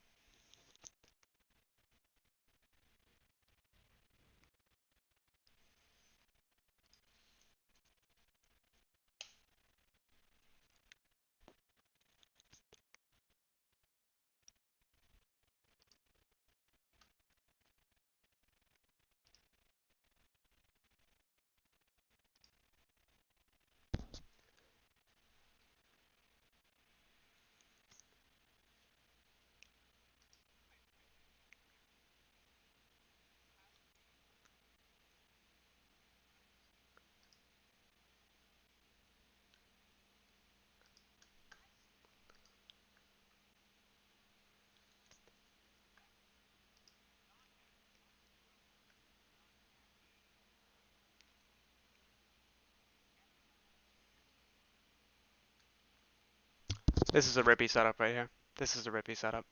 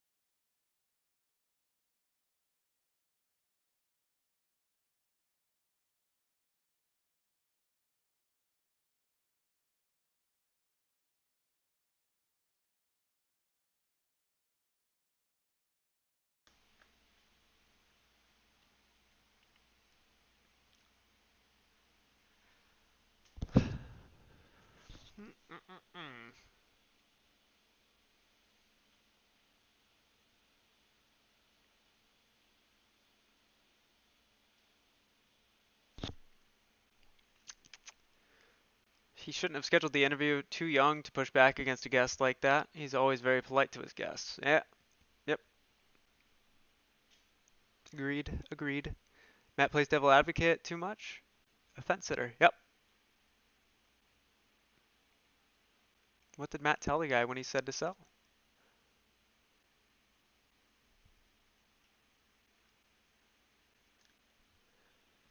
You can see he was flustered. Definitely wasn't anticipating it, and the channel chat went berserk. Oh god. He'll learn a lot from that though. Can't trust MSM. Matt is easy push. Yep. My guess is because the guy has been on trial paying. Yeah.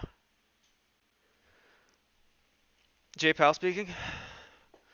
And then the fucking spy rips? Jesus fuck.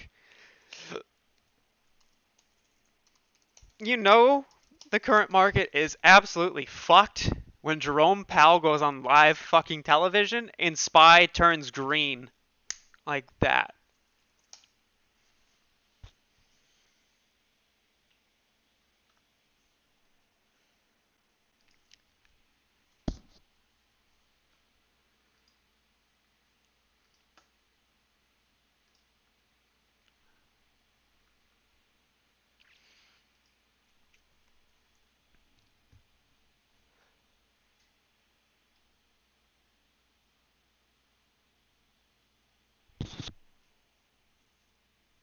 It says it starts at 12:15. Is it live right now or does it start at 12:15?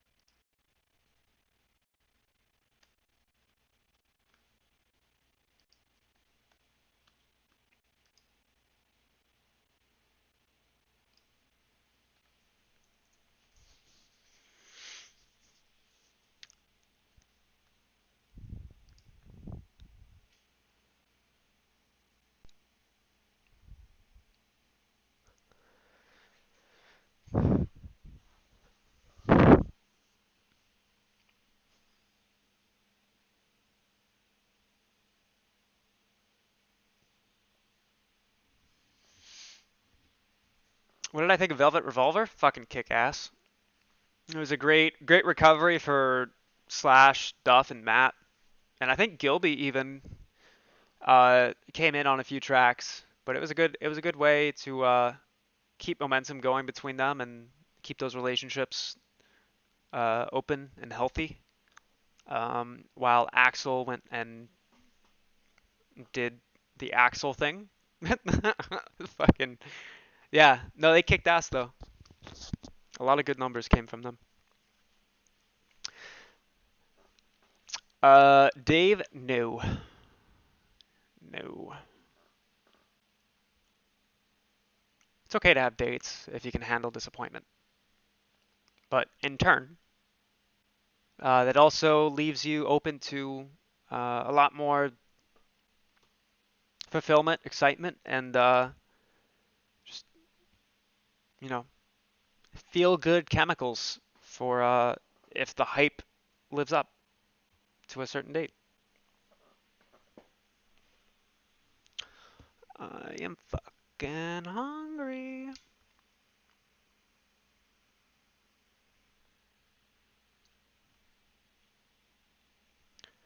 So is Pal speaking right now, or does it start at 12:15? Because I'm looking at the YouTube thing and it says 12:15, but I cannot confirm if it does start at 12:15, and I would very much like to know.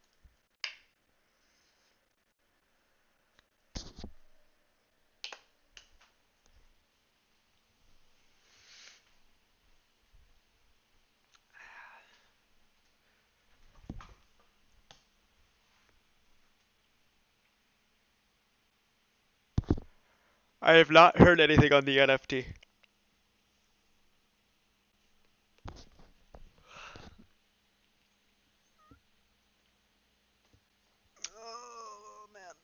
Billy Corgan. I've heard that name. Billy Corgan, Billy Corgan, Billy Corgan. Who the fuck is Billy Corgan?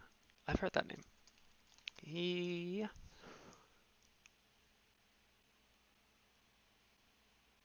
Oh, wait.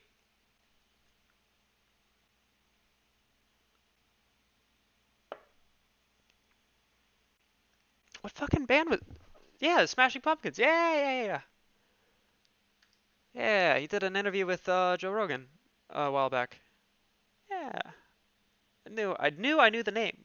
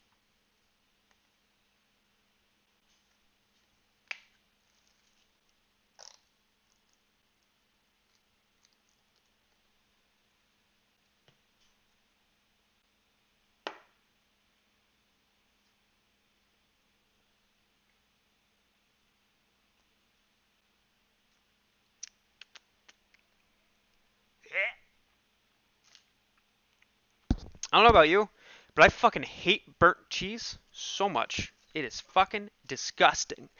If I see cheese that is fucking brown because it was overcooked, I gag. And you know what I just found? Fucking burnt fucking cheese. My fucking cheeseburger from 7-Eleven, of which is held to the highest of culinary fucking standards, by the way, for me. And I'm a dedicated 7-Eleven customer. To have burnt fucking cheese, unacceptable. Unacceptable.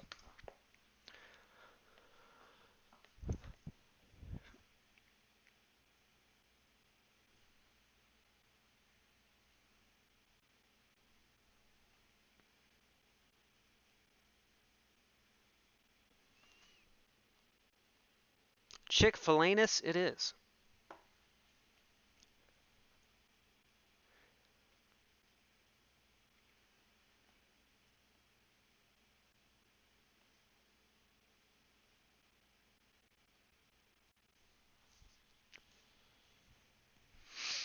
I'm going to get a 30-piece nugget with some motherfucking barbecue sauce, some Chick-fil-A sauce, some honey mustard, some fucking more honey mustard, some more Chick-fil-A sauce, and some more barbecue sauce. That sounds good.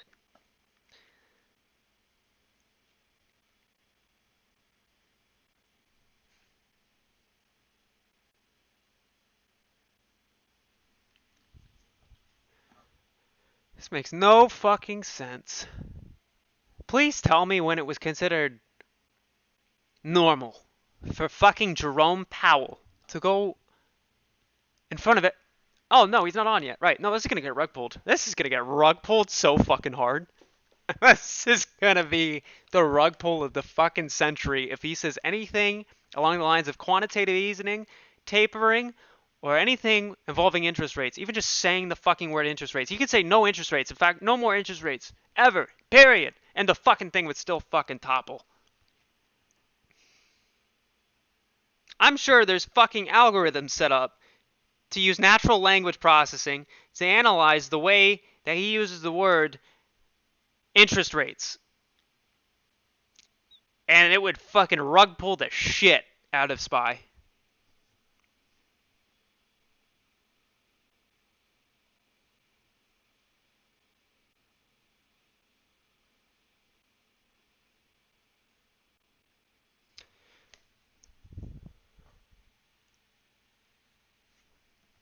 I'm sorry, I'm way behind on chat.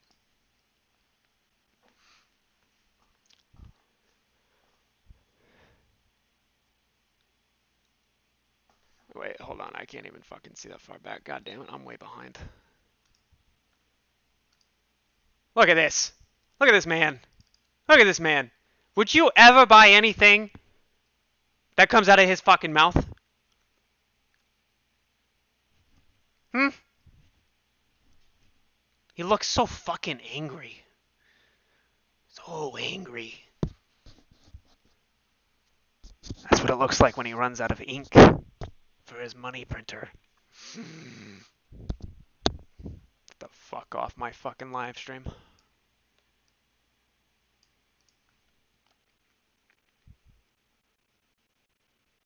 Chat, do I order a cookies and cream milkshake? I'm not gonna lie, it sounds pretty fire.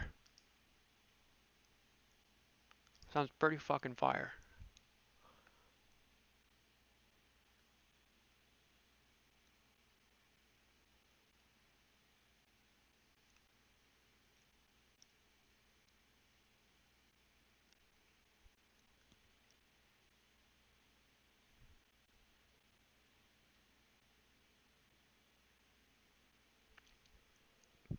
Alright, I'm ordering it. Fuck you, chat. Uh, yeah, no, on pizza, yeah, but on my fucking burgers, for some reason, like, I'm fine with it on pizza. You can't get away with that on pizza. You're never not gonna have burnt cheese. But, like, the cheddar fucking slices, if that shit is burnt, I don't know if it was just me being autistic as fuck as a kid, and even present day, but just, I just can't do it. It's fucking just wretched. Chat, chocolate milkshake or cookies and cream? Sam, my birthday is 7/11. My old lady got me a Slurpee shirt. Aw, that's actually wholesome as fuck. Fuck you and happy birthday. I wish I knew that 3 days ago. Yeah, Spy had been doing a dippy for a little bit, and then just minutes before Mr. Jerome Powell hops on the air, it starts to go up. And everybody thinks we got a support and that we're not going to get fucking rug pulled. And oh my god, cup and handle. Under the fucking VWAP? Yeah, you have fun with that one.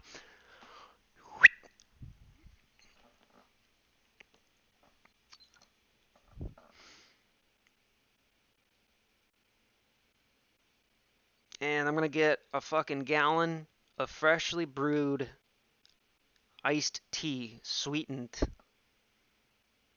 Or do I do the lemonade? Nope, JK. Fucking a gallon of Chick-fil-A lemonade is $15 fucking dollars. Jesus Christ. Isn't it free to plant fucking lemon trees? Why is my order coming out to $52 fucking dollars? Excuse me, sir. This is not part of deal. No. This is fucked. Wait. $7? What? A bunch of fucking communists. Chick-fil-A is a bunch of fucking communists. You motherfuckers. What is 7-Eleven's return policy on food? I don't know. I don't even care at this point. That was just a letdown. I've been a very dedicated 7-Eleven customer for a very long time. Absolutely fucking disgusting.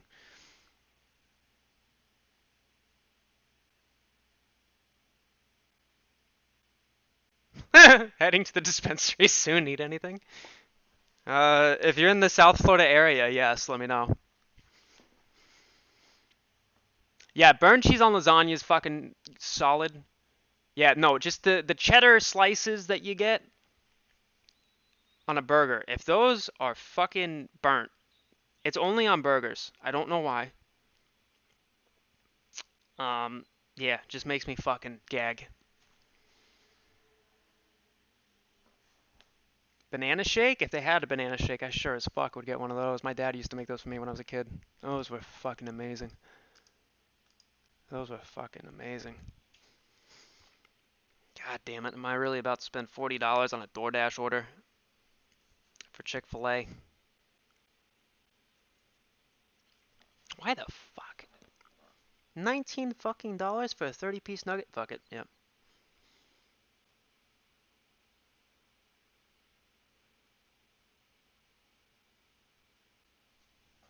Done. It's a done deal. Greatest deal of all deals, believe me. Totally out of the deal. So good.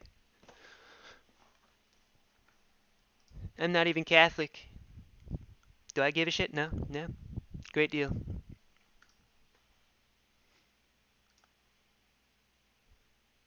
Oh, he's live. Fuck. Is he? Wait, what?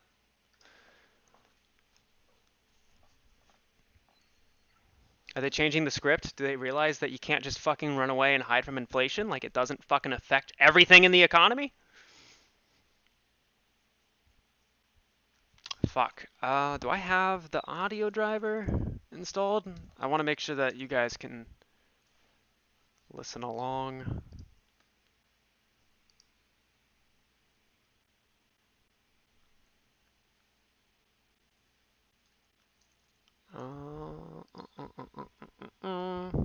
He's on? Fuck.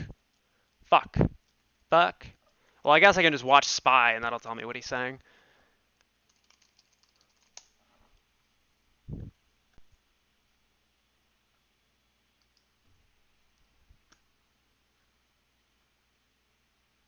Fucking goddamn it.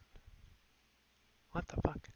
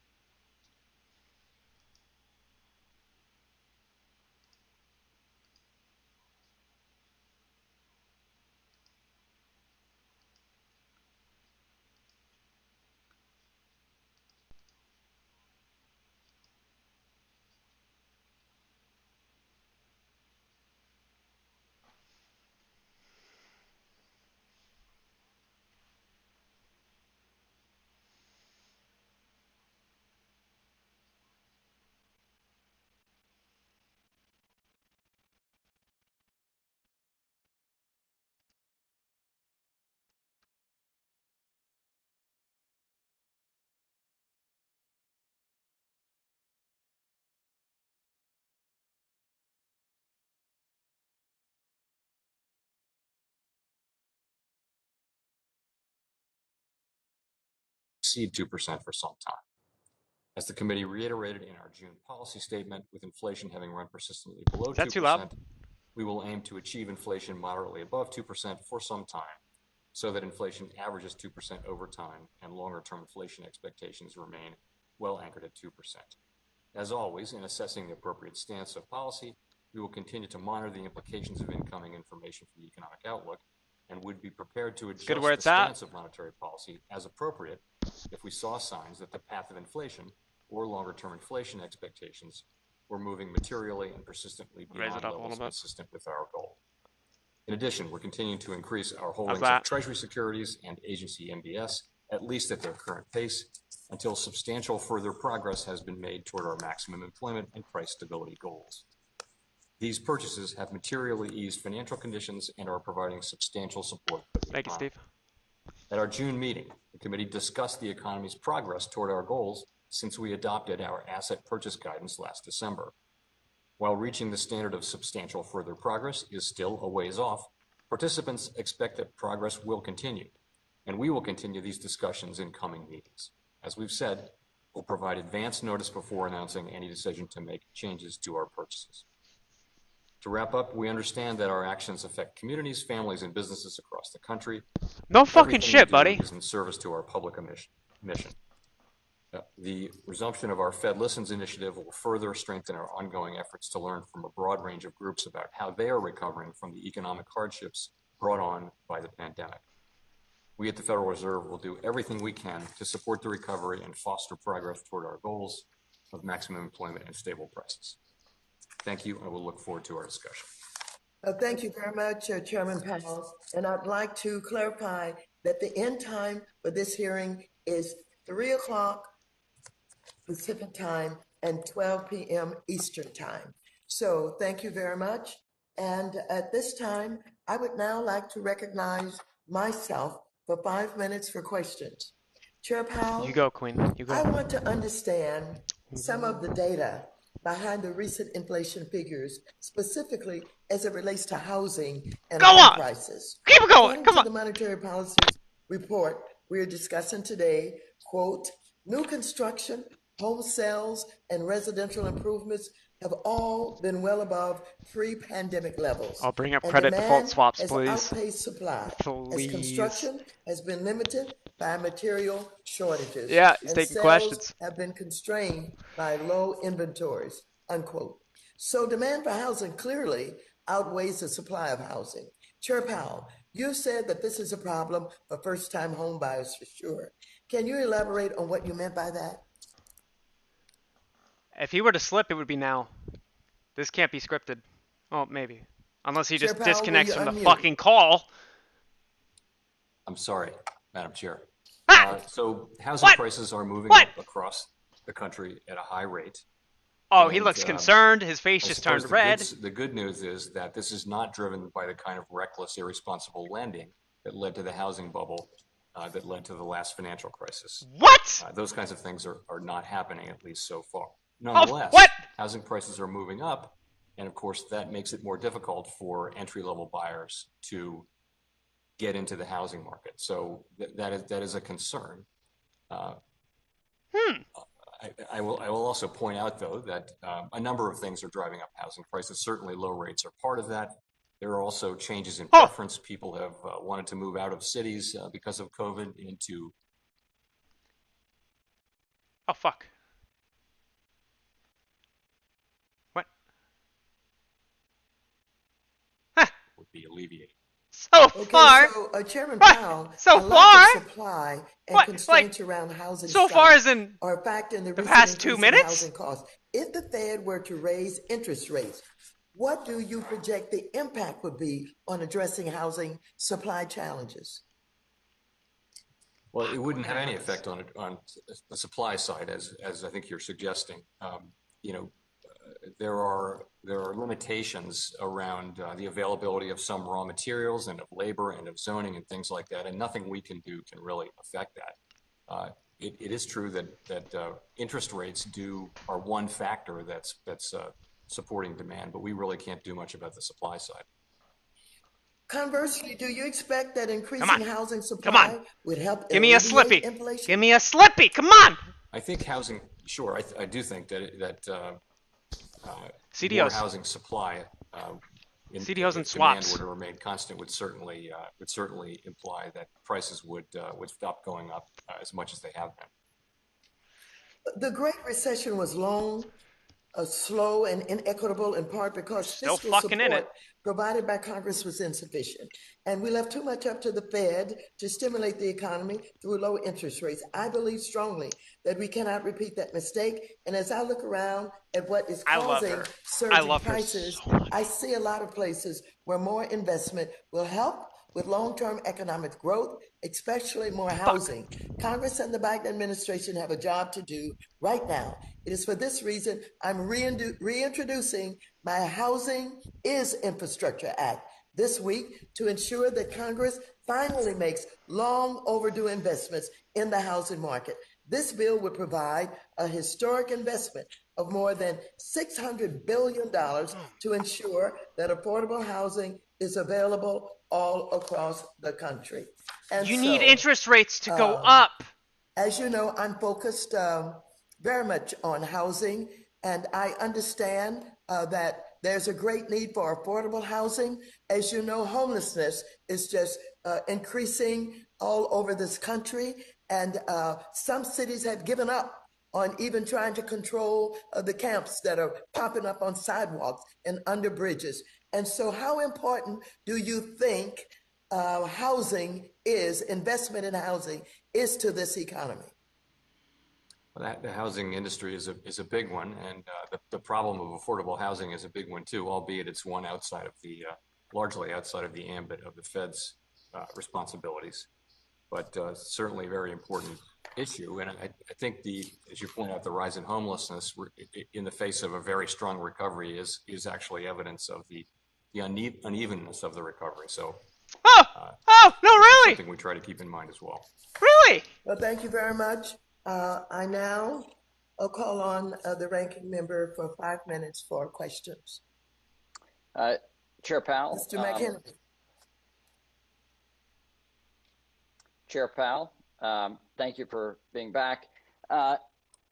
We have a lot of debate about monetary policy, but fiscal policy is also an important discussion. Chair Powell, when Congress, and I recognize, Chair Powell, you have say over monetary policy, but not fiscal policy. This is the responsibility of Congress. But Chair Powell, when Congress enacts new spending, does the Fed incorporate that new spending into its economic projections? Yes, we do. Of course, we don't, as you know, we don't comment on or try in any way to play a role in fiscal policy, in particular fiscal policies. But yes, we take it as an external factor that we would factor into our models and into our assessment of the economy. Okay, so that spending impacts the course of Fed's decision making, and the Fed will follow, in essence, right? You have no say over it, but you will incorporate that into your decision making. Will adding another $4.5 trillion in new spending impact the Fed's decision making? So I should be clear, it's one of many factors that we consider. Shut and the you know, fuck up. so our focus is on maximum employment and price stability. So we would tend to look. One thing would be you would want to know how much of it's paid for and that kind of thing. But sort of the net deficit spending would enter into anybody's projections really of the economy and ultimately into projections of the labor market and of inflation over time. It's hard to say exactly how without knowing a lot of the details, because it also depends. It matters what money is spent on and over what period of time, that sort of thing. Sure. So the spend rate matters, but fiscal policy, both tax and spend policy, impacts the Fed's decision making. So for those in Congress that are saying that irresponsible spending won't impact the Fed's decision making and won't impact our economy long term, it certainly is not in keeping with how these decisions are made. So I want to switch subjects a little bit. Chair Powell, as you know, there's been a great interest in central bank digital currencies. Many countries, like China in particular, are focused on establishing a CBDC. You indicated this earlier this year, the Fed would study and issue a white paper on the subject. What is the status of that report? We expect to publish a report around maybe early September, or plus or minus, right in that time frame. And the status of it is we're working hard on it right now. But let me tell you what it is. We're working so going hard to address but I can't even tell you when to digital expect it. payments broadly. So that means stable coins, it means crypto assets, it means the CBDC. That whole group of issues and payment mechanisms, which we think are really at a critical point in terms of the appropriate regulation, and in the case of a CBDC, a central bank digital currency, laying out really questions for the public to respond to about what good it can do, what the costs and benefits of it would be. We want to begin really a major public consultation across many different groups, including Congress, of course, on a CBDC and also on stable coins and crypto. But so there are certainly advantages to a central bank digital currency or a faster payment system, but there are certainly risks. That's the case, right? This is not a riskless proposition. It's a pretty bold proposition for the Federal Reserve, is it not?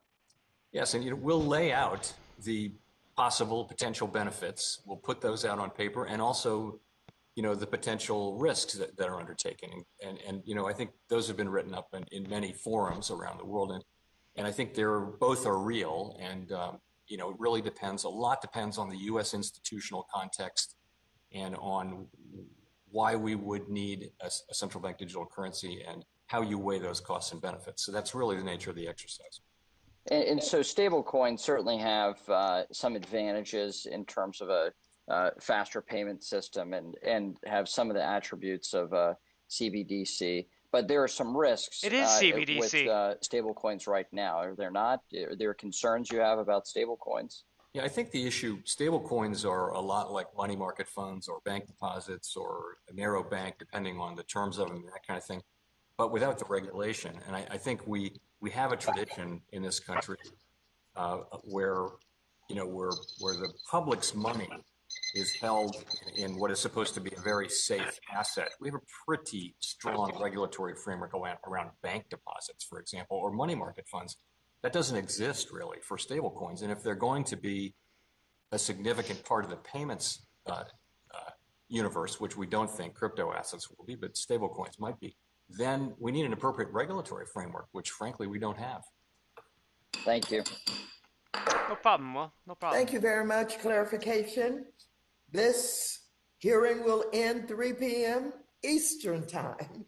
12 p.m. I love this woman. Pacific time. She's Why so didn't wholesome, somebody say and she something? will bust the Oh, balls it's a of relief for all anybody, of us. and I love it. Okay. Well, yeah, we don't Yes. like interrupting our chairwoman. That's why we knew you would figure it out. Excuse me, the gentlewoman from New York. Thank you, Ms. Maloney, who is also the chair of the House Committee on Oversight and Reform, is now recognized. Yeah, in fact, I'll for pull it 5 up for you minutes. real quick. I'll pull up Well, crypto thank you real for that quick. correction. You're Chair, welcome. Chair Powell, it's very good to see you again. Last month, when you testified before the Rug pull. Select Subcommittee on Coronavirus and the Crisis, you and I discussed the current economic recovery, and I expressed concern, along with other members, about prematurely cutting off this recovery by raising interest rates too soon. I want to touch on a related topic today, and that's the Fed's asset purchases. As you know, the Fed is big. currently This is big. supporting the economy This is by big. purchasing $120 billion a month in treasuries and mortgage securities. This ties And the Fed in has to said that everything it will continue I've been these talking about. purchases until, quote, substantial further progress has been made toward the committee's maximum employment and price stability goals, end quote. The minutes from last month's Fed's meeting stated that the Fed is continuing its asset purchases because participants generally did not believe that the goal of, quote, substantial further progress has been made yet. And I agree. I think it's far too early for the Fed to start tapering its asset purchases and pulling back on its She said support the for the word. economy. So, Chairman Powell, would you please elaborate on what you believe On the spot, people, let's quote, fucking go. You can't substantial improv with a further fuck, sir. progress, end quote, looks like? What do you need to see happen before you will support tapering the Fed's asset Oh, she said purchases? twice. So we'll know. I would say this. We didn't try to write down a particular set of numbers that would capture what we mean by that, and it would have been complicated and not particularly worthwhile. So we thought. So we said substantial further progress, which is similar to what we did during the recovery of the from the global financial crisis years ago. We had a similar kind of set of words for when we would taper asset purchases. So the thing is, it's very difficult to be precise about it because with maximum employment, there are no 3 or 4 or 5 or 6 metrics that you could point to. It really is a very broad range of things, including wages, unemployment, levels of employment, participation, all those things. So we just said substantial further progress, and we also said that we would provide advance notice, well in advance of actually tapering, so that understanding that this is somewhat of a discretionary test, and that we don't want to surprise markets or the public. So we will provide lots of notice as we go forward on that. And by the way, we have another FOMC meeting in a couple of weeks from today, and we'll have another round of discussions on this very topic. Great, thank you. Chair Powell, in May, President Biden took action through an executive order to address the serious threat that the climate crisis poses to our economy. And we are seeing numerous examples of that changing climate and extreme weather events that result from this threat. We saw extreme heat across the Pacific Northwest, which will have cascading effects on the U.S. economy. And part of that executive order was tasking Secretary Yellen with assessing climate-related financial risks through FSOC, of which the Fed is a member. And I know the Fed presented on climate risk during the first FSOC meeting of this year. Can you provide us with an update on the Fed's current work with FSOC on this topic and the Fed's broader work to address climate change in our financial system, particularly at these risks, how these risks can impact our broader economy through supply chain disruptions or disruptions to massive industries such as agriculture? Sure, I'd be glad to. So the Fed's work on climate change really exists as part of our pre-existing mandates for supervising financial institutions and for the overall stability of the financial system. So as far as individual financial institutions are concerned, as supervisors, we want them to be aware of and capable of managing and understanding all of the risks that they run, including the risks to their business activities and business model from climate change. So we're in the beginning stages of working up a program that will engage with the financial institutions and make sure that happens. On the financial system more broadly, we have an overlapping effort that looks carefully at the broader financial system and asks how will climate change affect financial markets and other financial institutions that are not banks, for example, insurance companies and many others like that, asset managers. And so those are really two efforts that we're working on, and that's what we reported on to the FSOC. Time has expired. Thank you very much. I yield back. Thank you.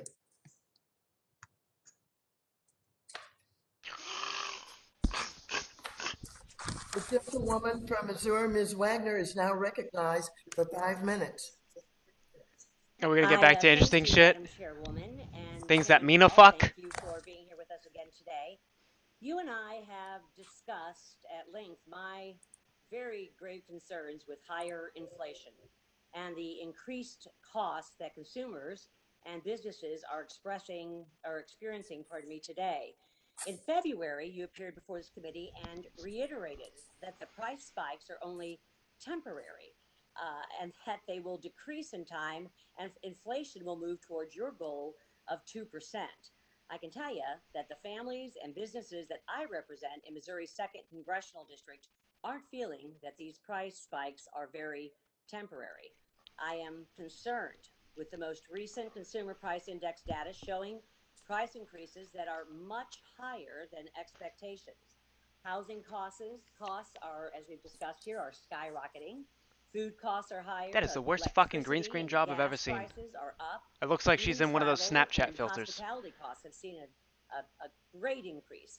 I understand that some of these increases are due to supply chain disruptions and labor shortages, but to have prices across the board consistently higher than they were forecasted to be is deeply troubling as we look toward a strong economic growth for the rest of the year and beyond as we pull out of this pandemic. Chairman Powell, She's super quiet. I'm going to turn this is up it real quick. the Fed's policy or the Biden administration's policy that is, that's surrounded with massive spending that is causing consumer prices to skyrocket? I can't really address that. I can tell you why I think we're having this inflation that we're having now. So what's really happening is You're the fucking chairman of the Fed. What do you mean? Inflation data have been higher than expected and hoped for, but they're actually still consistent with what we've been talking about. The very high inflation readings are coming from a small group of goods and services that are directly tied to the reopening of the economy. It's new cars, used cars, rental cars, hotel rooms, airplane tickets, things that we understand how to connect. But with all due respect, Chairman Powell, I mean, it's housing, it's appliances, it's food prices, it's electricity, it's gas. Tell me, to what extent is the Federal Reserve willing to see consumer prices increase before intervention is necessary? Well, so we are monitoring the situation very carefully, and we are committed to price stability. And if we were to see that inflation were remaining high and remaining materially higher above our target for dude, we just write the loans, dude. Like we're fucking. I just bought a Ferrari, dude. Like, who's Warren Buffett, dude? I don't know who that is. Like, but like, dude, like for real, dude. Like dead cap, no ass, dude. Like I'm fucking balling over here, dude. Still well above the 3.5% figure it reached prior to the pandemic, and the labor force participation rate remains lower than in February of 2020. Now, a lot of that is because the administration is still, frankly, paying people not to work, while job openings remain high at 9.2 million. In the FOMC minutes from June, some participants believed that the unemployment rate of 3.5% that the previous administration achieved is not feasible. Chairman Powell, with 9.2 million job openings and many employers raising wages and offering hiring bonuses, etc., what is causing some members of the FOMC to believe a 3.5% unemployment rate is not achievable? I don't know that anyone said that. I didn't hear anyone say that 3.5% unemployment is. It's in the minutes. It's in the minutes from June. No, it's not. It must be something else. It must be something that says. You might say that about labor force participation or employment to population, but I don't think I didn't hear anybody say that we couldn't get back to 3.5% unemployment. In any case, I don't believe that. Let me just say that I don't believe it, but I'm going to tell you you're wrong. It took us it took us 8 years of an expansion to get to 3.5%, but I think there's every reason to think that we can get back to that level. With a vaccine readily available in small businesses with unfilled positions, what do you believe is causing the unemployment rate to remain steadily above 3.5%?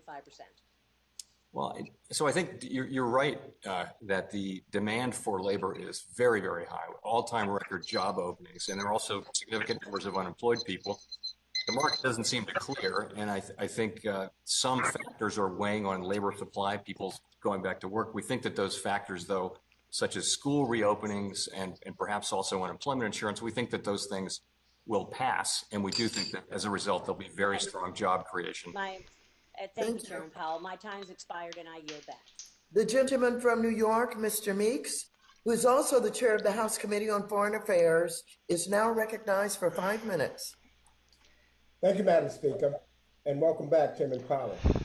As you know, the Biden administration recently issued an executive order promoting competition in the American economy and encouraging the Attorney General, in consultation with the primary federal banking agencies, to update existing guidelines on bank mergers, provide more robust scrutiny on these transactions. And I support this executive order, considering the impact that bank consolidation can have on communities of color.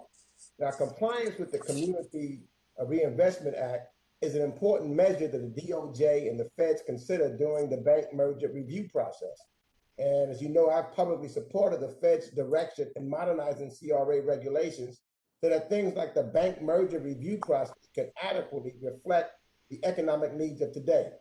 So can you please explain how the Fed plans to coordinate with the DOJ in light of the bank merger executive order? And will the Fed's CRA reform efforts and the DOJ's bank merger updates happen in silos or in tandem? Thank you. So we actually, we coordinate pretty closely with the Department of Justice over the years on bank antitrust standards. We each look at each merger, and so we understand each other. And we would look forward to the extent justice, I think, under the executive order is encouraged to take a fresh look at bank merger standards. We would, of course, closely coordinate and try to understand what's going on. We haven't made any decision to change our merger standards, but we would certainly monitor that carefully and act appropriately. I can't presume to know what will happen out of this, but it's a process that we'll go through in coordination with justice. And hopefully, the coordination is important, I believe, to act in tandem so that there's not several different CRA rules and regulations that comes out, as we've talked about with the OCC and others. So I appreciate the Fed making sure that there's some continuity in that regards and working in tandem. So also, the pandemic has really disrupted, I believe, the housing market, as was indicated by Fuck you, I Jimmy. hope you guys didn't miss me too much. Disproportionate number of homeowners, particularly in my district, I missed you. Of black and brown homeowners relative to New York City at large. Now, in the pandemic's early days, the Fed rightfully intervened and purchased mortgage-backed securities in the billions, which helped keep the interest rates low, I understand. However, we've also experienced a rise now in housing prices, which some attribute to the Fed's asset purchases. Now, although others cite supply chain challenges. So I understand there's a debate at the Fed as to how quickly it should taper its MBS purchases. But what are some of the economic factors you are considering as you weigh both sides of this argument? So housing prices are going up because of both demand and supply reasons, and you touched on them, Congressman. On the supply side, it is prices of raw materials and lack of labor, labor costs, zoning difficulties, all those things. So it's not just a demand story. On the demand side, rates are definitely low interest rates are certainly making mortgages cheaper and therefore supporting prices in housing. That's certainly a factor. There are other factors too. Changing preferences. People are household balance sheets are very strong right now because people were kind of forced to save because they couldn't go on trips, they couldn't go to restaurants for a year. So there are big amounts of savings on people's balance sheets. So all of that savings from not having a fucking job. What? Housing. Sorry. Then your question on that was what? What? So what are some of the economic factors that you are considering? In that argument, there's both. Oh, on mortgage-backed securities. So on mortgage-backed securities, in particular, so interest rates, our low interest rates and Treasury purchases and MBS all go into creating a low interest rate environment and go into mortgage rates. Mortgage-backed securities purchases really work a lot like Treasury purchases. They aren't especially important in what's happening with housing prices. Shut the fuck up. They are nonetheless they clearly are a factor among factors. So this is one of the things that we'll be considering. This is definitely as another we 08. Go through this process of evaluating when to taper and in what form, what will be the composition of asset purchases going forward. Those are all issues that we'll be discussing at this next meeting in a couple of weeks. Thank you, Mike. Thank you very much. The gentleman from Indiana, Mr. Hollingsworth, is now recognized for 5 minutes. Well, good afternoon, Chairman Powell. Appreciate you being here and certainly appreciate you answering our questions. I know this remains a tricky time in the recovery and our collective understanding about the Fed's effort and reasoning here is very important. It's the same vibes as the guy that Matt interviewed. That I hope ends in a question, so take a little bit of a journey with me. First and foremost, I want you to know I'm in no way besmirching the good work the Fed has done over the last year. The extraordinary economic cessation necessitated extreme action, and you took that action with vigor. I'm thankful for that, and my view on that is unchanged. Second, my question is not meant to imply that you need a hawkish stance. I think we can all agree that monetary policy is very accommodative at present, perhaps at the furthest end of the accommodative side of the spectrum as is conceivable. I'm questioning merely the degree of accommodative stance, not asking to return to a restrictive side of the spectrum. Third, I have on many occasions endorsed your new symmetrical approach to inflation target. I believe this is exactly the right answer. My question today is not tied to recent inflation numbers, nor would I prognosticate about whether it's transitory or not, whether it's a monetary phenomenon, a demand phenomenon, nor the magnitude of what it is. These are the important questions, and you're writing them off as all not important. I think there's a lot of data out in the economy showing that it is awash in liquidity. A panoply of statistics indicate the tremendous/unprecedented increase in liquidity over recent years. In recent weeks alone, you've raised the reverse repo rate to 0.05%, and the uptake on that product has been tremendous, which in and of itself is a reaction to money markets being overwhelmed with liquidity, which in and of itself is a reaction to bank deposits being overwhelmed. Yet the ultra accommodative stance by the Fed continues. And when asked about this over the last few months, and I think you indicated this in your earlier testimony, I've heard you say that there needs necessary further healing in the labor market for that ultra accommodative stance to change. I agree with this. There's much room to go. But what I don't understand about that answer is that a cornucopia of evidence suggests that challenges in the labor market are not related to monetary policy and frankly aren't susceptible to monetary policy's aid. The Fed, and no indictment on the Fed, monetary policy writ large isn't the right vehicle and doesn't have the right tools to resolve skills mismatch, to resolve no work incentive balancing, and to resolve geographic mismatch.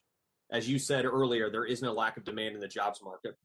So I guess getting to the specifics of my question, I believe the Fed is distorting significantly the financial economy for very little, if any, maybe marginal impact on the real economy. To couch specifically inside your mandate, are you jeopardizing long-term full employment and price stability by virtue of extreme monetary policy and picking up very little short-term benefit in full employment? I wondered if you might talk about your reasoning and your colleagues' reasoning for remaining and retaining that extreme accommodative stance and using labor market as justification despite significant— Get on with the fucking question! The labor market needs are not monetary policy related.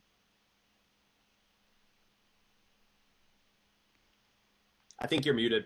What? What? I did it again. What? So, Get the fuck out! I'll just say this. So, what? Policy is highly accommodative. That is correct. We're a long way from full employment. We have, as you know, 5.9% unemployment, and the true number is actually substantially above that. So we've got a ways to go. We see— And the fucking SPY keeps going up! What we see is that our test for tapering asset purchases is an appropriate one, and we're making progress toward that. So we are, in fact, considering— I guess just to needle into that for a second, we are making progress. I do not believe that progress is a result of that monthly asset purchases. And I think I've seen significant evidence that indicates that monetary policy isn't making an impact on that. Other factors are making an impact on that. And I wonder whether the financial distortion that is occurring, and is by its nature monetary policy, isn't causing long-term problems for very little short-term gain.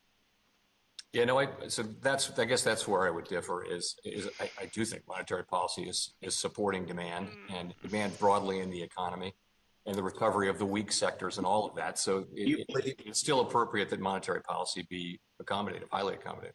You believe that the difference between 60 billion and 120 billion, or 0 billion and purchasing 120 billion, is a material impact on the point at which we will reach full employment? Question mark. It's hard to say with any specificity, but yes, I think our overall policy stance is appropriate. And as you know, we are very much in the process of walking down the road and asking those very questions. And first on tapering, but I also think it's, we're a good ways away from maximum employment. And one of the conditions for lifting interest rates is that we are at labor market conditions that are comparable, in the range of maximum employment. Thank you very much. The gentleman's time has expired. The And gentleman we from get a rippy. Massachusetts, Mr. The Lynch, question mark is gave now us the recognized rippy. for 5 minutes. Mr. Lynch? You hear me? Now I can. Okay, thank you, Madam Chair. And Chairman Powell, thank you so much for your willingness to help the committee with its work. Oh my God. So I was very Somebody pleased to clip hear that, in your opening please. remarks that the Fed plans an open dialogue with the public and with Oh my God. stakeholders regarding CBDCs and, as well as cryptocurrency generally. And I think that's much needed. And I'm very proud of the fact that the Boston Fed, under the leadership of Eric Rosengren, has been working with MIT in their cryptocurrency lab on working on this digital dollar for the United States and for the Fed. I am a little bit worried about the pace, though. We see, I think there's 86 separate central banks that are already engaged in this. Do we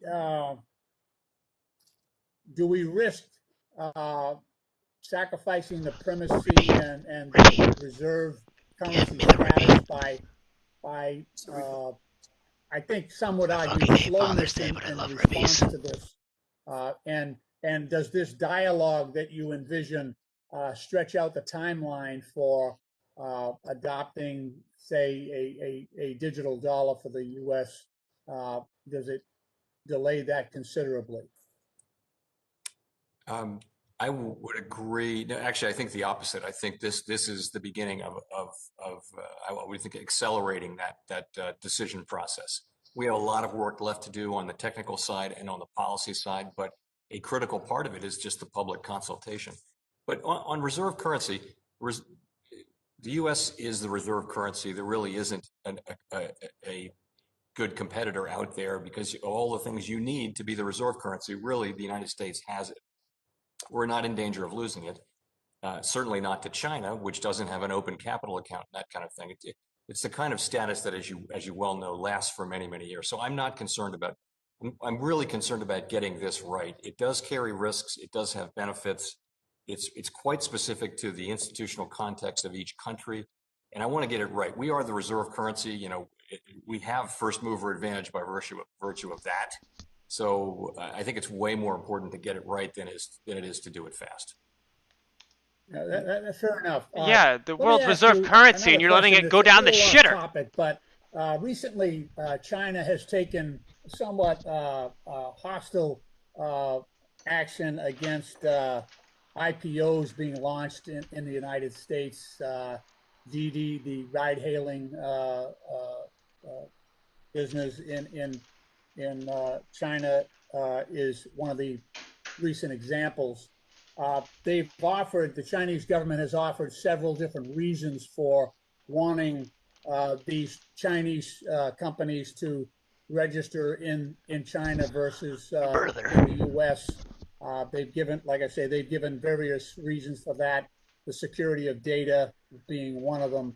I was wondering if you had, this is probably a better question for Mr. Gensler, but I was wondering if you had thoughts on that, about what the ultimate reasons were for China taking that action.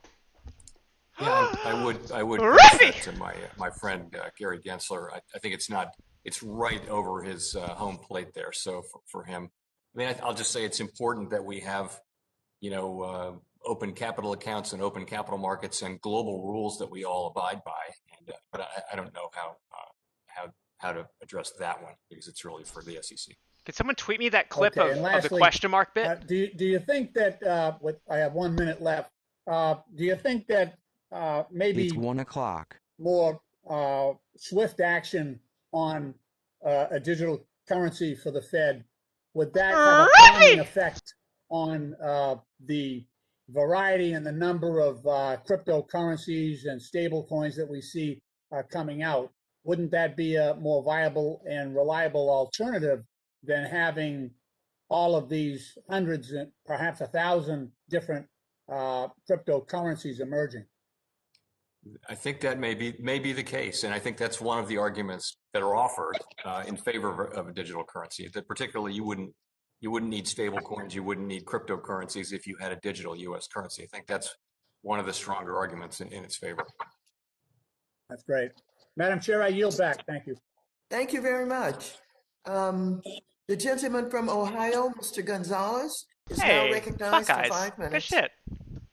Thank you, Madam Chair, and thank you, Chairman Powell. I want to pick up where my friend Mr. Hollingsworth left off and want to focus specifically on the unemployment piece. And frankly, when I talk to my businesses back home, where I'm currently seated, the two biggest issues that they face, in particular small businesses, employment, not being able to get people back to work, and inflation. So a timely hearing right in your wheelhouse. So first, with respect to unemployment, in the monetary policy report, you cite several factors that are keeping people out of the workforce, most of which, or all of them, are virus related. So early retirements, caregiving responsibilities, fear of COVID, and expanded unemployment benefits. Using those factors, which you cited in the monetary policy report, as responsible for diminished employment, would you agree that the zero interest rate posture is not a primary driver of getting people back into the workforce today? And maybe said differently, do you think if you lowered us to negative interest rates that would materially change the unemployment rate? Let me try to answer that this way. I would agree with you. Just fucking answer it. That the most important thing, it would be very important if we were to see a significant increase, as we expect we will see, in labor supply. It just showing up in the form of better matching in the labor market. There are all these open jobs, and there are many unemployed people, but they just don't seem to be matching up. And, maybe there's a speed limit on that, but in any case, shut the fuck up. As those factors wane, we should see more of that. I'll give you a taste. And that's probably of first order importance. There you go. At this time. Okay, so not the rate of interest, and I think that's important because the commitment is to keep rates at zero until we get back to full employment, but we know what's happening is it's inflating asset bubbles. It's pushing people further and further out on the risk curve. I would argue is creating systemic risk in a variety of markets. And so I would just encourage you all to consider that. And now moving on to the inflation bit, the common refrain from the Fed has been that inflation is transitory. There's nothing to worry about. And you will maintain rates at zero until inflation is moderately above 2% for, quote, some time. And you've said that a handful of times here. Well, we're looking at 4 consecutive months now, including the previous month at over 5%. So how long is, quote, some time? And what factors are you looking at that will tell you whether this is transitory or something more systemic? Okay, let me say first on maximum employment, even after this expected wave of supply comes, it's likely that we'll still be short of maximum employment. And at that time, support for demand will be appropriate. And so that's why we wouldn't see that it's time to raise interest rates now, because we think it'll take some time even after this to get there. So getting to your inflation question. Which is basically how long is some time? Open wide. It keeps being used. We'll keep it over some time. So that will be.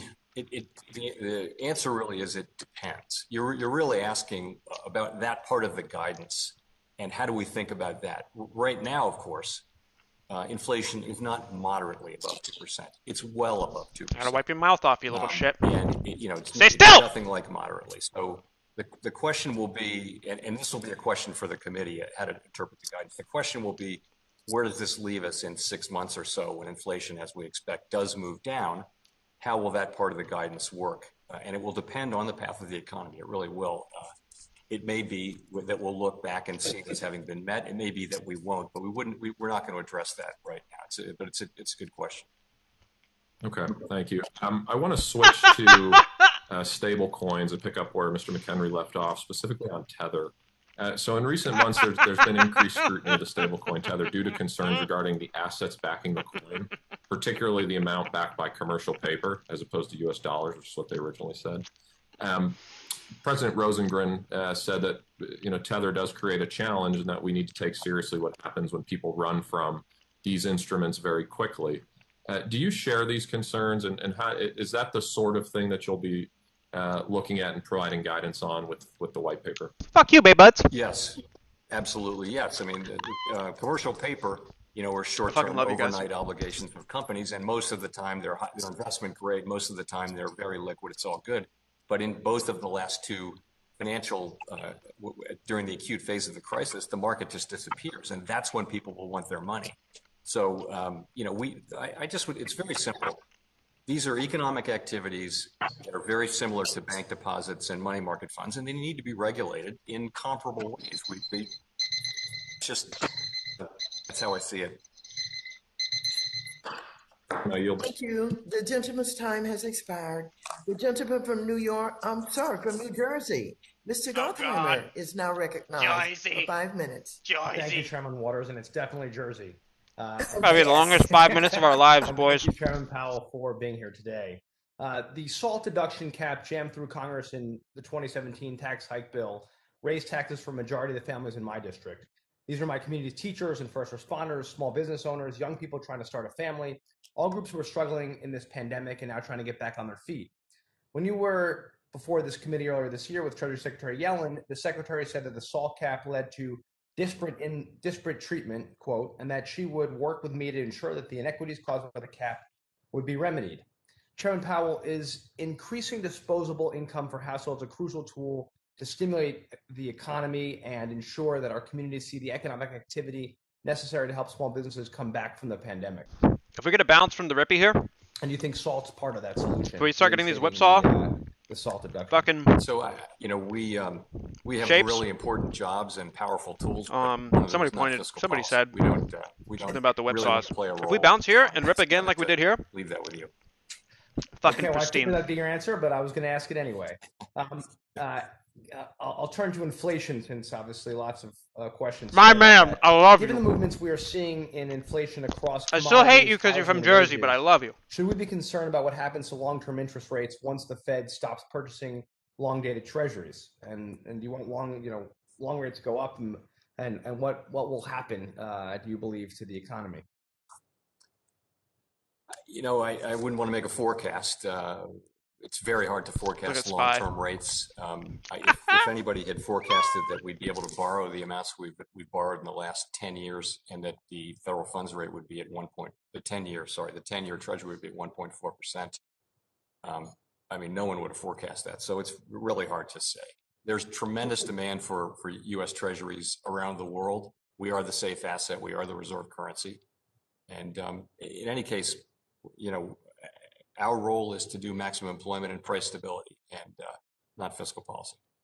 Well, since the Fed is by far the largest buyer, you don't think that long-term rates will go up meaningfully when this occurs? When you the world currency, but we're letting it devalue itself so goddamn badly.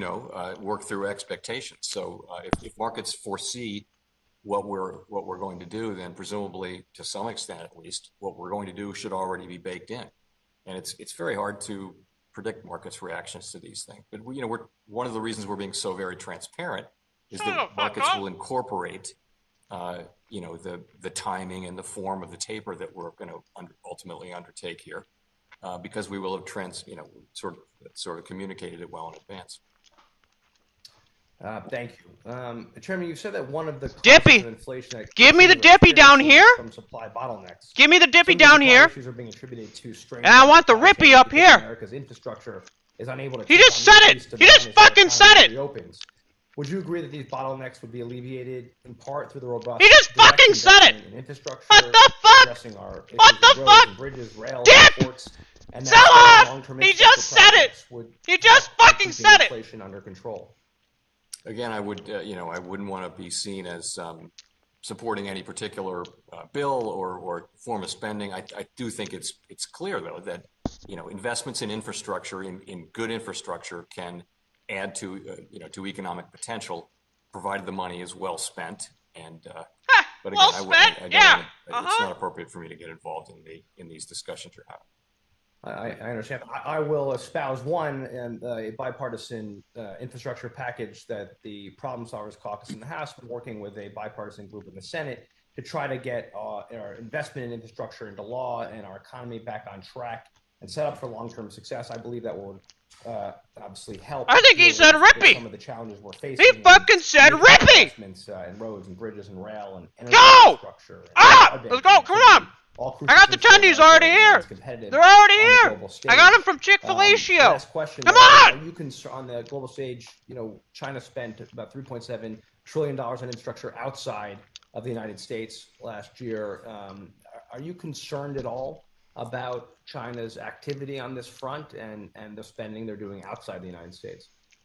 You know, the issues of international economic relations are really with the Treasury Department and the State Department, not with us.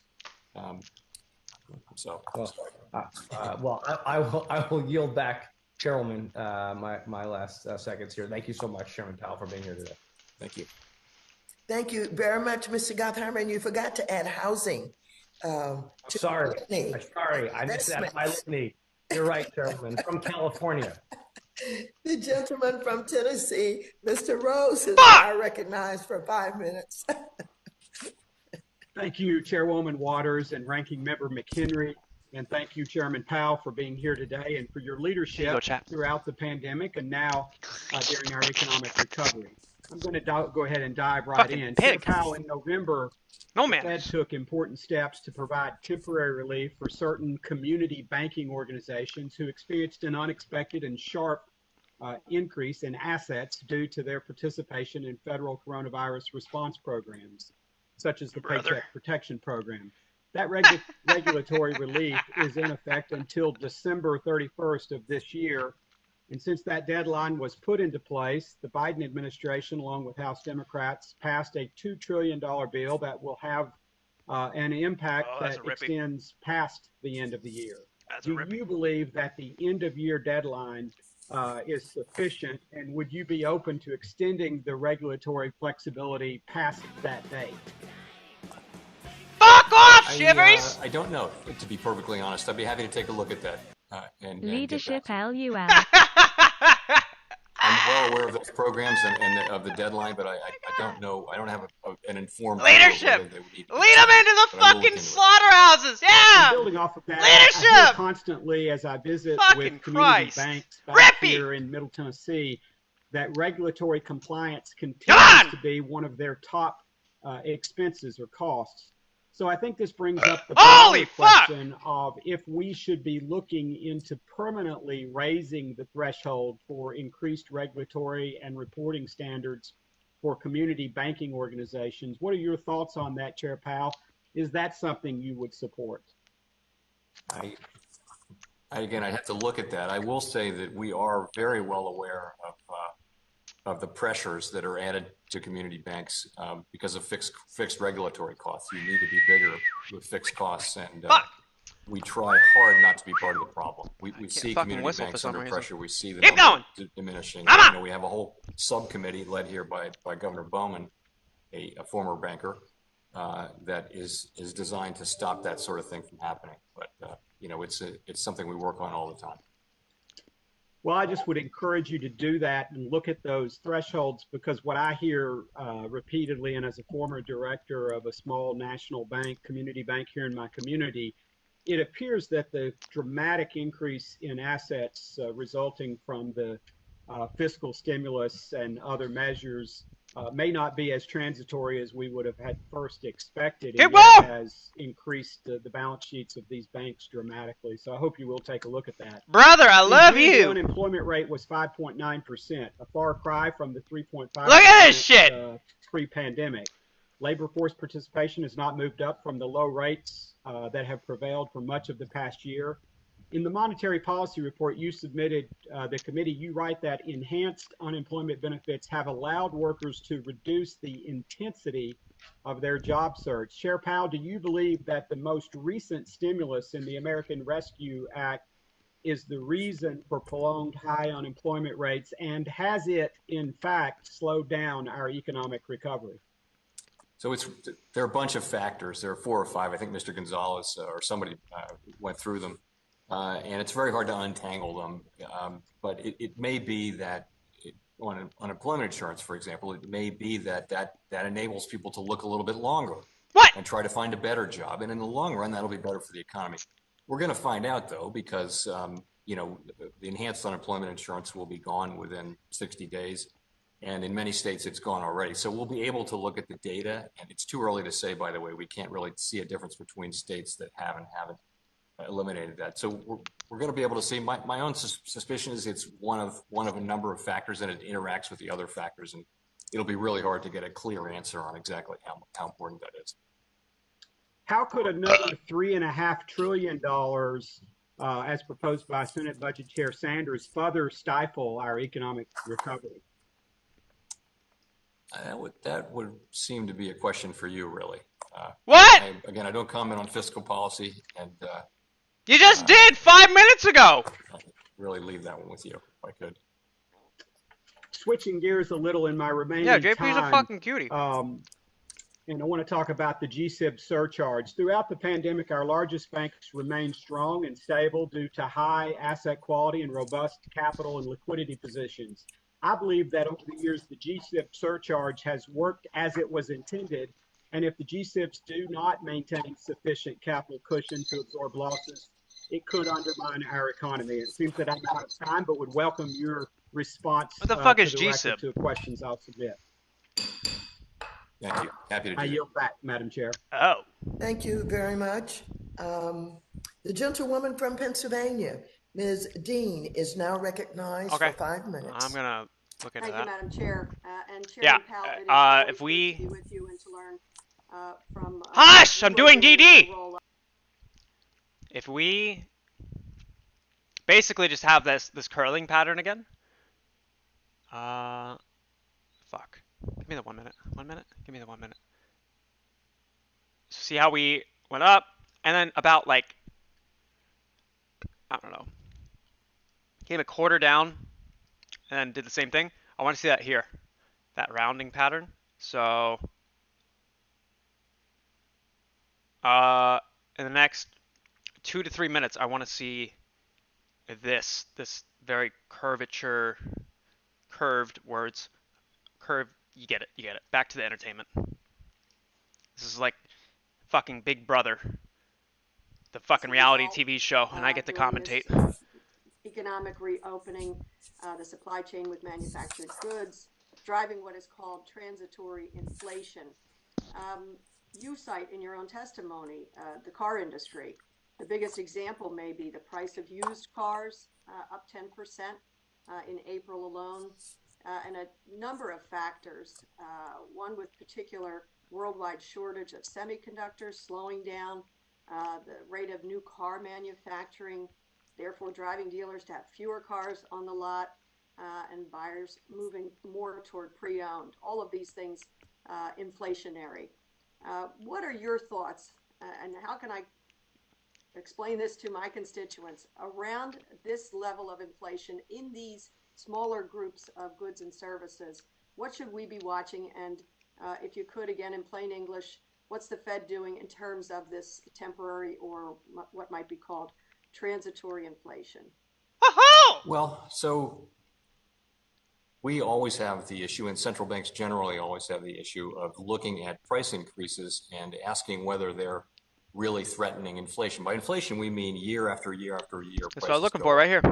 And if something is a one-time price increase, then you don't react to it with monetary policy because, you know, frankly, the way monetary policy works would be by slowing down the economy, slowing down the recovery, and therefore reducing inflationary pressure. So you wouldn't react to something that is likely to go away.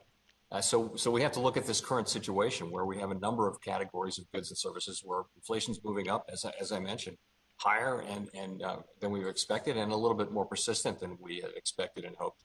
But we look at them and we look at the story, and you know the story with you mentioned around used cars and new cars and rental cars it's all kind of the same story. There's a shortage of semiconductors. There's also very high demand for various reasons. People are using less public transportation.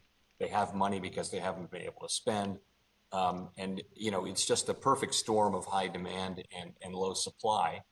And it should pass unless we think there's going to be a multi-year, many-year shortage of used cars. This is definitely a cock and ball. We should look at this as Cock and ball. Lopsided as fuck. Very much think that like this is barely even a testicle, but one always hangs lower than the other, and evidently it's a little bit bigger. In fact, it might be a triple ball stroke that we're looking at. New cars they'll Cock top and ball. out, and then in all likelihood at some point in the future, and we can't say exactly when, they'll decline because the play will come back.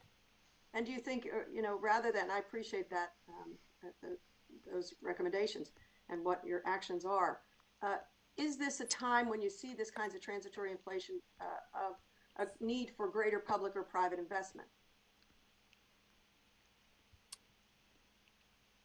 I think there's what investment does is it raises the potential growth rate of the country and makes workers more productive and companies more productive and countries more productive, and that raises living standards. And so more of it is generally better as long as it's money well invested.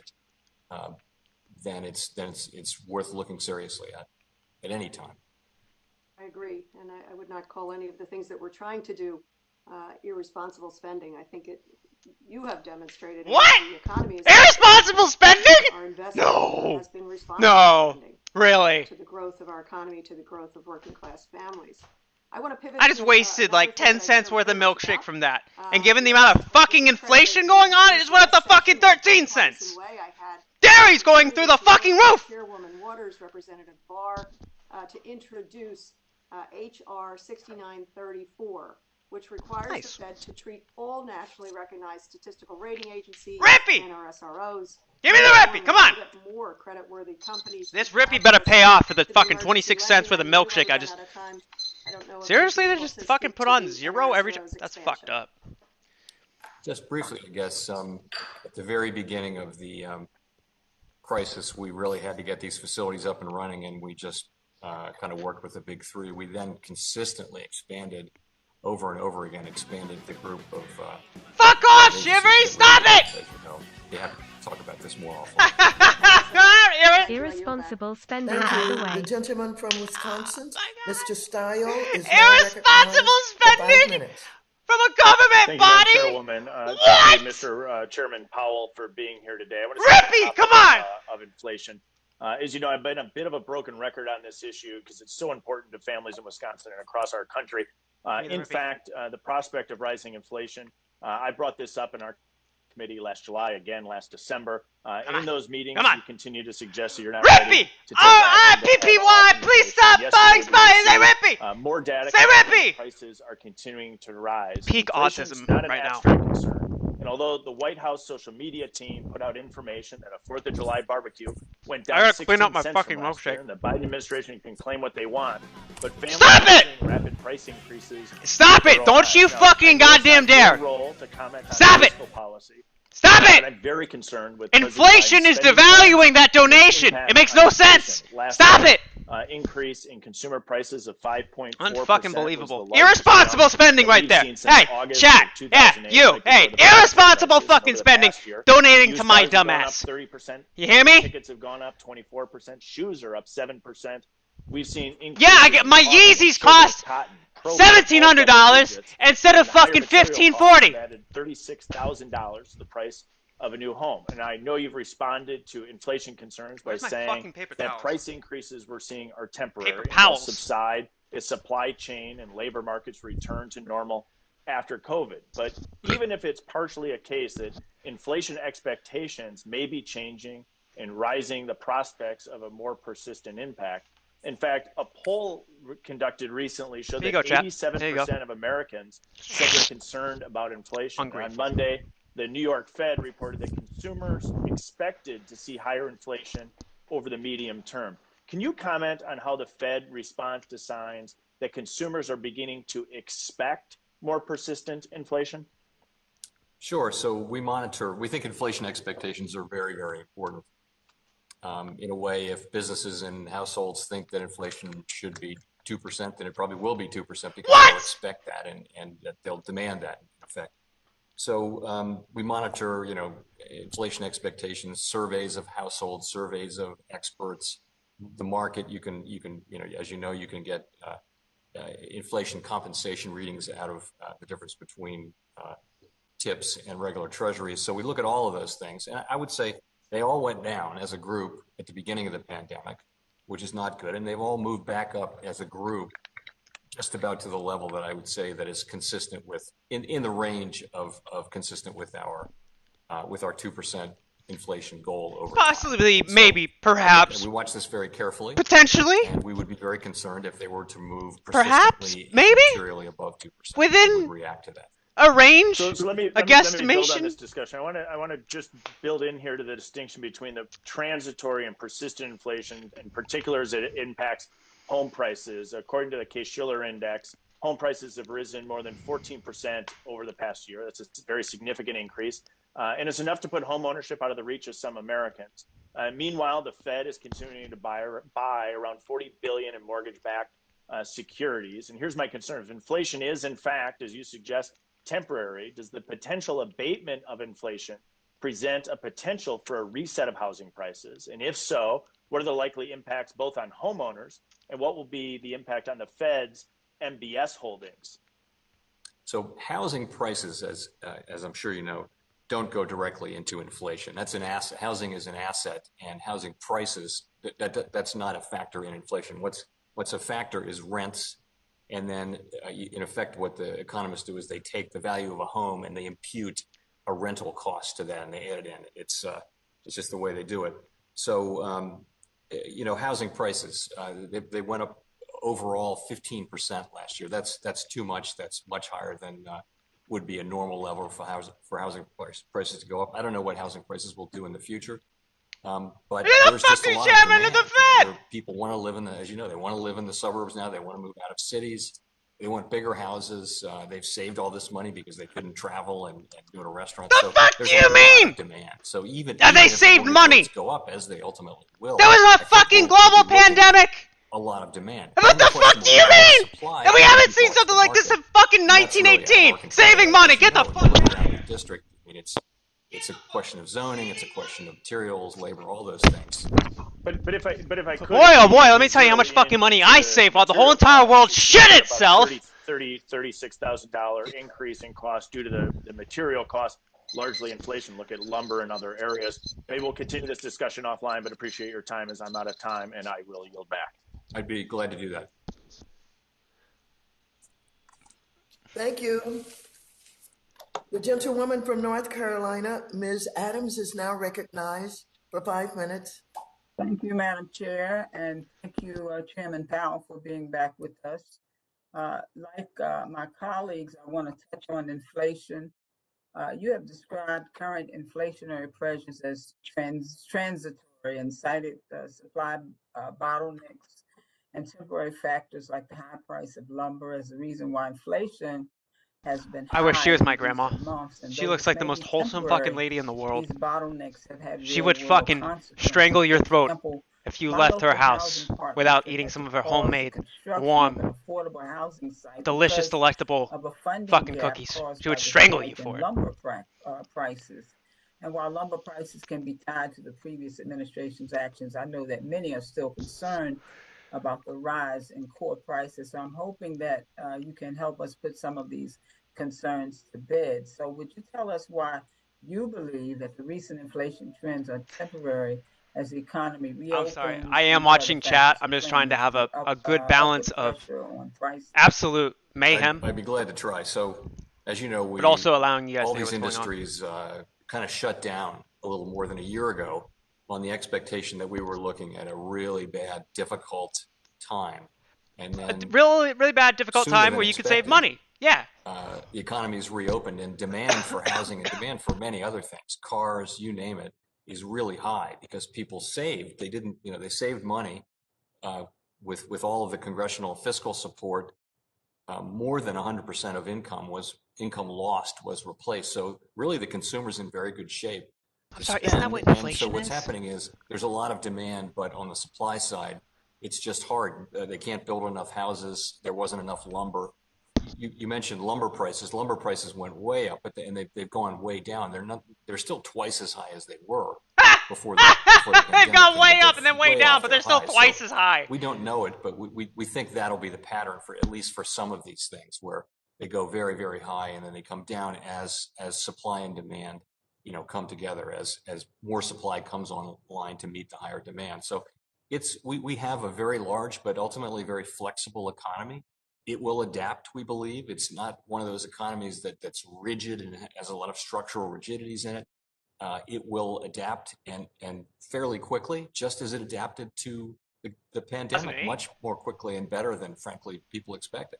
So I think that'll happen, and when that happens, we should see. Adapts so good. I don't say the so prices good. will come I tell back you, down, but listen, I do a lot of adaptations. Will return to more normal levels. I know a lot of Okay. adaptations. Even with the unemployment best, rate believe still me. elevated, Believe near me. 6%, the reports of employers are offering higher wages and incentives to attract workers back to work in the workforce. I forgot the always say punchline that working as I hard was isn't enough if you doing don't make enough. the joke. So, Chairman Powell, what do you attribute the trend of workers receiving incentives to re-enter the workforce to?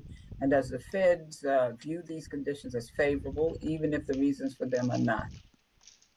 So we're seeing this particularly in service industries, where there's still lots and lots of job openings, and many people who used to work in service industries, relatively low-paid jobs. What we're seeing incentives to go back in. I mean, there clearly is a very, very high level of demand for people to come into these jobs, and for whatever reason, people are taking a little bit of time to look maybe for a better job. Maybe you're paying them more These are to people who sit will on work their in fucking 2020 ass in and do February. other They wanna things with work. their These are people time. who want to work, right? But And maybe pick up a side they may be hustle while you taking a pay little them bit of because they're not extra fucking time in many employed. cases to look for a job that pays better, or that they like better, or their preferences for working from home may have changed. They might want to find a job where they can work from home. Who knows? But in any case, we're seeing difficulty in matching jobs and people up, and there really isn't a precedent. We can't look back and see, well, the last time this happened. There is no last time that this happened. So we're kind of finding out as we go. But I really do think, come back in 6 months, there'll be a whole lot of these people back to work, and wages will have moved up a little bit for people at the low end, and that's not a bad thing. Okay, great. Well, thank you so much, and thank you for joining us today. Madam Chair, you're back. Thank you. Thank you very much. The gentleman from South Carolina, Mr. Timmons, is now recognized for 5 minutes. Thank you, Madam Chair, for holding this hearing, and thank you, Chair Powell, for being with us today and sharing your insight on recent developments in the economy.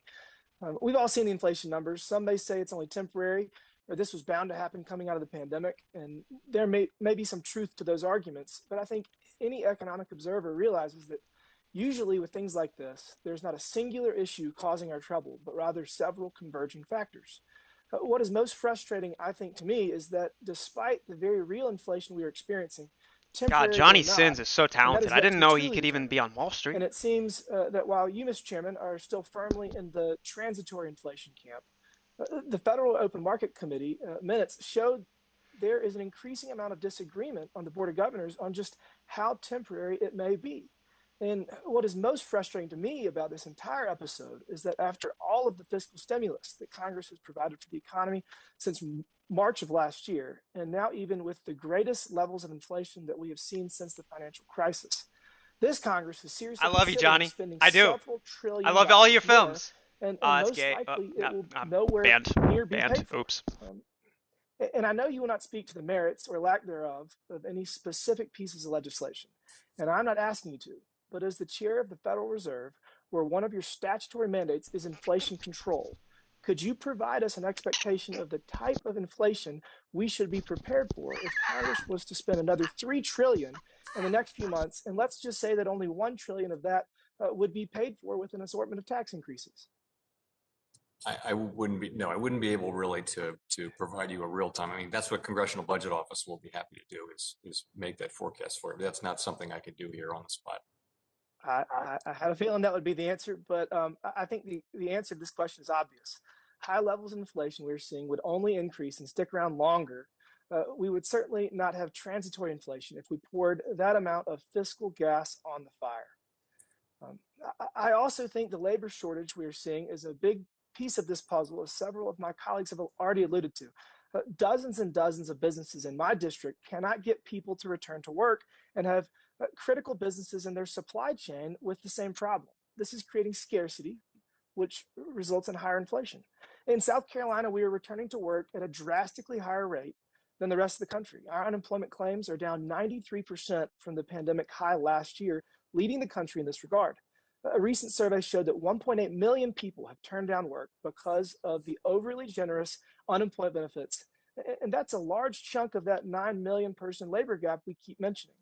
Could this problem be avoided if Congress simply removed disincentives to return to work, such as the unemployment benefits that in many states are in place through September? Well, I think that's already happened. I mean, those will be expiring right in September. By the end of September, essentially all of those benefits are gone. And in many states, they're already gone, as you know, in South Carolina. So we'll see that. I mean, I think it won't, whatever effect those things are having now, it won't last much longer. Well, South Carolina depends on businesses in other states. And when those states are not able to produce whatever is being supplied to South Carolina, it's creating a problem for my state. So I just think that we have created a disincentive to return to work, and that's not good. One last question on inflation. If the Fed were to move to increase interest rates, one result would be the increased debt service cost to the federal government's $30 trillion plus debt. Is that a factor that you would take into consideration when deciding to potentially change the benchmark rate? No, absolutely not. So hundreds of billions of dollars in increased cost to our debt service is not a factor in that? No. I mean, first of all, the market will anticipate that we are raising rates, so it's probably baked in to some pretty significant extent. Secondly, we borrow all across the curve. So when we raise short-term rates, it doesn't necessarily have a big effect on the government's borrowing costs very quickly. In any case, we're here to achieve maximum employment, price stability, financial stability, supervise the banks, look after the payment system. Stop it! We're not in a position of considering, Duck Nation. And the United States doesn't have a position where that kind of consideration brother. Is monetary policy, and it will not. The United States doesn't have to right now. So I guess hopefully we're always in that position. I've got a couple questions on cybersecurity. I will submit those for the record. And thank you for your time with that. Madam Chair, I yield back. Thank you. Thank you very much. The gentleman from Massachusetts, Mr. Auchincloss, is now recognized for 5 minutes. Thank you, Madam Chair, and Chairman Powell for being with us this afternoon. Many of my colleagues have asked some really terrific probing questions about inflation in the short term and the effects on our economy and on getting back to work. I want to zoom out a little bit and ask about more long-term effects. One of the trends over the last at least 25 years has been the increasing returns to capital. Oh, hold on. I'm sorry. Wait, hold on. Wait. And there's been a lot of Jerome's calling. Good theories about why that's happening, from undermining workers' organizing power to increased automation and technology. But it's clear that it would require sort of a discontinuous event to break that trend. And this pandemic seems like it could be. We're seeing that businesses that are striving to get people back into the labor force and back to work are offering higher wages, more flexibility, better benefits, really both quantitative and non-quantitative remuneration for employment. Do you think that the COVID-19 pandemic could be a discontinuous event that could actually change the balance between returns to labor versus returns to capital, whether it could give sort of a secular jolt to workers' bargaining power in the long term? I don't know. There are so many things that are possible, and there will be things that cut in different directions. I mean, a lot of what we've seen is just increasing returns to education and people with relatively low skills in education having relatively low, stagnant incomes and wages, and people at the high end with lots of education receiving very high levels of compensation, and a lot of that is just productivity is amplified by technology and knowledge and the ability to use it, and by globalization too.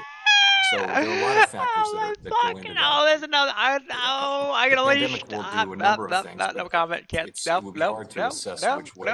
Nope. Sorry, Jerome's calling me. Fuck. I hear your point about the increasing returns to education and technology. Certainly that's been evident in Massachusetts in the life sciences and clean energy and cybersecurity spaces.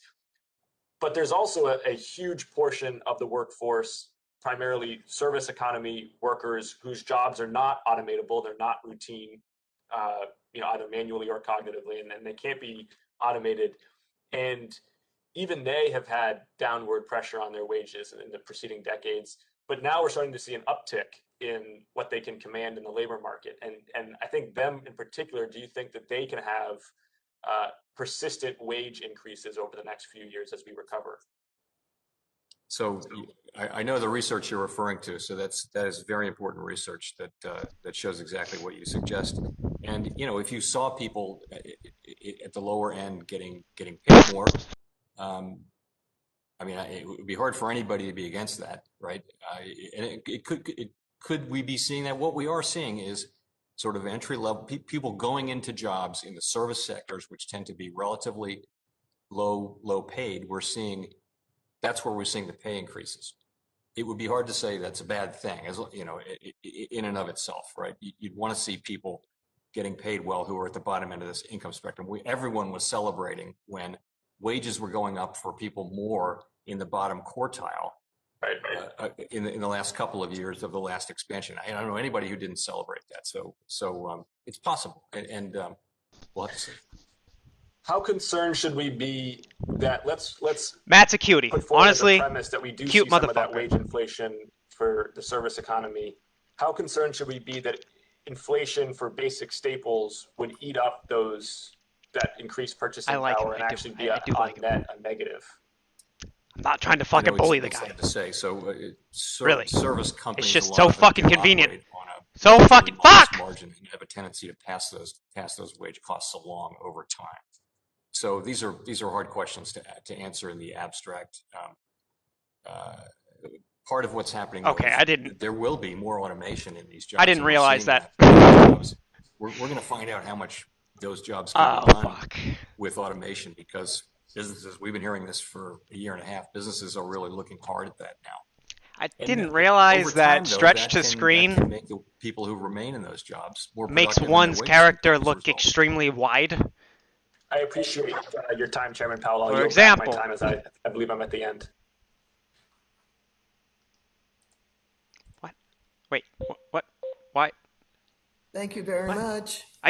The gentleman from Oklahoma, Mr. Lucas, is now recognized for 5 minutes. Stretch.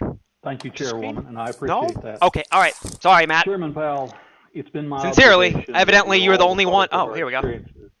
And the things that happen to us in our younger lives tend to scar us forever. My grandparents were young men and women in there we go. Depression of the there we go. You can see where the fucking $5,000 braces my parents got me just didn't fucking work. My grandparents, to the day they died, were afraid the Great Depression was coming back. My parents were young men and women in the 1950s in a horrendous drought in the southwestern United States.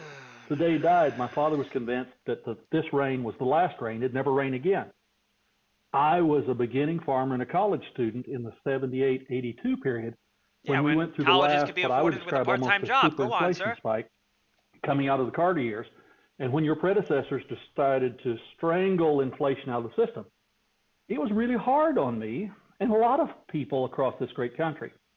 So like my parents and grandparents, as I see this 5.4% year over year number in the June consumer price indexes, I'm nervous Back about when you could put money into a fucking savings account and get a yield greater than that of fucking 0.3%. Yeah, go ahead. I guess my question is, I'm nervous. How much longer can we sustain numbers like this before you become nervous? He already is. He already is nervous. Sorry, I had to unmute there. Well, as I've said before, we do expect that we'll be able to see whether the narrative we're feeling it turns out to be right. And I would say we'd be able to see that. It won't take forever for us to be able to see that. And if we do see that inflation expectations are moving up, or inflation is on a path to remain well above our goals and risk of setting us off on a period of high inflation, then we'll use our tools to guide inflation back down to 2%. So in the end, it's not going to be. In the end, it will be transitory, and People need to have faith in the central bank that we will do that, but might not be anything to have. Just because, of course, it's transitory if it doesn't fucking exist anymore. To do it at a time when we really do believe, and virtually all forecasters do believe, that these things will come down of their own accord as the economy reopens. It would be a mistake to act prematurely. So we really have to weigh the risks of the two things, and at a certain point, the risks may flip. But right now, the risks to me are clear. I appreciate that, Mr. Chairman. And just understand, like my elders of two generations before, I will sleep with one eye open until these numbers begin to come down. And if they do not, then I realize, like your predecessors, you'll have to take the necessary action. Along that line, Chairman, you made clear that the Federal Reserve expects the labor force participation to gradually improve. We're all optimistic and hopeful about that. And the monetary policy report also highlights the maximum employment could look much different than it was prior to COVID-19.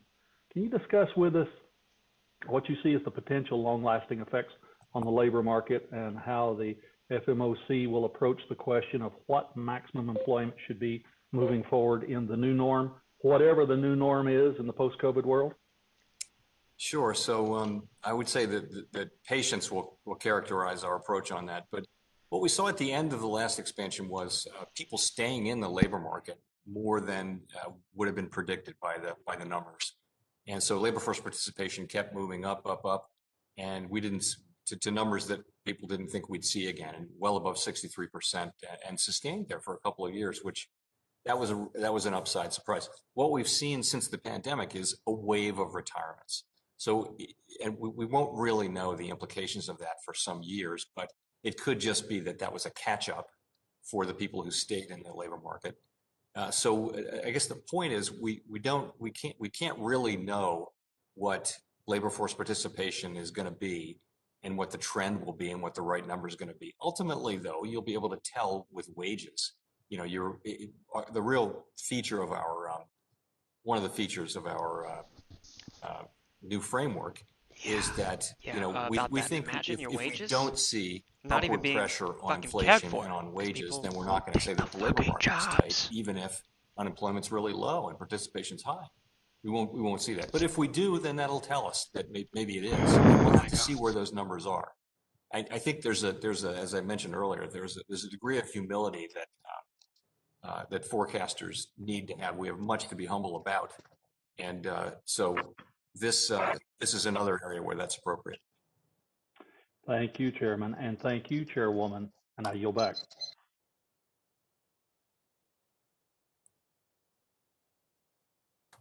Gentlewoman from New York, Ms. Ocasio-Cortez, is now recognized for 5 minutes.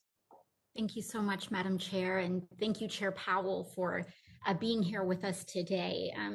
You know, as has been alluded to throughout this hearing, we have seen that supply bottlenecks and pandemic-related factors have been one of the primary reasons that have led to price increases, whether it's computer chip complications with, delaying the production of new vehicles, prompting a rush on used vehicles, the price of lumber, shipping container logistics, etc.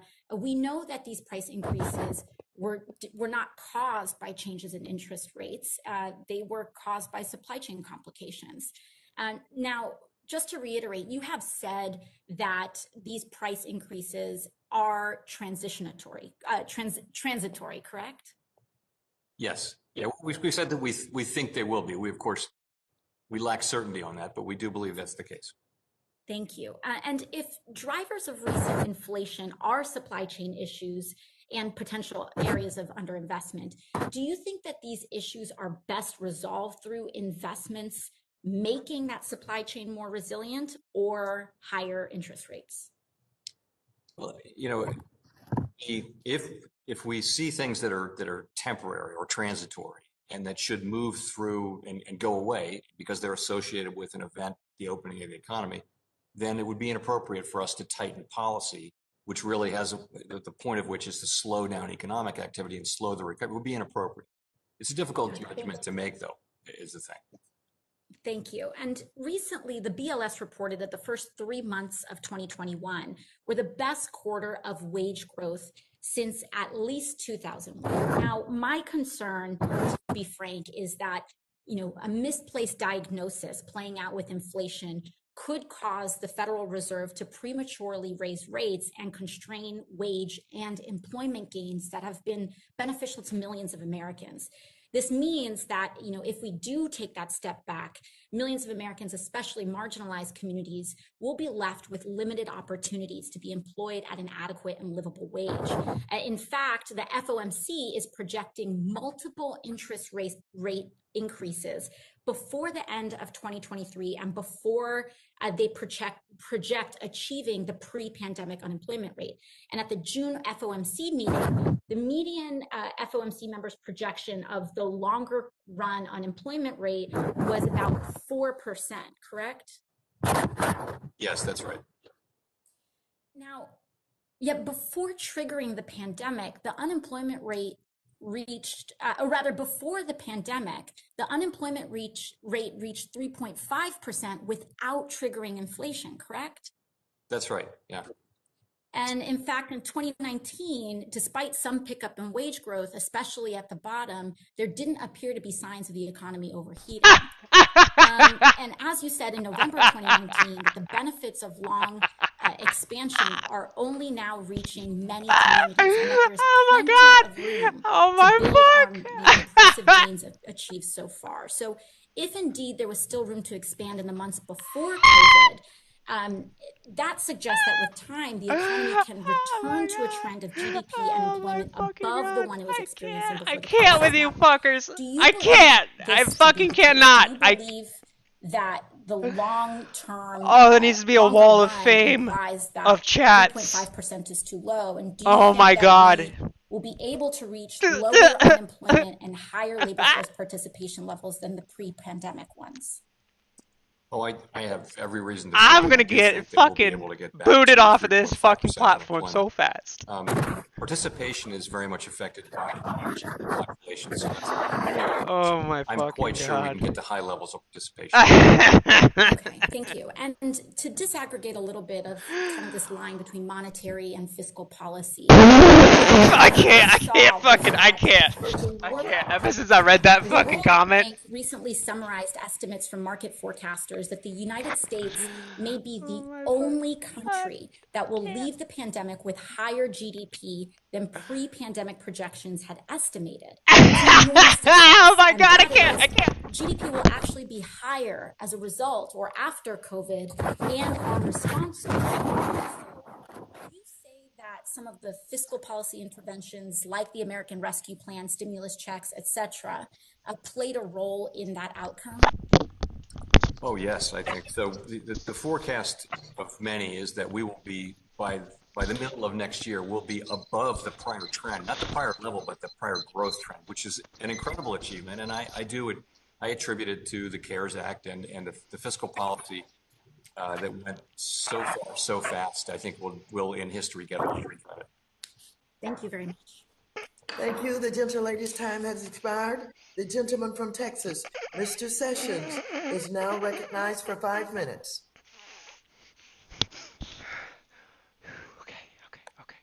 Okay. I'm not banned yet, right? I'm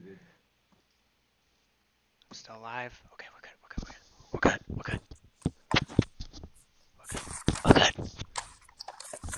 I'm not hearing Mr. Sessions.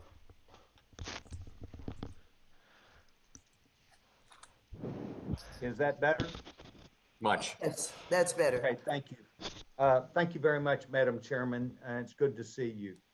Secretary, Mr. Chairman Powell, thank you very much for joining us. I wanted to have you take the majority of my time to talk with us about your 12 regional banks and what they're seeing across the country for recovery. I should probably remove this, given their successes and the things that they see as perhaps just so I'm not committing an act of treason or causing you to think about your national plan around the country. Thank you. Yeah, no, she's trying to directly correlate employment like rates to that of talk about that a inflation little bit? rates as if they were a one-to-one thing. Okay, I'd be glad to. So this is really one of the great features of our system is we have 12 reserve banks around the country. They're in every community in the country, and they come back. They extract a lot of data, a lot of information, not just businesses. It's universities, it's health centers, and everything. I can't. All right. Oh fuck. Wait, what? Okay, we're good. Yeah, I gotta fucking. Okay. Back to reality. Well, I hope everybody else feels reassured about their markets. That they put their hard-earned money into. That they've been saving up during a fucking global pandemic.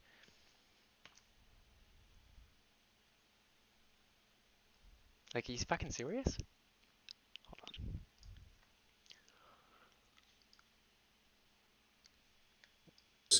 on. Broadly across the country. Oh, shut the fuck up. I need that question mark bit. Because of the overly generous unemployment benefits. And that's a large chunk of that 9 million person labor gap we keep mentioning. Could this cost due to the material cost, largely inflation? Prices can be tied to the. I would say that it's inflation expect and running, and we just less public. The quarter down. I missed that. Is the markets will incorporate in some we have reserve. Here is very important. It's the same vibes as the guy that Matt interviewed. That I hope ends in a question, so take a little bit of a journey with me. First and foremost, I want you to know I'm in no way besmirching the good work the Fed has done. This dude didn't give a fuck. The extraordinary economic cessation necessitated extreme action, and you took that action with vigor. My shit is so fucking laggy. And my view on that is unchanged. Second, my question is not meant to imply that you need a hawkish stance. Who's this gorgeous motherfucker right here? Excuse me, sir. How you doing? What do you think of what's going on here? End of the accommodative side of the spectrum, as is conceivable. Let me give you some room. It's hard for you to reply if I'm just up in your ass like this. Not asking to return to a restrictive side of the spectrum. Yeah. No, I'm kind of feeling the same way. Give me your thoughts. Come on. Talk to me. Come on. What do you think? What do you think? This is exactly the right answer. My Come on. Today is not tied to recent talk inflation to me, numbers, buddy. Nor will I prognosticate about whether it's transitory or not. Okay, this is not going to work. I'm going to leave that side of comedy to Dr. Disrespect. Wait, what? Those are the important questions, and you're writing them off as all not important. Okay, I was just off. I was off on the timing. The economy showing that there is unpursed repo, which I just want to hear this question mark bit. Vehicle and maybe monetizing long-term colleagues' reason market policies, true numbers toward that. So, for a second, policy isn't making an impact on that, and I think I've seen significant evidence as a result of that monthly asset purchases. And I think I've seen significant evidence that indicates that monetary policy isn't making an impact on that. Other factors are making an impact on that, and I wonder whether the financial distortion that is occurring, and is it by its nature monetary policy, isn't causing long-term problems for very little short-term gain. Yeah, no, so I guess that's where material impact is appropriate. And as you know, the billion or $0 billion and purchasing 120 billion is a material impact on the point at which we will reach full employment? Question mark. It's hard to say with any specificity, but yes, I think our overall policy. The point at which we will reach full employment? Question mark. It's hard to say with any specificity, but yes, I think our overall policy stance is appropriate. And as you know, we are very much in the process of walking down the road and asking those very questions. And first on tapering, but I also think it's appropriate. The point at $0 billion and purchasing 120 billion is a material impact on the point at which we will reach full employment? Question mark. It's hard to say with any specificity, but yes, I think our overall policy stance is appropriate. And as you know, we are very much in the process of walking down the road and asking those very questions. And first on tapering, but I also think it's we're a good ways away from maximum employment, and one of the conditions for lifting interest rates is that we are at labor market conditions that are comparable, in the range of maximum employment. Thank you very much. The gentleman's time has expired. The gentleman hey, we get a rippy! Mr. The question mark gave us the rippy! For 5 minutes. Love it. I fucking love Lynch? it. Yeah. Oh my god, I cannot fucking believe this is what the fucking buckets are made of. What the fuck? Your willingness to help the community with the public and as well. We see. It's 2 o'clock. I'll go.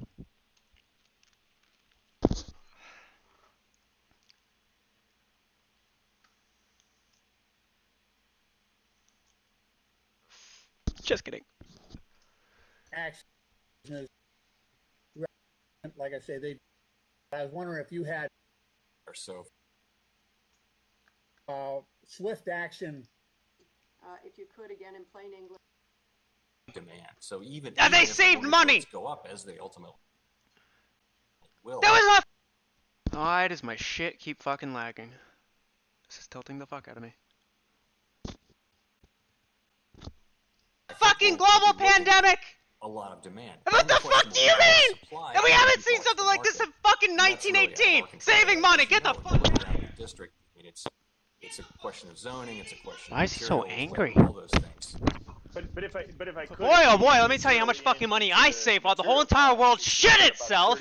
$36,000 increase in cost due to the And he's cute as fuck. Okay.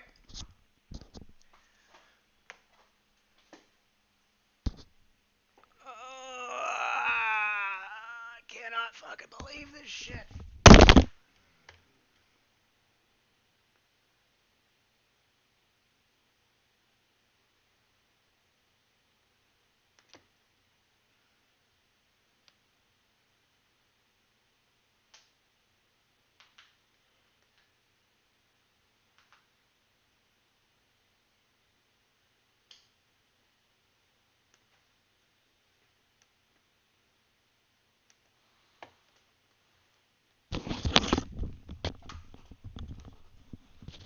How does this fucking shit make any fuck? How does this make any sense, chat?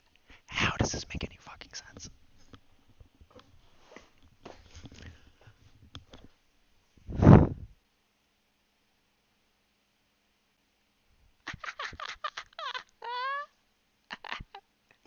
Oh, the spy puts and the bitch emoji. That's all I have to say.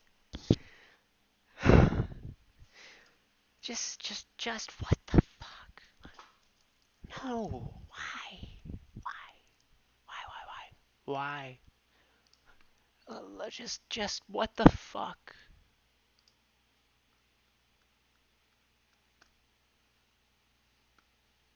No matter what the fuck happens, it just goes up and up and up and up and up and up and up.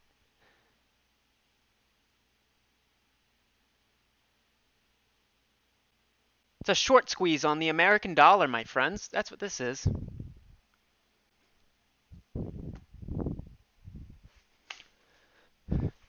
It's a fucking short squeeze on the intrinsic value of the world's fucking superpower currency. Just fucking, you had this, and ever since, it's all okay. It's fine. Everything's fine. Everything's fucking fine. Yeah, we have this virus that's all over the fucking world. I know. It's awful. You're saving money though, aren't you? I know you are. Put it in the market. It's safe. Okay, take all those hard-earned saved dollars and put it in the market. It's fine. Everything's fucking fine.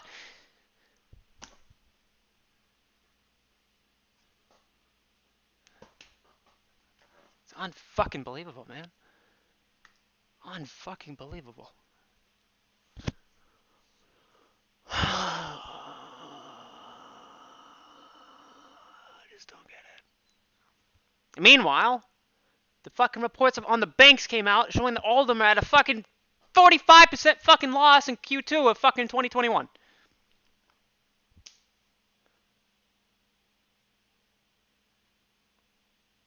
Fuck you, Dan Davis. I love you more.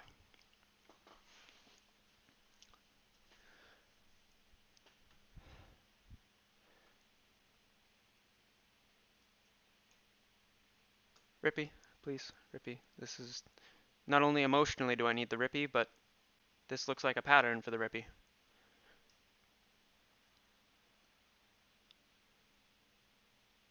Well, chat, the prediction was a little off in terms of Jerome Powell.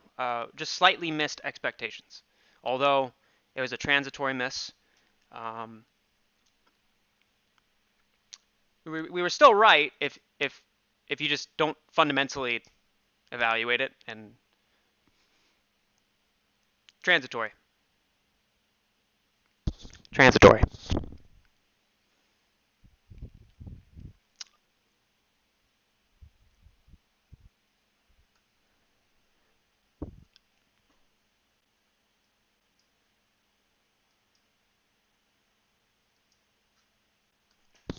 Yep, just a transitory miss.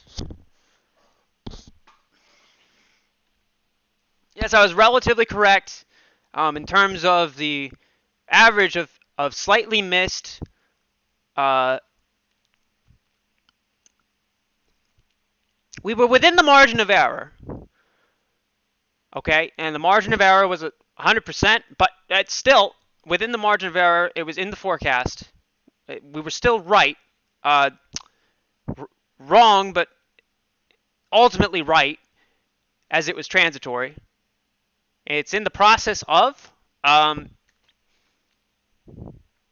You know, I can't really speak on that. You know, that's someone else's job who just isn't with me right now. And so, transitory.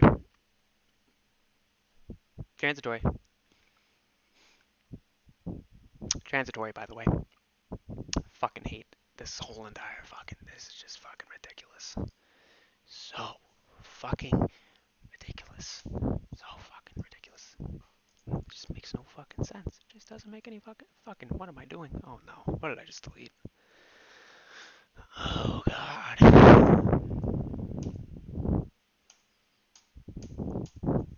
And can I not fucking delete anything? I thought it was transitory. Right, relatively rigged. But, you know, is it though? You know, rigged is, you know, it's just a part of the process of. Ultimately, it doesn't mean anything. Let's.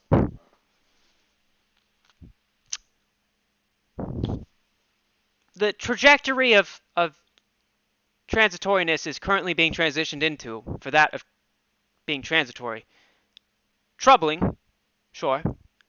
And truthfully, the transition to being transitory is true.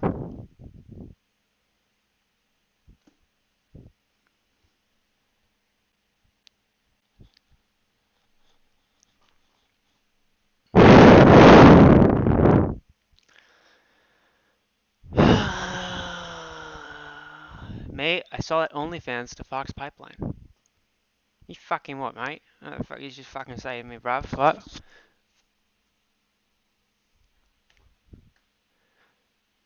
This is tilting the fuck out of me. I did call the Rippies, though. Actually, like, real talk, I was just off on the, where the price levels were, but the movement, I had, like, spot on. That's fucking crazy. Look at this. If I just wasn't a fucking idiot and had moved this down,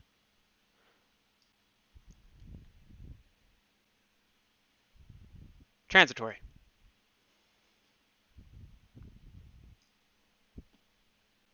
Also transitory.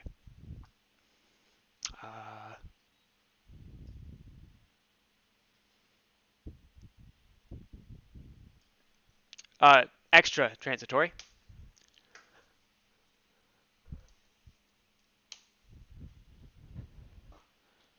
And this right here, yeah, flaccid cock and ball, but also transitory.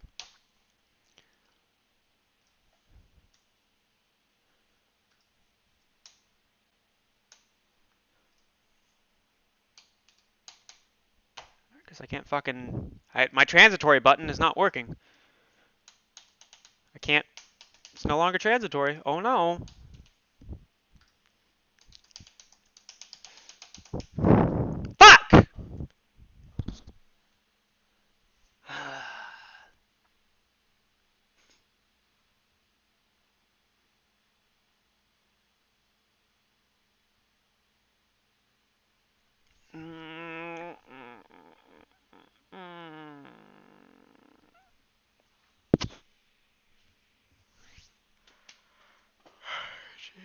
fucking Christ.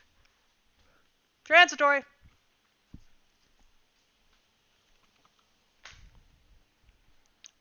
Hear that, chat? Just transitory. Just fucking transitory.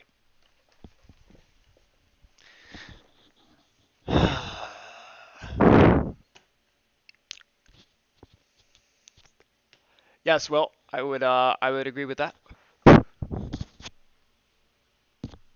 Still, ultimately, the value of which that is owed cannot be covered by such a means of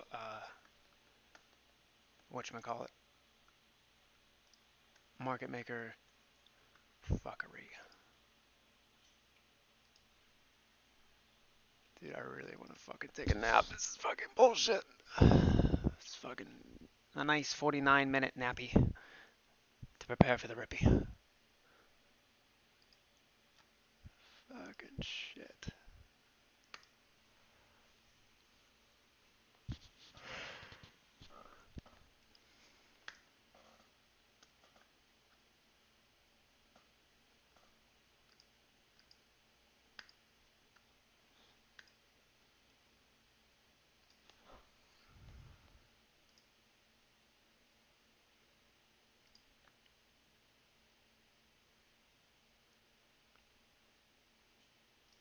Whoa, somebody just DM'd me this. Oh wait, oh fuck.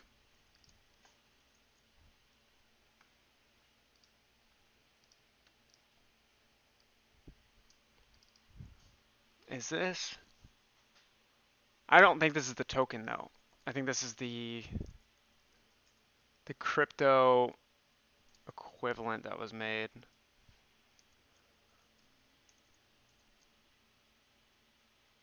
Yeah. What is...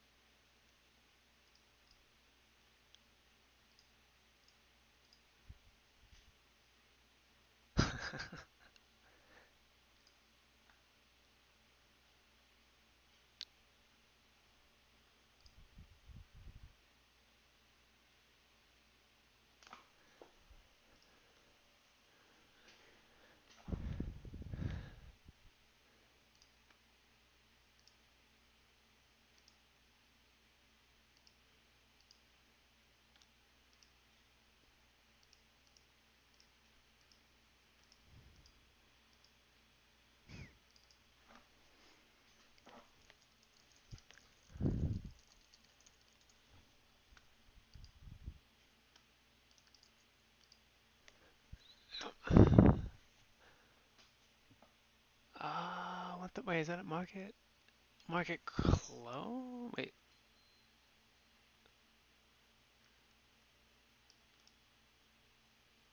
Which is...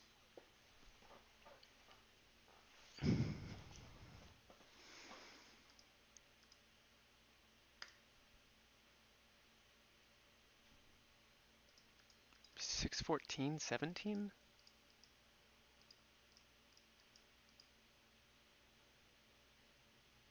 $614.17. Wait, I'm curious. I am motherfucking curious. Today. 061421.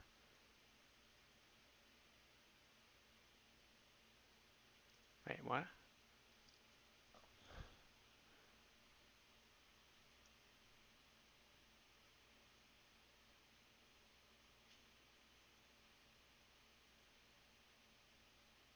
Oh, wait. What? No. It'd be 07. But the time. Oh.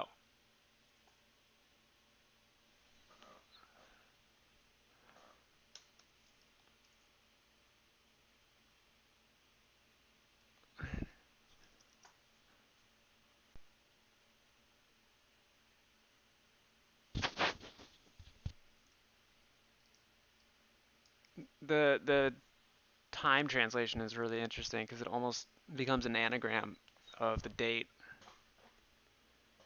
071421, July 14th, 2021, and then you have 101417, 0714. There's no 2 in it. Unless it has to do with the Central Standard Time?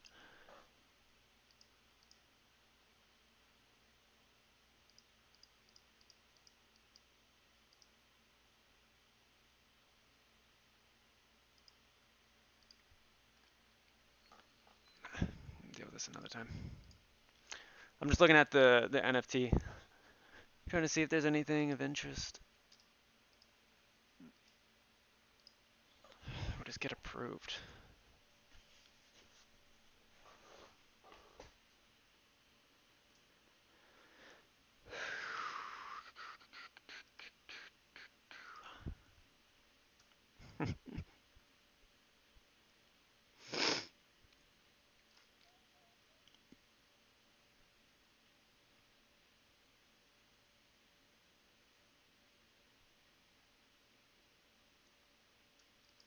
Is there any mention of the dividend in this?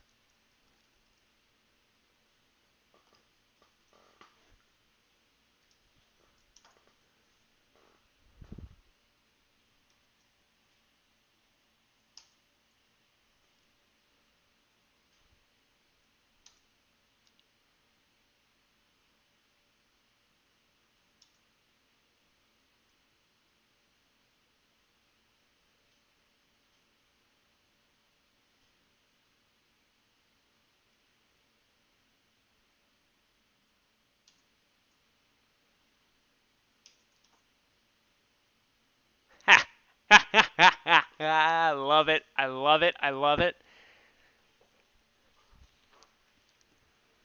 Look at this. So this code that we're scrolling through,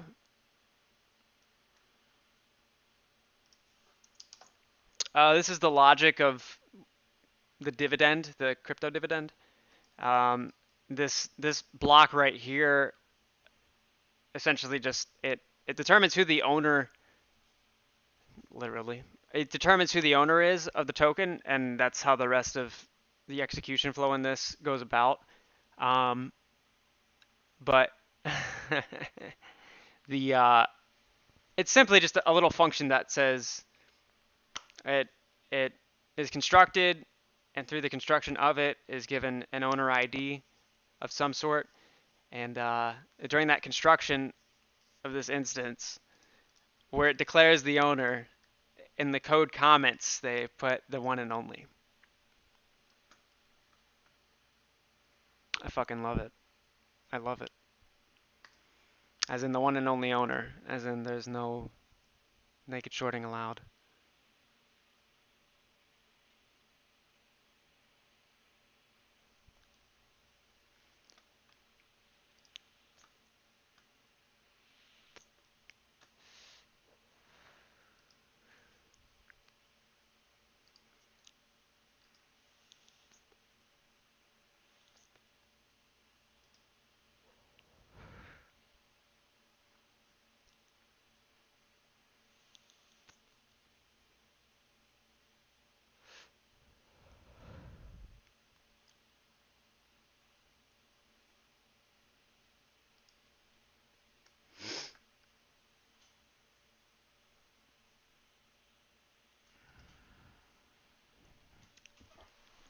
I'm just gonna dig through this for a wee bit.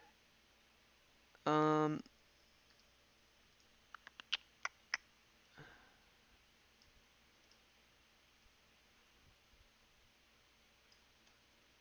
I'm gonna dig through the code of the GME NFT.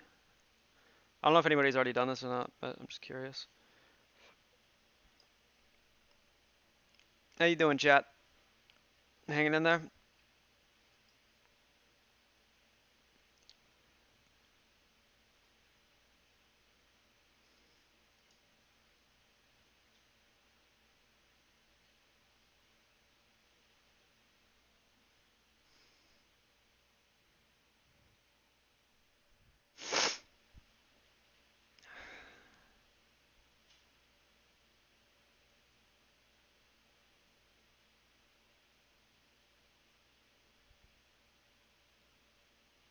Huh, they're even checking if it's received.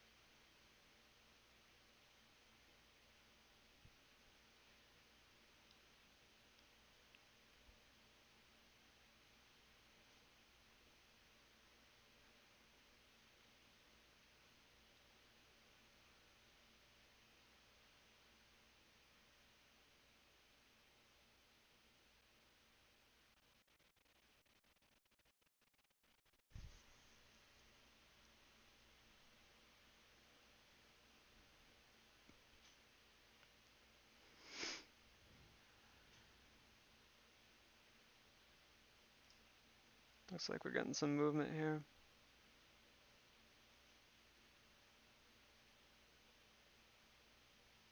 Let's try him.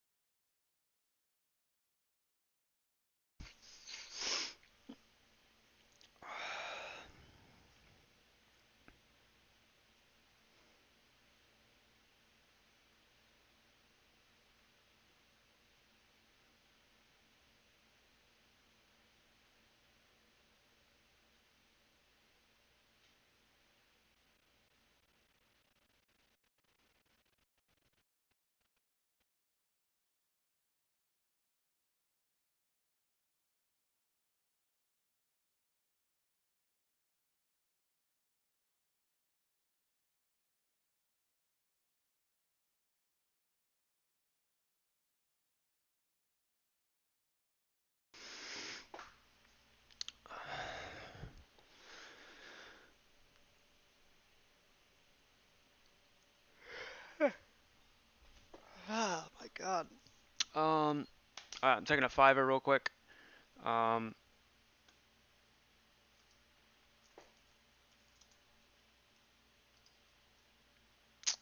the fuck was that called?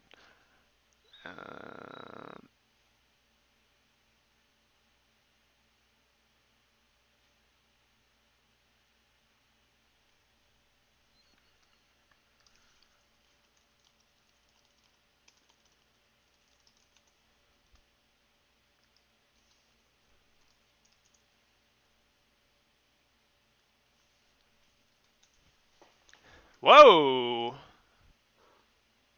Hold on.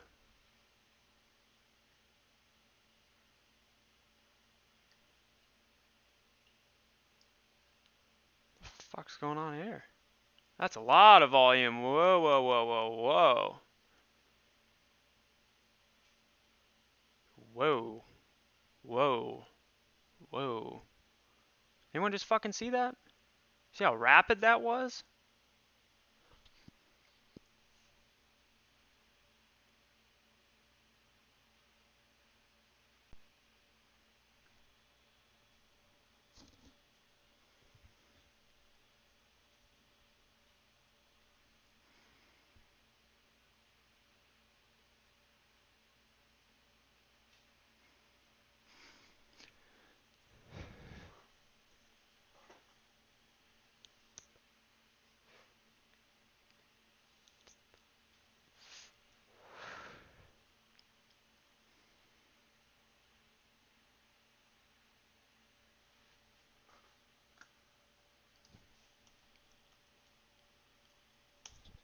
Fucking watching this chat?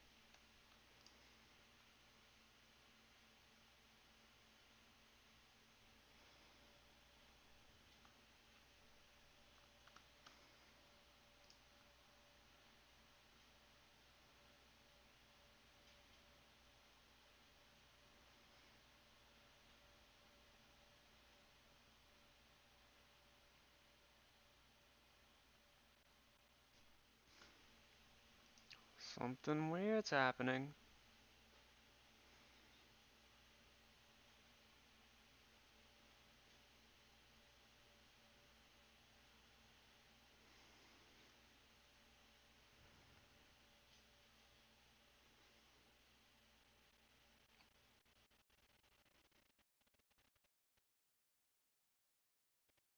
SPY selling off.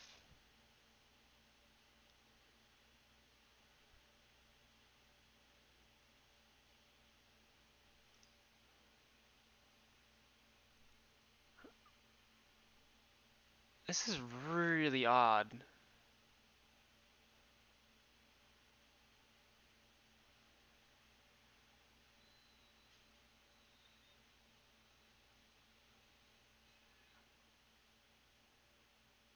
And then GameStop is transitory. It's very weird.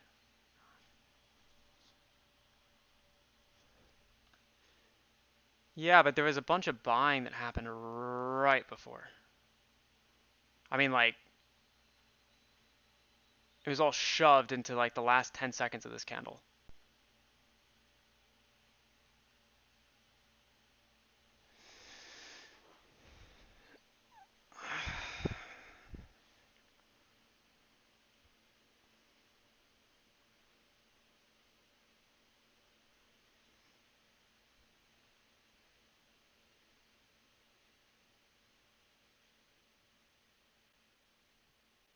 Dude, GameStop is so fucking cheap right now too.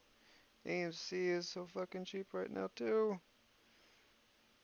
I wish I had more money to buy more. That's what I mean. You get these little like flickers, but then you'll see like, and then dragged right down. Look at this buy wall right here. Look at this fucking shit.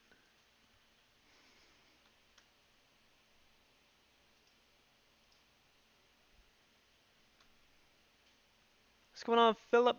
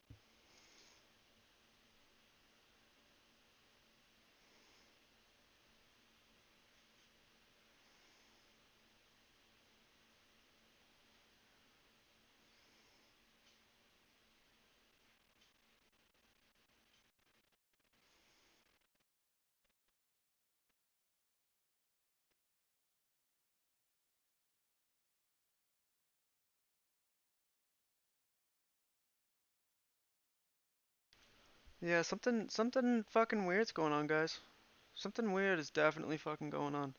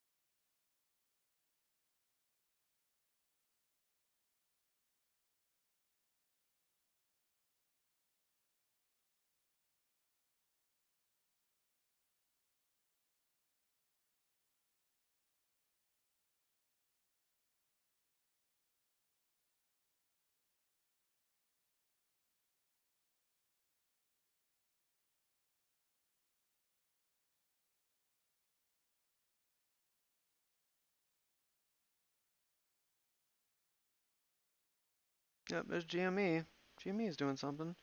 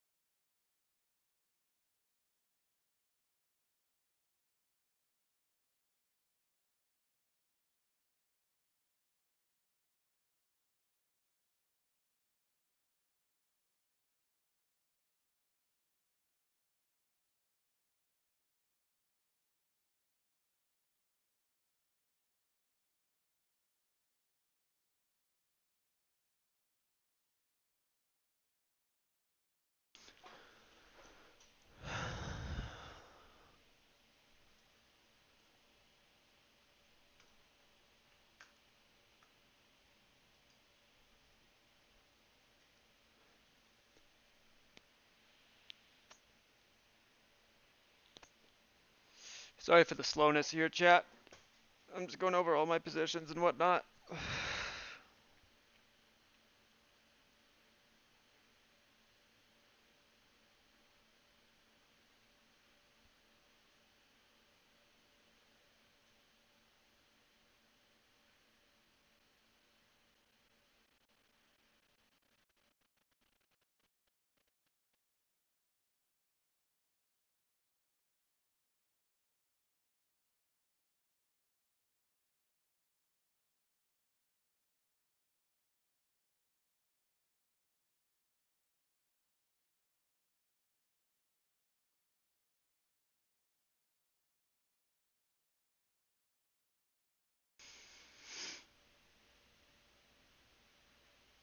Yeah, something weird's going on, man.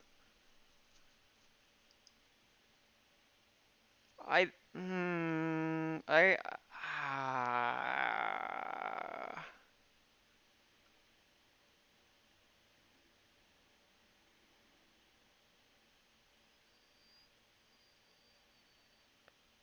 it really feels like this is 002 doing its job, the net capital requirement.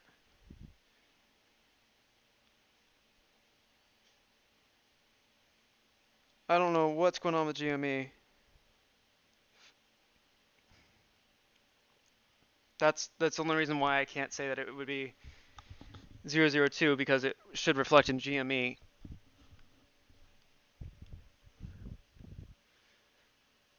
But then again, GME's short positions were hidden in the derivatives chain.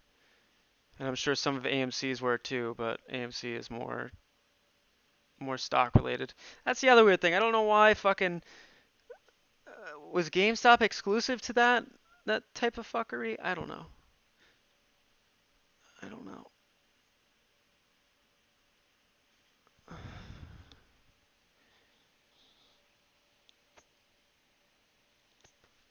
I really fucking wish I had more money to buy shares. This is fucking so unfucking fortunate, man. This is such a fucking steal right now.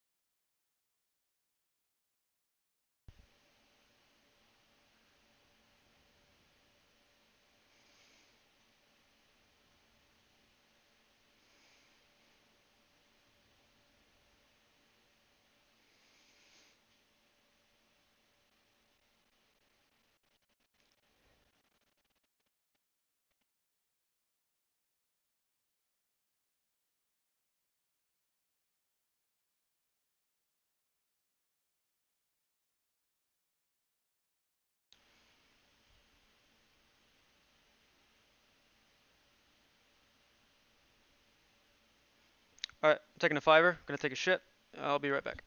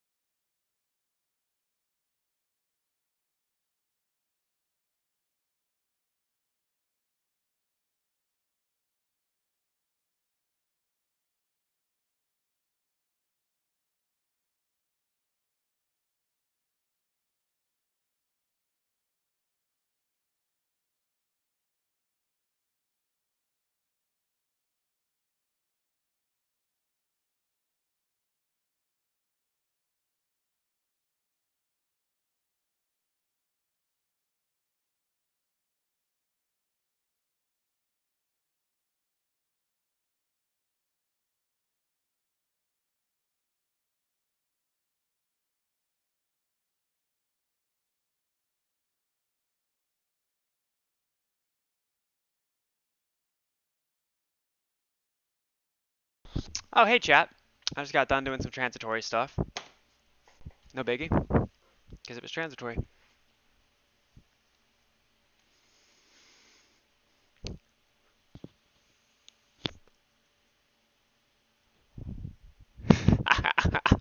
It's a match stream. I'm not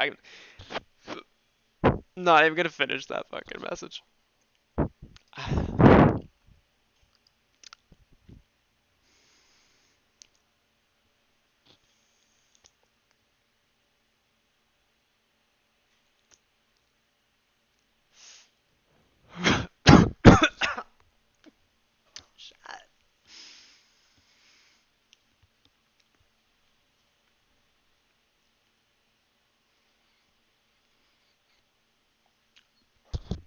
Dude, I would buy so many fucking shares if I had the moolah for it right now. I would do so many fucking things.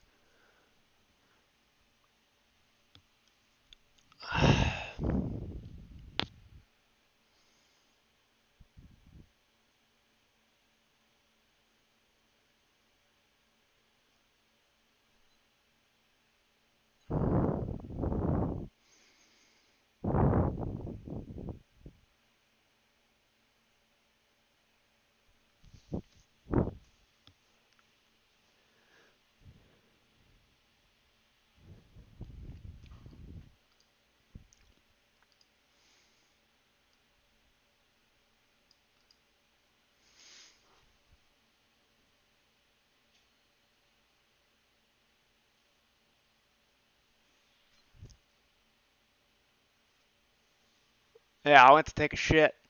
Transitory.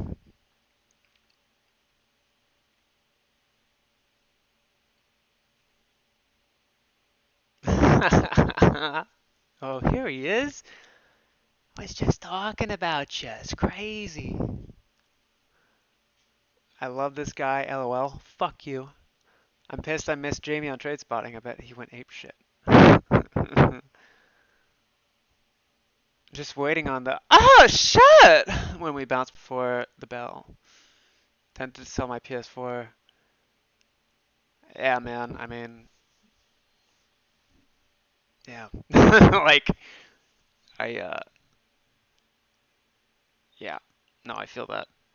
I fucking feel that.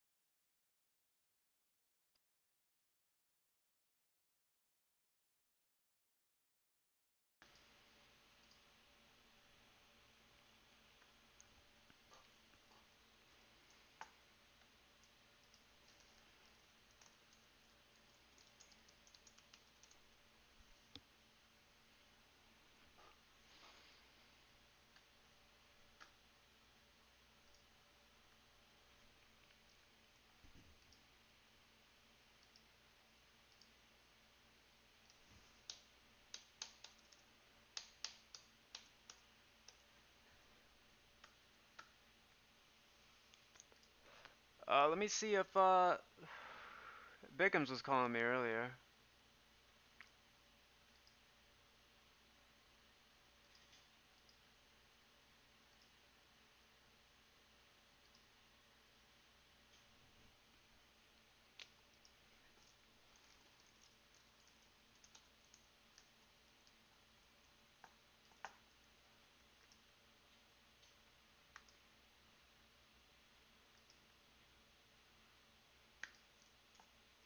Alright. Bigham's basically just told me to go fuck myself. That's great.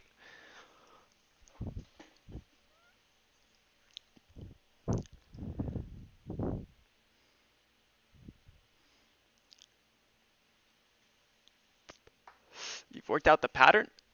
Are you being serious? Hold on, wait. Wait, don't put it in this chat, 'cause then everyone else can see it. I want to take your work, transitory by the way, and make a YouTube video out of it first. So if you can just not disclose this where other people could scalp the DD.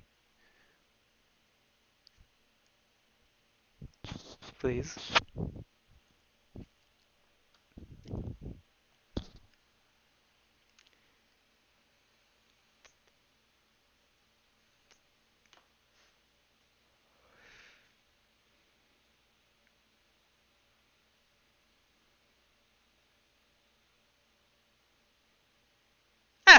I was doing DD2.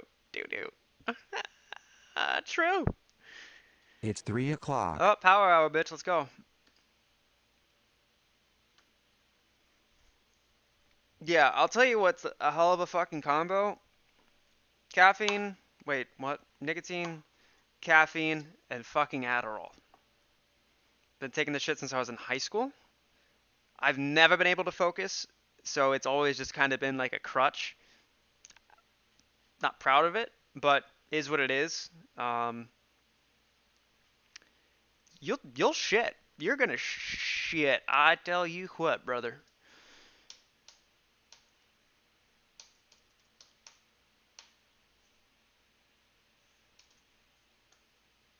Ooh, what you doing? What you doing? What you doing? What you doing? What you doing, motherfucker?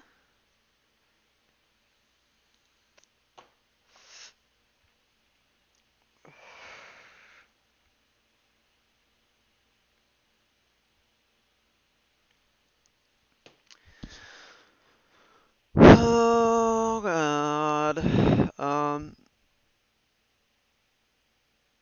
Mida and Ior.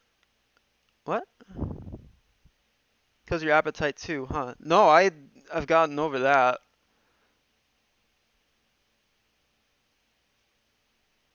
No, I still eat. My eating schedules have always been weird though.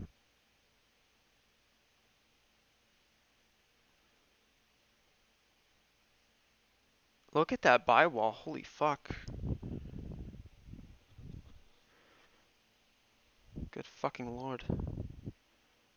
That Will Mead man. He follows no one. It's crazy. Imagine coming on Twitter and being like, I don't care what literally anyone has to say, but everyone needs to hear what I say.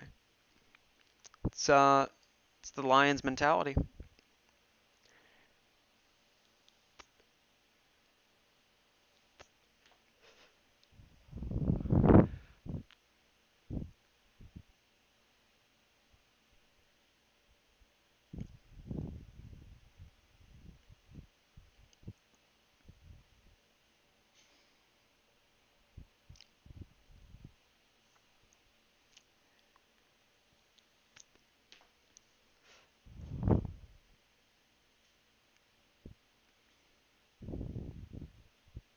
Yeah, we're just mimicking Spy right now, which sucks.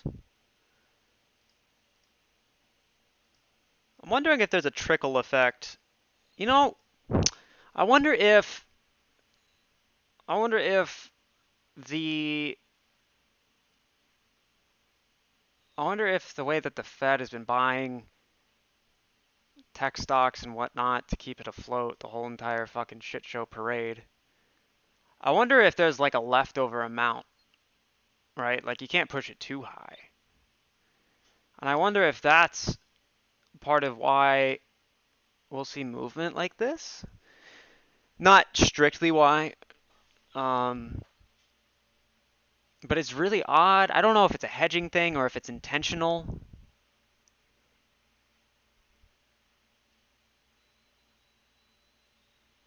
Oh my fucking god. Here we go, SPY.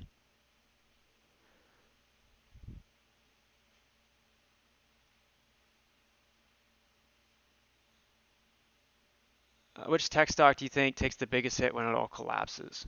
That's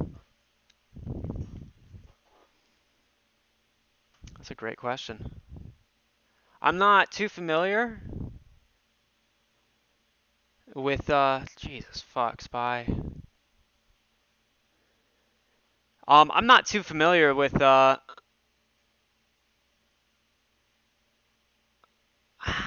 Nvidia has a lot going for them because they're a huge player in the AI world because their GPUs are what are used for modeling and all the other heavy lifting involved with AI. Like they build multi-billion-dollar like number crunching data centers with those GPUs.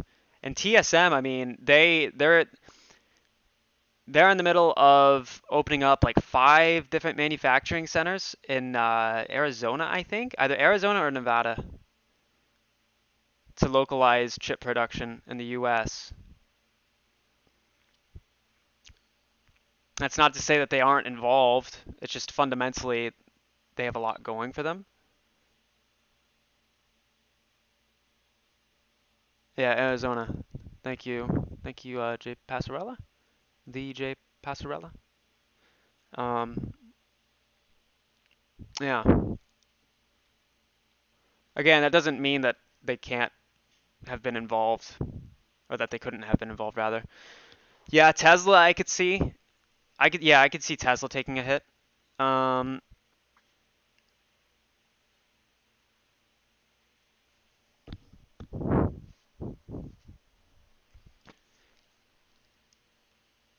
Maybe Apple. Maybe Apple. No, Shopify, even Shopify is solid. Like, Shopify, I wish I got in on Shopify earlier, or just even had got in on Shopify, because back in like 2017, I came across Shopify, and I loved what they were doing, because back then I was 18. I had just turned 18. I was in the middle of developing my own little startup, and my idea revolved around what I had discovered to be Shopify, but aimed for flexibility that Shopify hadn't focused on yet, as far as like if you're a smaller business and whatnot. And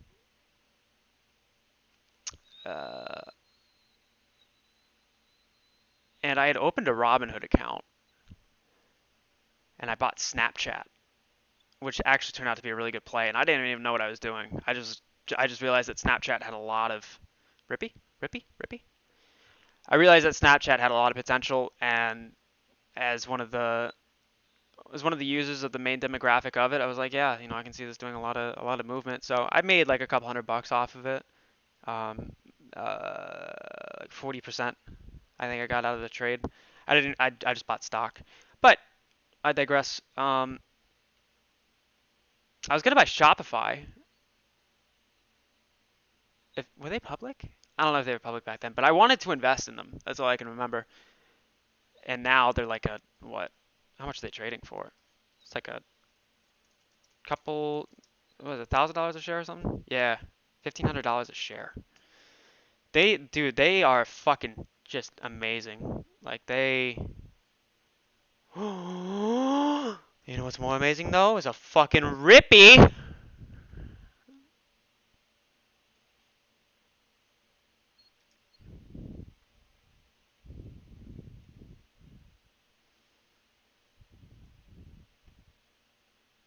I work on Facebook ads. iOS has killed the industry.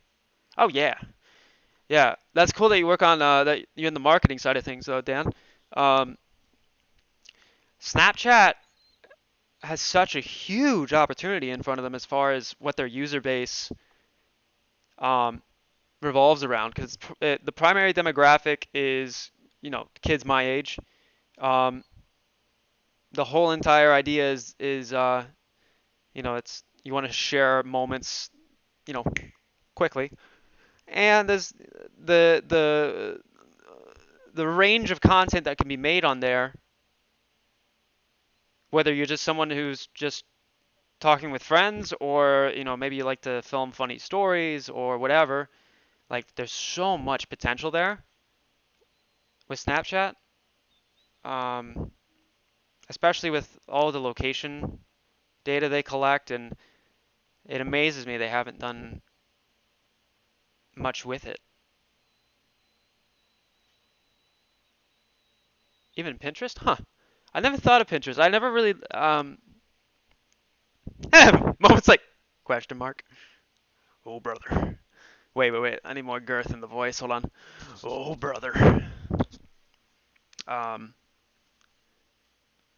Dan, I fucking appreciate you for that, man. I'm gonna if/when I take you up on that. Whoa, what the fuck is the volume on this? What? Why is that spread so tight? What the fuck? Is this normal?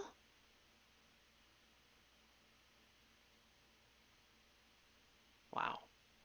But yeah, Dan, I really appreciate that offer, man. I'm still gonna pay you either way, and you can't say no, bitch.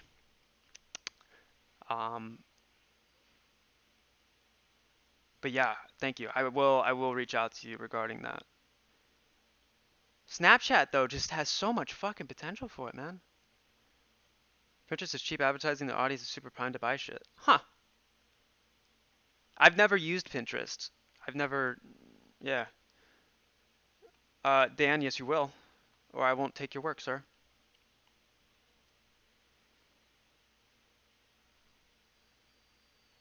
Dan, I will suck your cock right now.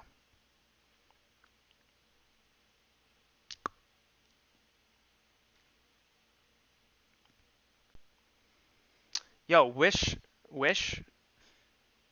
man, they're a part of this, like, set of stocks that are the Class B, the ones that get drained to then go and buy long on fucking big tech.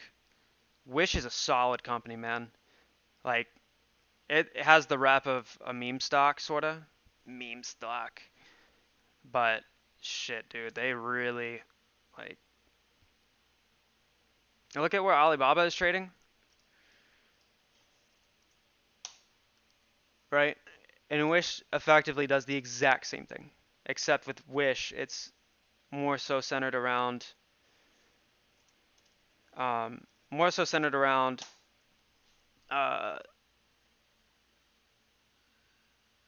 not mass production, but rather, small independent manufacturers and those who just have art or whatever, Yeah, I get super weird fucking ads from them when I scroll on Facebook, but other than that, like, I love what Wish is doing, and they're trading super fucking cheap right now. And they were just at like $15 not even a few weeks ago.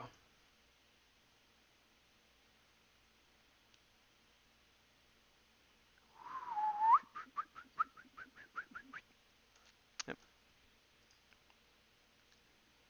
Yeah, drop shipping and shit. Yep. I feel like it's at a bottom too. I might fucking try to buy in.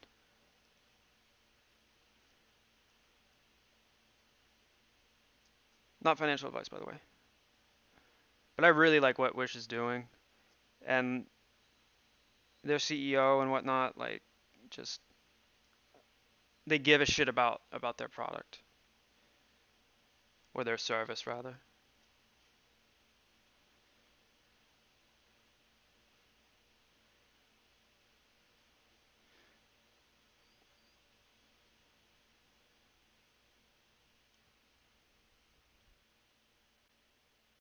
Fuck.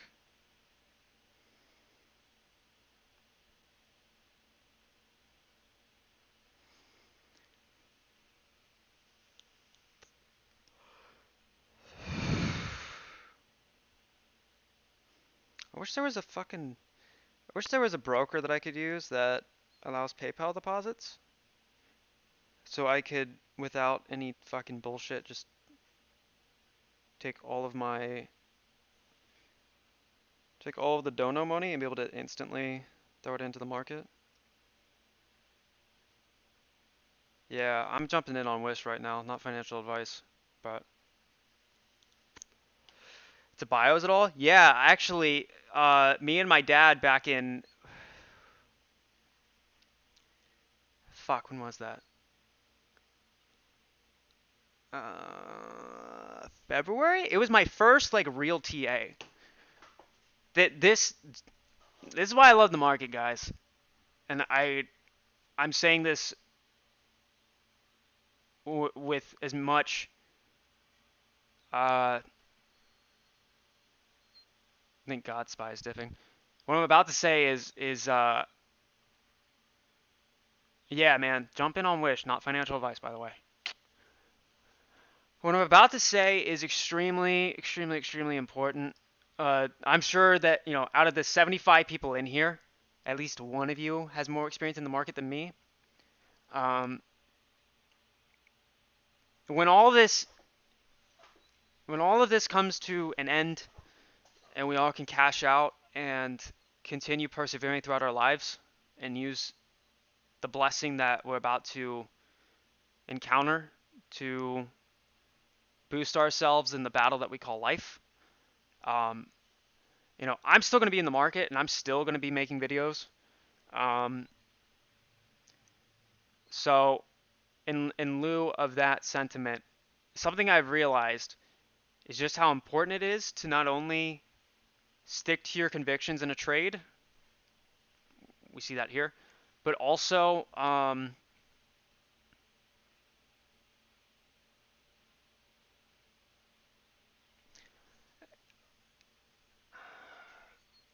trusting your gut. Holy shit. Whoa. We're going to see something like that. This is, ooh. I hate doing TA on SPY because it has the same idea behind AMC and GME, where the money that is either bringing it up or bringing it down is not within the active realms of what truly is happening. In English, sorry. The money that's being thrown at SPY seemingly does not have anything to do with reality. Just like how the money being drained from AMC does not have anything to do with reality. But holy shit. I'm gonna do some just quick supports and resistances real quick. This is gonna be interesting. So my first TA was on a company called BioNTech. I think they're trading for like $200 or $300 a share now. My dad had came across them a couple of years ago, or not a couple of years ago, not even a couple months ago. But BioNTech, BNTX, partnered up with Pfizer back when COVID hit, and God fucking damn it. And they were kind of like the quiet side of the partnership, where, you know, Pfizer, you know, everybody, most people in the States and whatnot are aware of the name Pfizer. But people aren't too familiar with BioNTech, and BioNTech was kind of like the biggest player on the development side of the vaccine that was produced. BioNTech,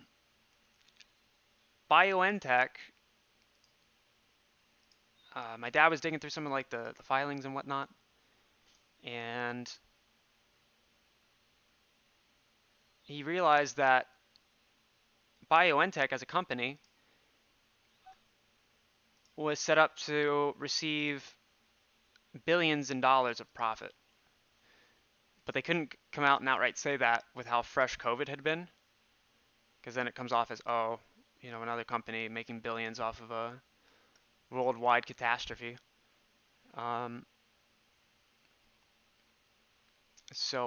Anywho, he asked me to do the line thing on the charts, and I'm like, I'm not too good at that. And he's like, no, go ahead, just see what you can come up with, and I'm gonna see if I can find it.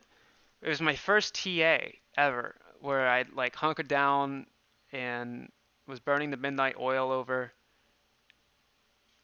and I was fucking right. And so me and my pops had loaded up on calls, but we were off by 1 week.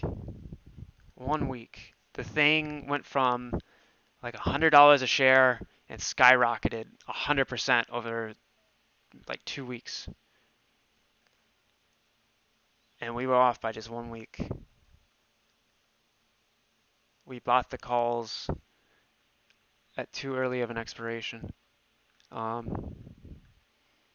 But like that's what this comes down to is, you know, had we spent a little bit more money on the premium, we would have been golden. But you know, shit happens, and it was a learning experience. But I realized that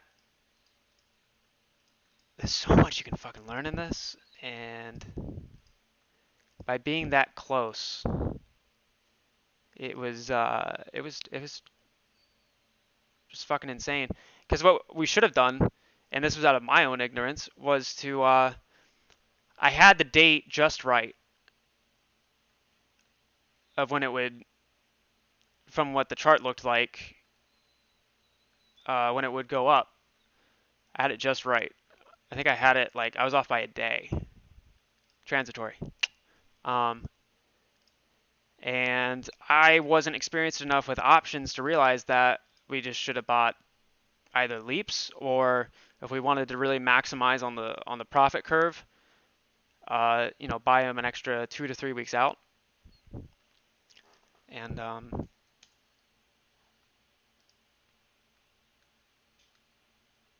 it was just crazy. It's just fucking crazy. I love that about the market. It's like a research project, right? Or a fucking book report. And then, you know, if you do your research and you piece everything together just right, you can make a lot of money. You can make a lot of fucking money.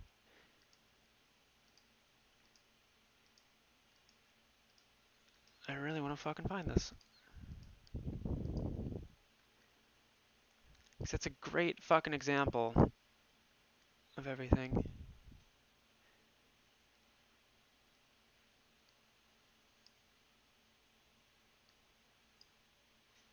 I wonder if I can do this without exposing any fucking personal information. That'd be nice. That'd be super neat. Can you see this okay? Let me see if I can. This is back in March. Can I just open this? Yeah, thank God.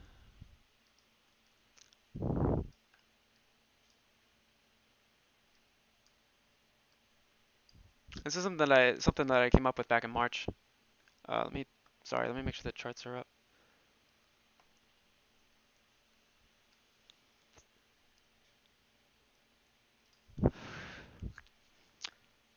Yeah, so this was the GME chart. Yeah, I had figured out volume profiles. This was like super early on. I was just starting to understand what I was doing. You can see a lot of naivetes, whatever the fuck that word is. You know, I figured out what cyclical lines were. The pattern of fours, funny enough, which I had called the pattern of threes, but really it's the pattern of fours. We have 1, 2, 3, 4, 1, 2, 3, and then not shortly after, this was what, March 22nd?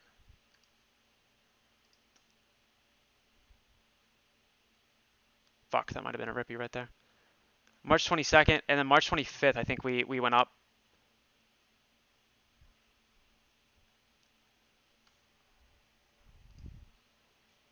Yeah, yeah. Oh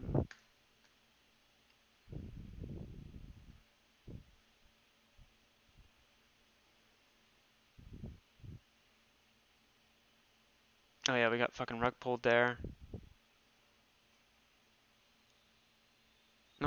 mind. But it was just fucking neat that I was starting to be able to articulate everything and put the pieces together.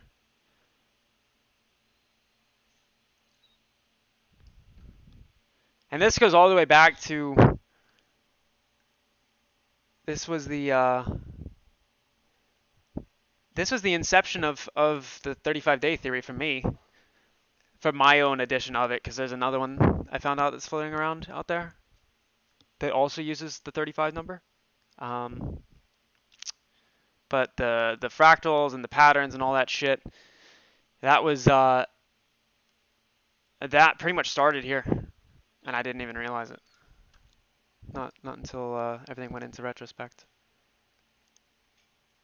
I also, there's been a lot of talks of how the squeezes are gonna look like that of Tesla.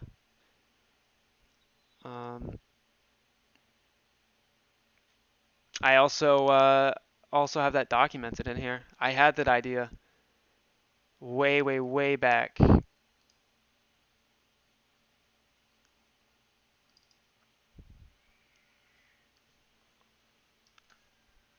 And like the anatomy of it all.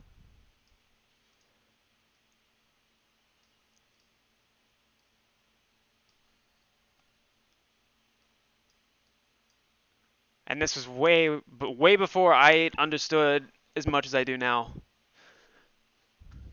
But like wedge, 3, and then the fourth is the expansion.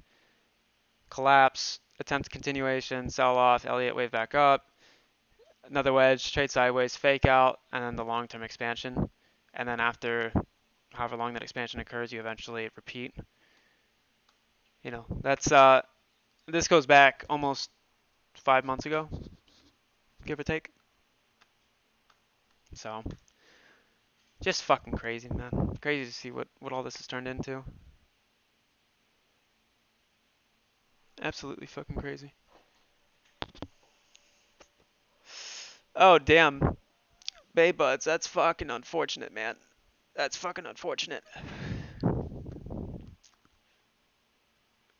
It's hard to find the discipline next, because the only way to find discipline of like how to navigate a winning trade, like it's one thing with a losing trade, because you typically have more losers than winners, and the goal is to over time, unfuck that distribution. But you'll quickly learn how to navigate throughout losses. But with winners, it's extremely difficult, because the only way you can learn how to navigate through winners is by having winners. And my dad always taught me, depending on one, your risk aversion, and two, are we getting lower lows on SPY?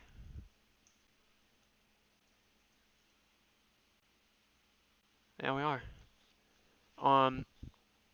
My dad taught me, typically you want to take out, he says at least a half, but, take out half of your profits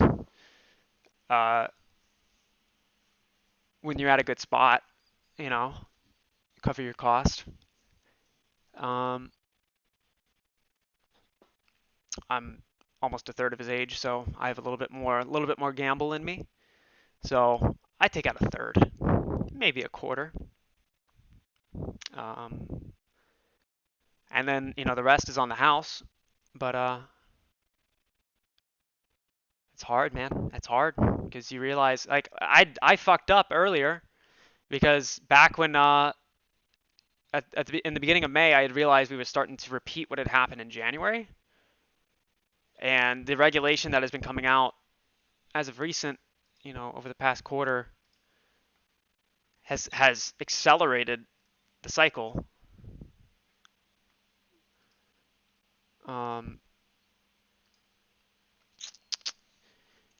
And so I think we were at like $10 in the beginning of May, and I realized that this looks very, very, very similar to what had happened in January. And I put a lot on the line. I was selling a bunch of shit. I was about to take up a deal with a loan shark, to get some dough. And Oh, algo switch, by the way. This teal dotted line is a quarter of the trading day, which is normally when you see algos transition. And fucking yeah, I put like everything I had on the line, and not financial advice, and I'm not trying to whoa, what the fuck? Thank God SPY is dipping. Not trying to toot my own horn or come off as a guru, but I was able to turn, a couple grand into a lot more than that. And right when we were around like $45, I think, I pulled out the majority of it, and I was gonna let it sit, and instead I was an idiot and threw it all back in, and then that's when we bled off. Fucking life-changing money lost to theta. Alright? So I learned that lesson really hard.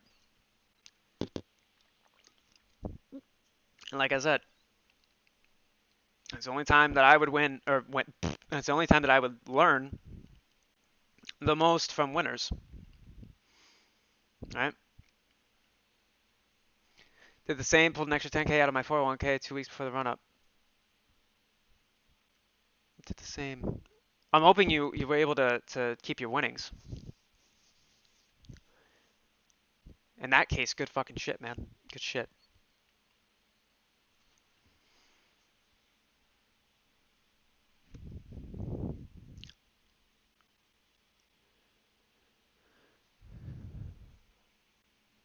Like it's fucking humbling when especially at my age, I could be fucking 70 and I would still be humbled. Man, IWM is just fucking shitting itself too. I guess everything's shitting itself because of SPY.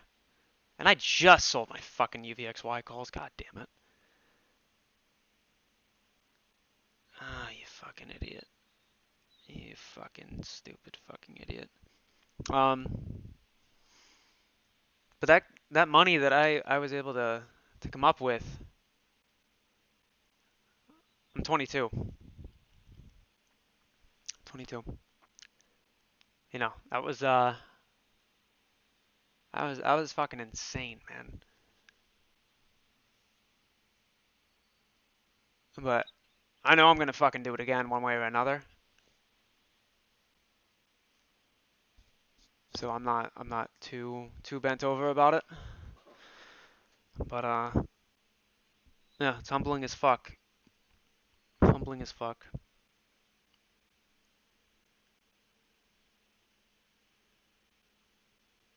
I guess it's not too late to get back in. Motherfucker. Not financial advice, but if you really want to capitalize on SPY shitting itself, calls on UVXY or calls on SQQQ are really good.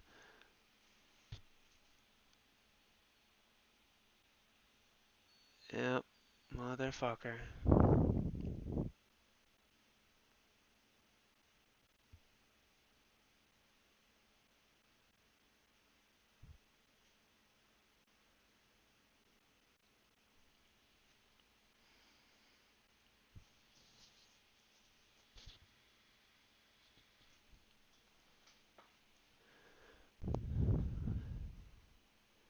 Pull out trailing, got all emotional, bought back in, lost close. Jesus fuck, man.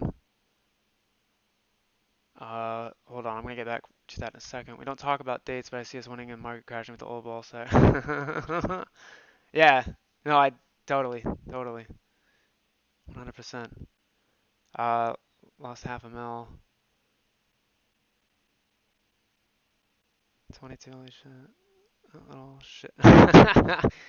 Glad I found you, bro. You teach us every day. I try my best. I appreciate it.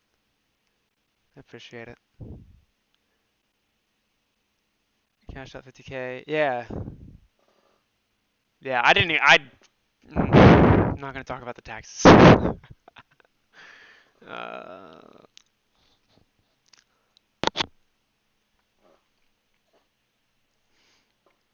Born to lose, live to win. Ace of spades, baby. Speaking of.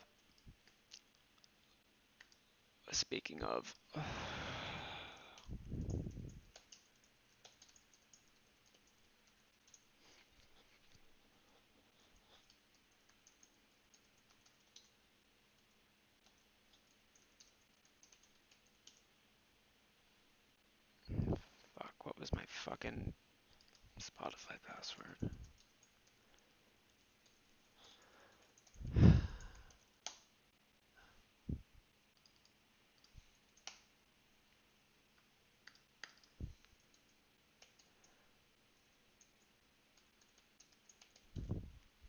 I forget. God damn it. Yeah, I need to lower my frame rate on the stream. I forget. I want to butcher the quote. But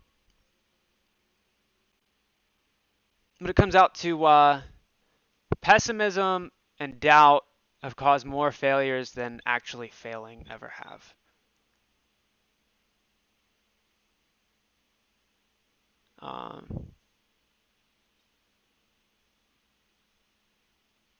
And yes, it is not real until you cash out. 110%. I had 50 grand that I pulled out sitting in my account on Webull, and then I was gonna withdraw it to my account, my actual bank account, and then I realized that, and I don't know if this is intentional or not. I don't know if this is a strategy by them, but no, it's not. Never mind. It's not. But they have to wait for the trade to settle. So it took 2 days, and so me being me, I realized that I had $50,000 sitting, and sometimes the best position to put your cash into is no position at all. If there's no trade, you will, by default, be in a better position by letting your money sit than to jump in on a trade that's going to lose. Also, a big lesson that I learned.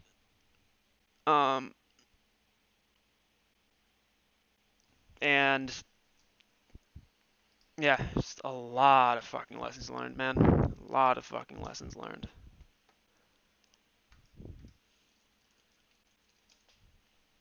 A lot of lessons learned.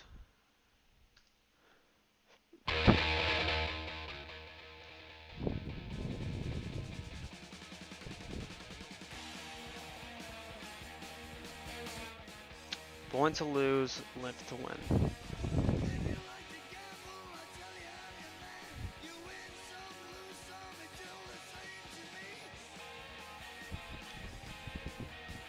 Damn, they sold out at 4. You just started fun like no.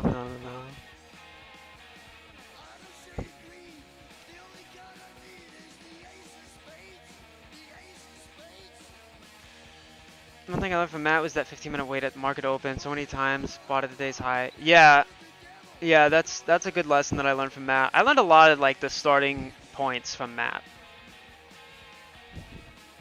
I'll give him shit and just poke fun, but I never mean for any ill intent towards the guy, unless he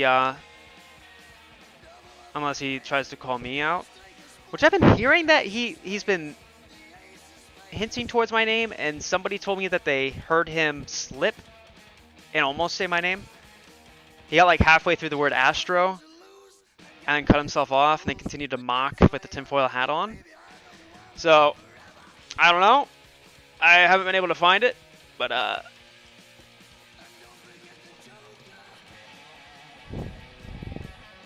yeah. So I don't know. If that's how it wants to be played, great. But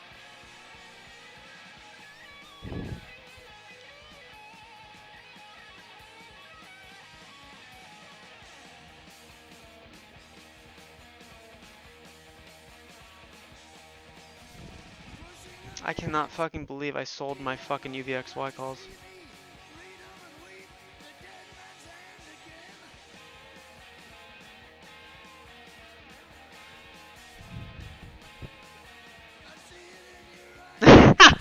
I put them upside down. I thought about it. I was going to, but upside downs are for very special occasions. Oh, you know what's a fucking killer guitar solo? Hold on. God bless you, Lemmy.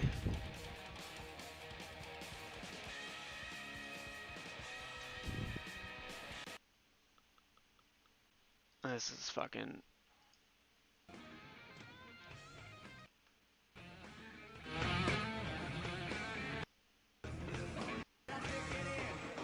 Fucking Axl Rose. It takes one high note that you push a little too far to really ruin the show, wearing white briefs like that. This fucking solo though.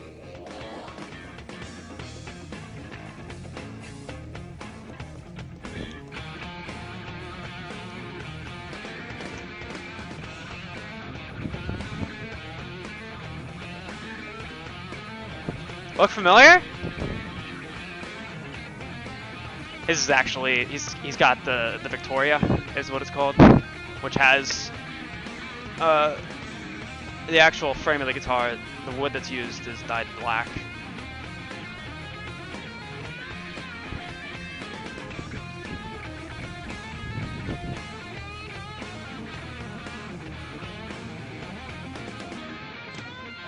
I super chatted him one time to get him to speak to me. I would love to talk to him. Like, I'll be civil about it. But, you know, he does whine a lot, yeah.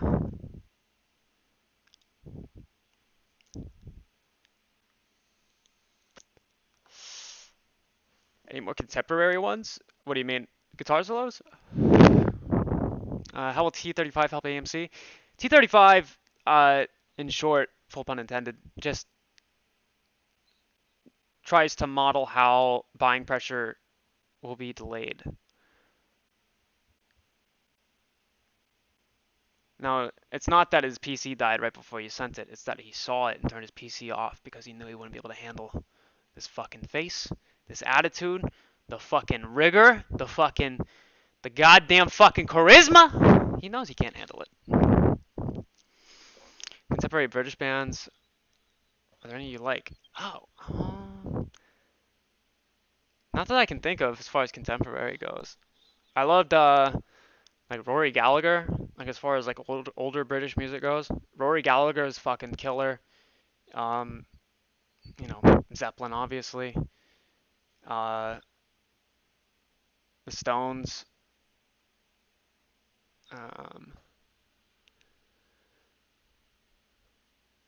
The UK Subs, those guys are more of a punk band, but they were fucking killer.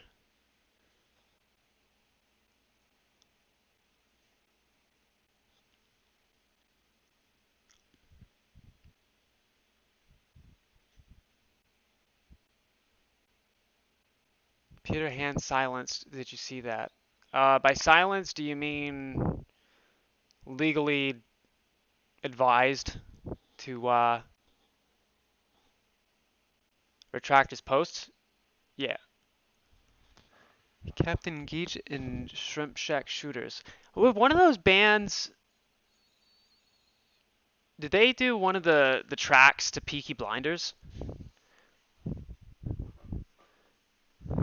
Red right, yeah, red right hand.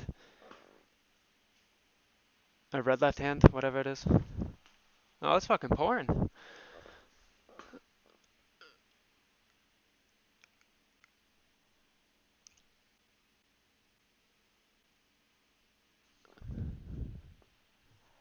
Oh, Arctic Monkeys, they're good.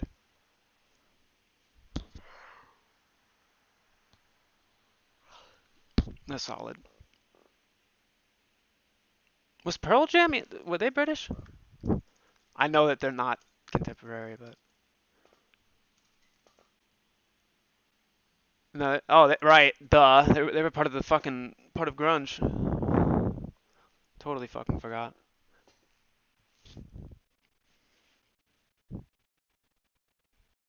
Oh yeah, I'm a millennial. Yeah. I mean, don't get me wrong, I have a Stones tattoo on my arm, but Dead Meadow and Black Angels if you like Psych. Yeah. Eh. All of the shit that I listen to, I'm gonna dig through my playlist real quick. My daily playlist. If I can remember my fucking goddamn login. I had to change my password because I found out that one of my exes was using my fucking Spotify account. Okay, thank God.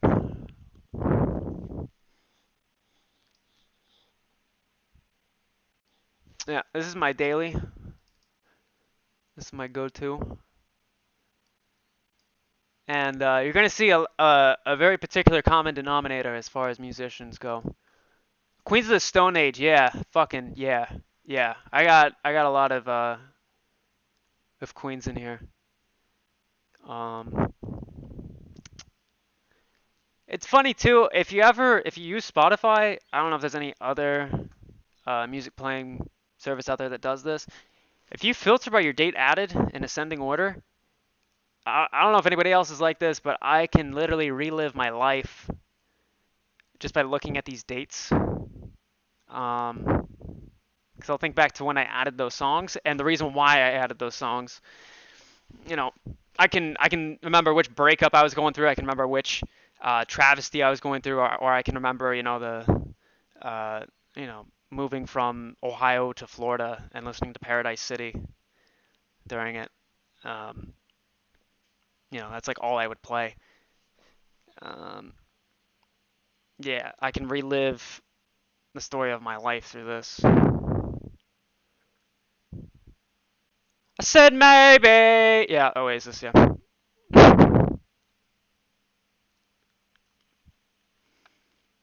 Yeah, Dan, same.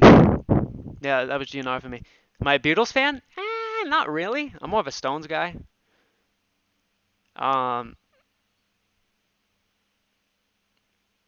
Yeah. The Beatles are great, don't get me wrong, but it was just more the Stones. Malmsteen. Ah, fuck. I know a few numbers by them. Judas Priest, yeah, I got some Judas Priest in here.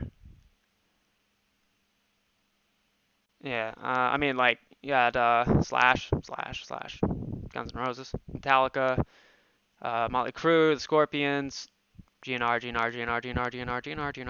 The Stones, Greta Van Fleet, Zeppelin, SIV, Velvet Revolver, Hendrix, AC/DC, Clapton, Nugent, more Stones, more Zeppelin, more Stones, some Rage Against the Machine. Here's Queens right here. More Queens. This is just a killer riff. I'm sorry, wait, no, this isn't it. Feet Don't Fail Me Now has such a fucking killer riff. Gotcha, I was curious. Music back then is so much. Yeah, I know, man. I know. I tell my dad all the time, I'm like, Pops, I wish I had fucking. One, I wish I grew up in your generation with you, because you and I would be best fucking friends. I mean, we're still best friends now, but in the sense of being at the same age. But also because of the fact that that would have been like just fucking perfect. Might be seeing a gap fill here. Back up, possibly. Early Sabbath, yeah, I got Sabbath in here as well. Yeah. Kings of Leon, yeah, they're good. Muse, yeah, I got a lot of Muse in here. Yeah. I remember in 2007 when Guitar Hero 3 came out, which is one of the big things that got me into guitar. Guitar Hero 3 had Knights of Sidonia. And when I heard that, man, like that was just instant. I was like, Jesus Christ, I just love rock and roll. It's like if Zeppelin if like the progressive side of Zeppelin and Pink Floyd's, no, the instrumentation of Zeppelin, but with the progression style of Pink Floyd, had a baby, and then with like modern recording and musical technology. That's what Muse kind of reminds me of.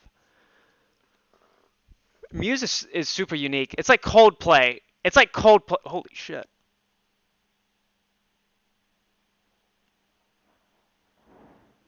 It's like if Coldplay had a rock and roll side. The Who, yeah. System of a Down, yep.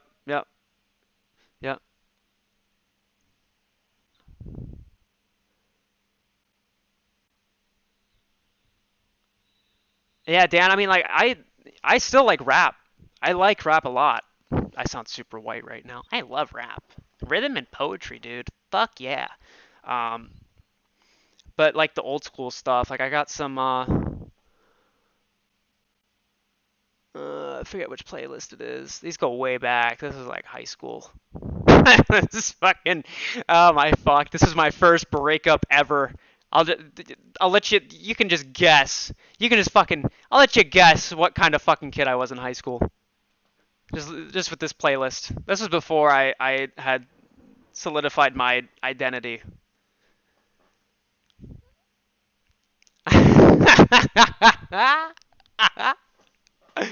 This is actually a fucking solid song.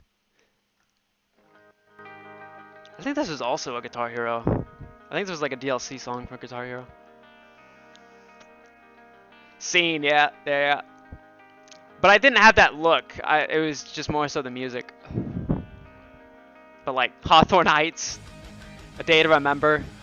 I'm pretty sure I even had some Taking Back Sunday in here somewhere.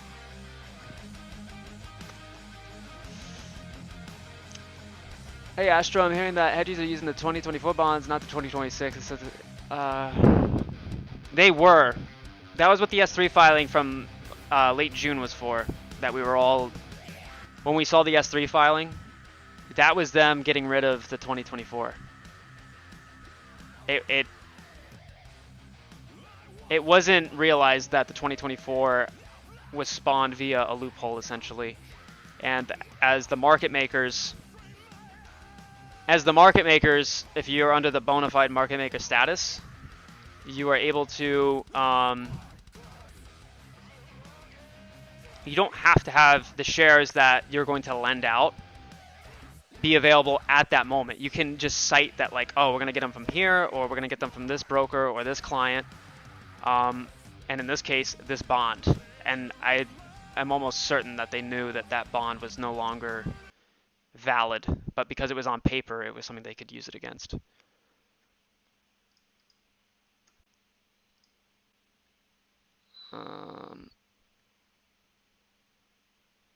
It was lit, fam? What year was this? Oh god. You fucking degenerate. Oh, Rise Against. Solid. Fucking solid.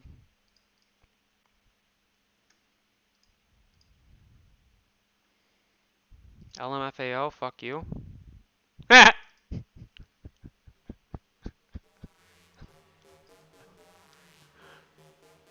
Oh, this was only a couple months ago.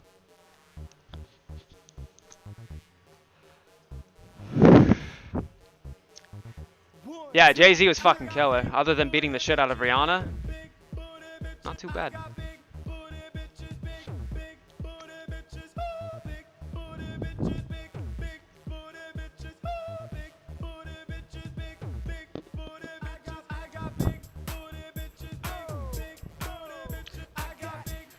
Can I rent out an AMC theater just for music premieres? That was Chris Brown. Oh.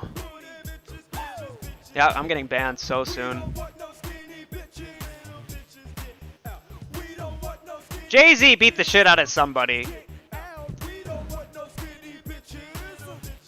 Who did Jay-Z beat the shit out of? Jay-Z Domestic violence.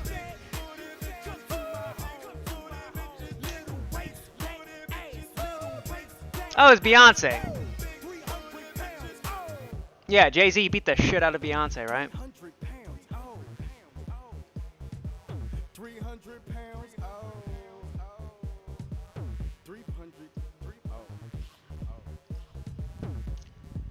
I can't tell you who Jay-Z beat the shit out of, but I can tell you the exact fucking year that Axl Rose incited a riot in St. Louis and caused multiple of millions of dollars in damages to a brand new amphitheater the city had built. It was during Rocket Queen.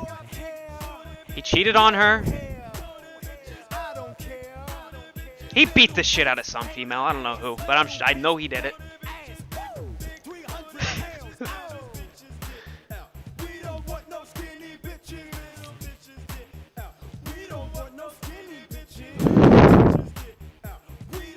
Yeah, and Chris Brown beat the shit out of some female too. Alright, chat, let's take bets on when I get banned from this fucking platform.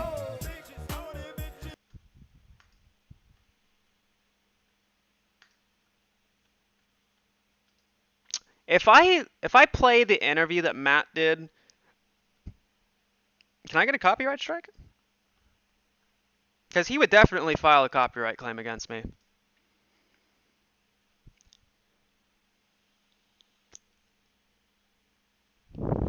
Oh, I forgot, I bought water bottles. Instead of drinking copious amounts of carbonated carcinogens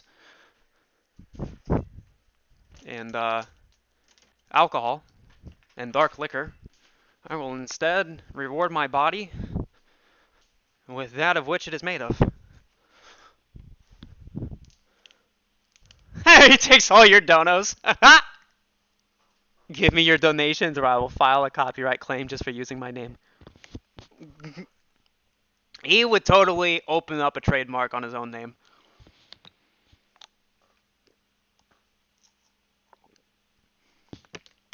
He'd be like the fine bros of birth certificates.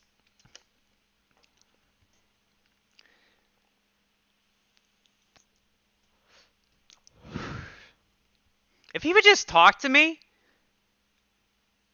I think he would laugh at this kind of shit. But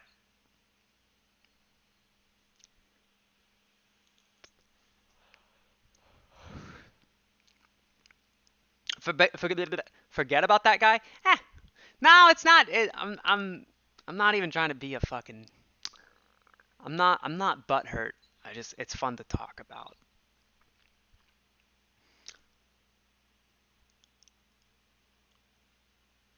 Yeah, I don't know. But again, there were some pretty avid supporters of the Fine Bros, and then after people realized that they were trying to legally take over the notion of reaction videos, even those followers were like, fuck you. What's your hope for the end of the week now? Anything changed? Nope. Nope.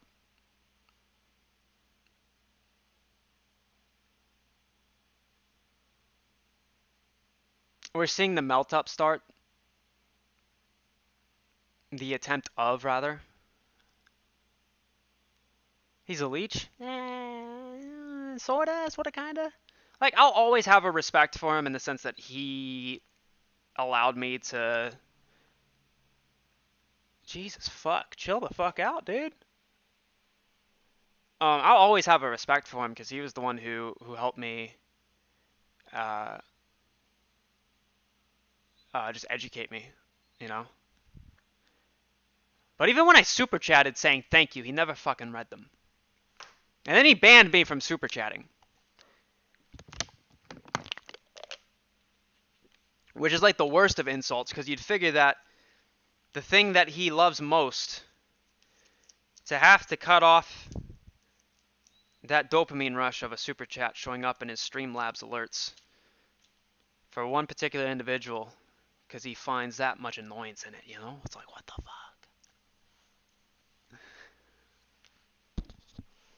Can you elaborate on melt up? Just instead of constantly bleeding down, you'd be constantly bleeding up. Like pre-market, we're seeing a lot of melting up, where it's just constant upward movement, because those that sold short are now buying back continuously, but in a very controlled manner. I understand, but he turned into something I personally don't like. Yeah, it's weird, because I know what he's going through as far as that change in identity, so to speak. Because I've been watching him since pretty much Matt Stratz, those days. And again, like I can remember being back, getting my first like actual tech job, and having to go from just constantly headphones on, staring at a command line all day and a code editor, and all I did was just show up, do my thing, and any social interactions were definitely a little like didn't feel too good about them. It wasn't something I looked forward to exactly. I just enjoyed cranking GNR and just grinding out code. And then eventually I realized that I liked talking with people and getting to know one another, and I had an identity shift that made me more extroverted. It's 4 o'clock. And I think that's what he's going through in a way. I'm pretty sure he's like fucking like 5 years older than me, but I mean, there's definitely, I don't know. I don't want to dive too far into it. I don't know the guy, so it's unfair of me to say anything on his behalf. But I don't know.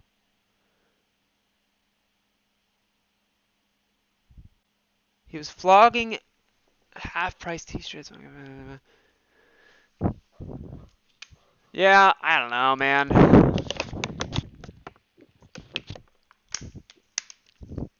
Someone just said that Dan said, yeah, he's a textbook streamer. He's almost gamer-esque in his style. Yeah. Yeah. And then he does, I jumped in like yesterday when I wasn't streaming and just listened, and he was talking about how he hates the the clickbaitiness and how it's just constant misinformation that's being spread around and conspiracy theories. And then like his most recent video that came out within an hour after that was, he's probably still got the fucking title. He's probably still got it up the way that he published it. Watch me get a fucking copyright strike for this fucking shit. He used my thumbnail. And he didn't give me his donations. Yeah, AMC bought it $5,125 a share. With this thumbnail? Real price? Question mark? Why does it have to be a question?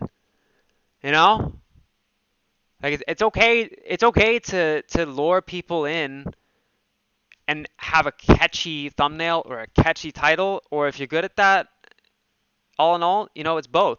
But this shit, and then to turn around and be like, well, I don't like the conspiratorial speak and the clickbaitiness, and like, here, let me show you what my fucking thumbnails look like and what my titles look like. It's fucking getting gnarly out there.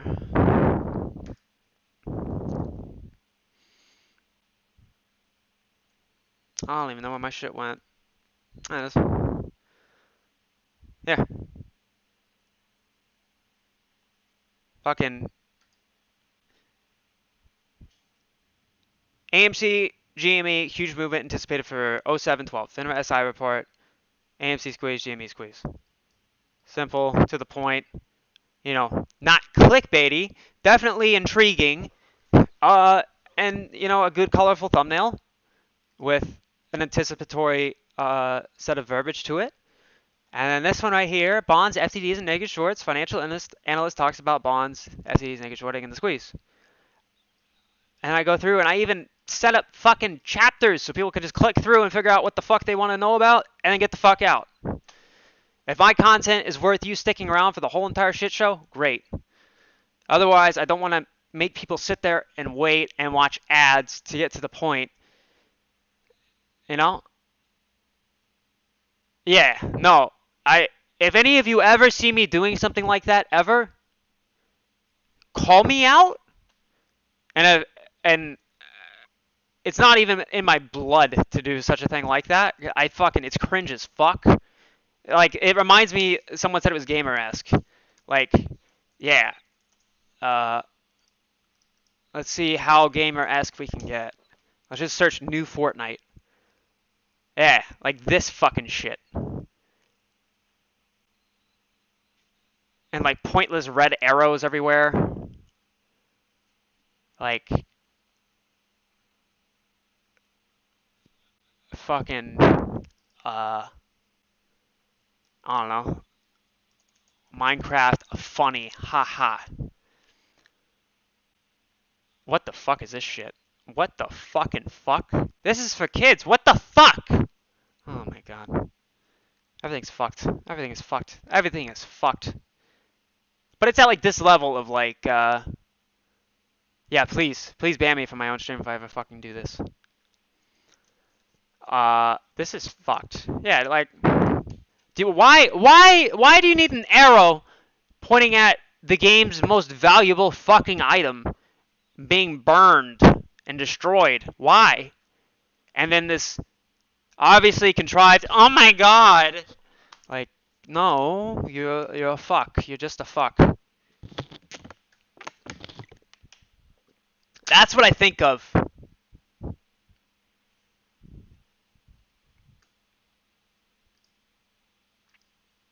I don't know.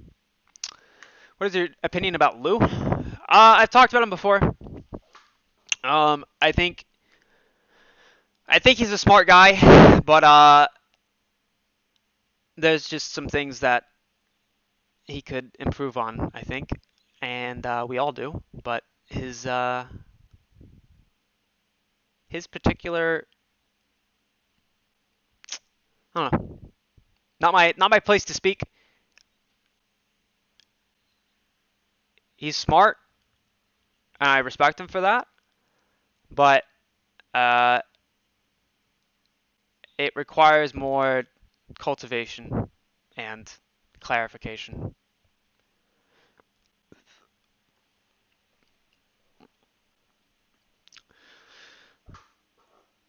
This channel is all about taking money from small apes. Whose channel is about that? Oh, Will, later, man. Thank you so much for stopping by, man. I really, really appreciate having you around. Especially, like, all day. I wouldn't waste your time talking about Matt. You're both on two different ends of the same line. Yeah. I would like to be the one to remove that distance, so to speak. It's okay to have a little bit of chaos in this whole thing, right? I'm one of the chaotic figures. I'm a chaotic good, I think is why I fall in that matrix. For some reason. I'll see you later, Jamie. Thank you so much, man. Thank you so much for coming by.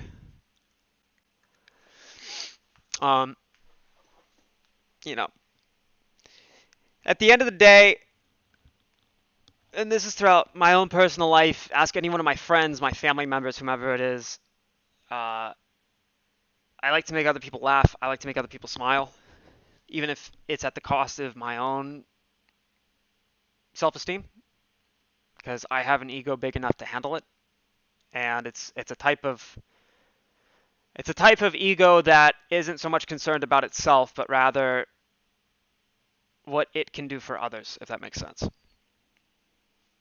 So I use my eccentricism to help inform and educate as much as I can, and also to try to help people out, you know, during the down days, whether it's a down day in the market or just a down day in their life, you know.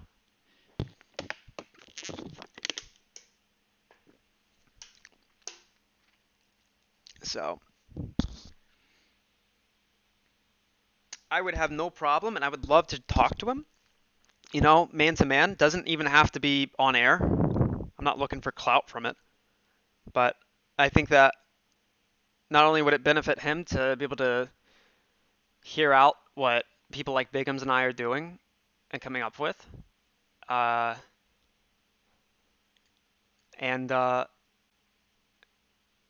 ultimately, as him being kind of like one of the biggest faces of this whole thing, if he's able to help educate on what Bigums and I are doing and others in this whole entire endeavor, I think that the more awareness that's brought to it, you know, not only are more people aware of it, but now more people can help research into it, and it benefits everybody. I don't care if it's live or not, you know. And I've talked to the guy before. We've been in spaces together on Twitter, and I've been extremely upfront, and the silly moniker that I'll adapt sometimes for public appearances just goes away, and I just do my thing. And I talked to him, and I'm like, hey, is this possible? What do you think? I don't know. I don't know. Not my chair, not my problem. I'm gonna head out of here. I am fucking drained. It's been a long motherfucking day, and I got more work I have to do. So I appreciate every single fucking one of you. Thank you all so much for coming out, all the support, the fucking donos that I don't deserve, the likes, the comments, the everything. You guys fucking mean the world to me. Thank you. I love and respect each and every one of you. So I'm gonna get out of here. Yeah, you guys mean the fucking world to me. Thank you so much. Dan, Spyros, Joe, Diego, Harrison, Dan, Cody, John, AMC Collector, Joseph. Who, me? Yes, you, motherfucker. Kongi, Jamie, motherfucking Grip Grain. All you guys, thank you so much. I love you guys. Please be safe. I'll see y'all tomorrow. And best of luck in the markets.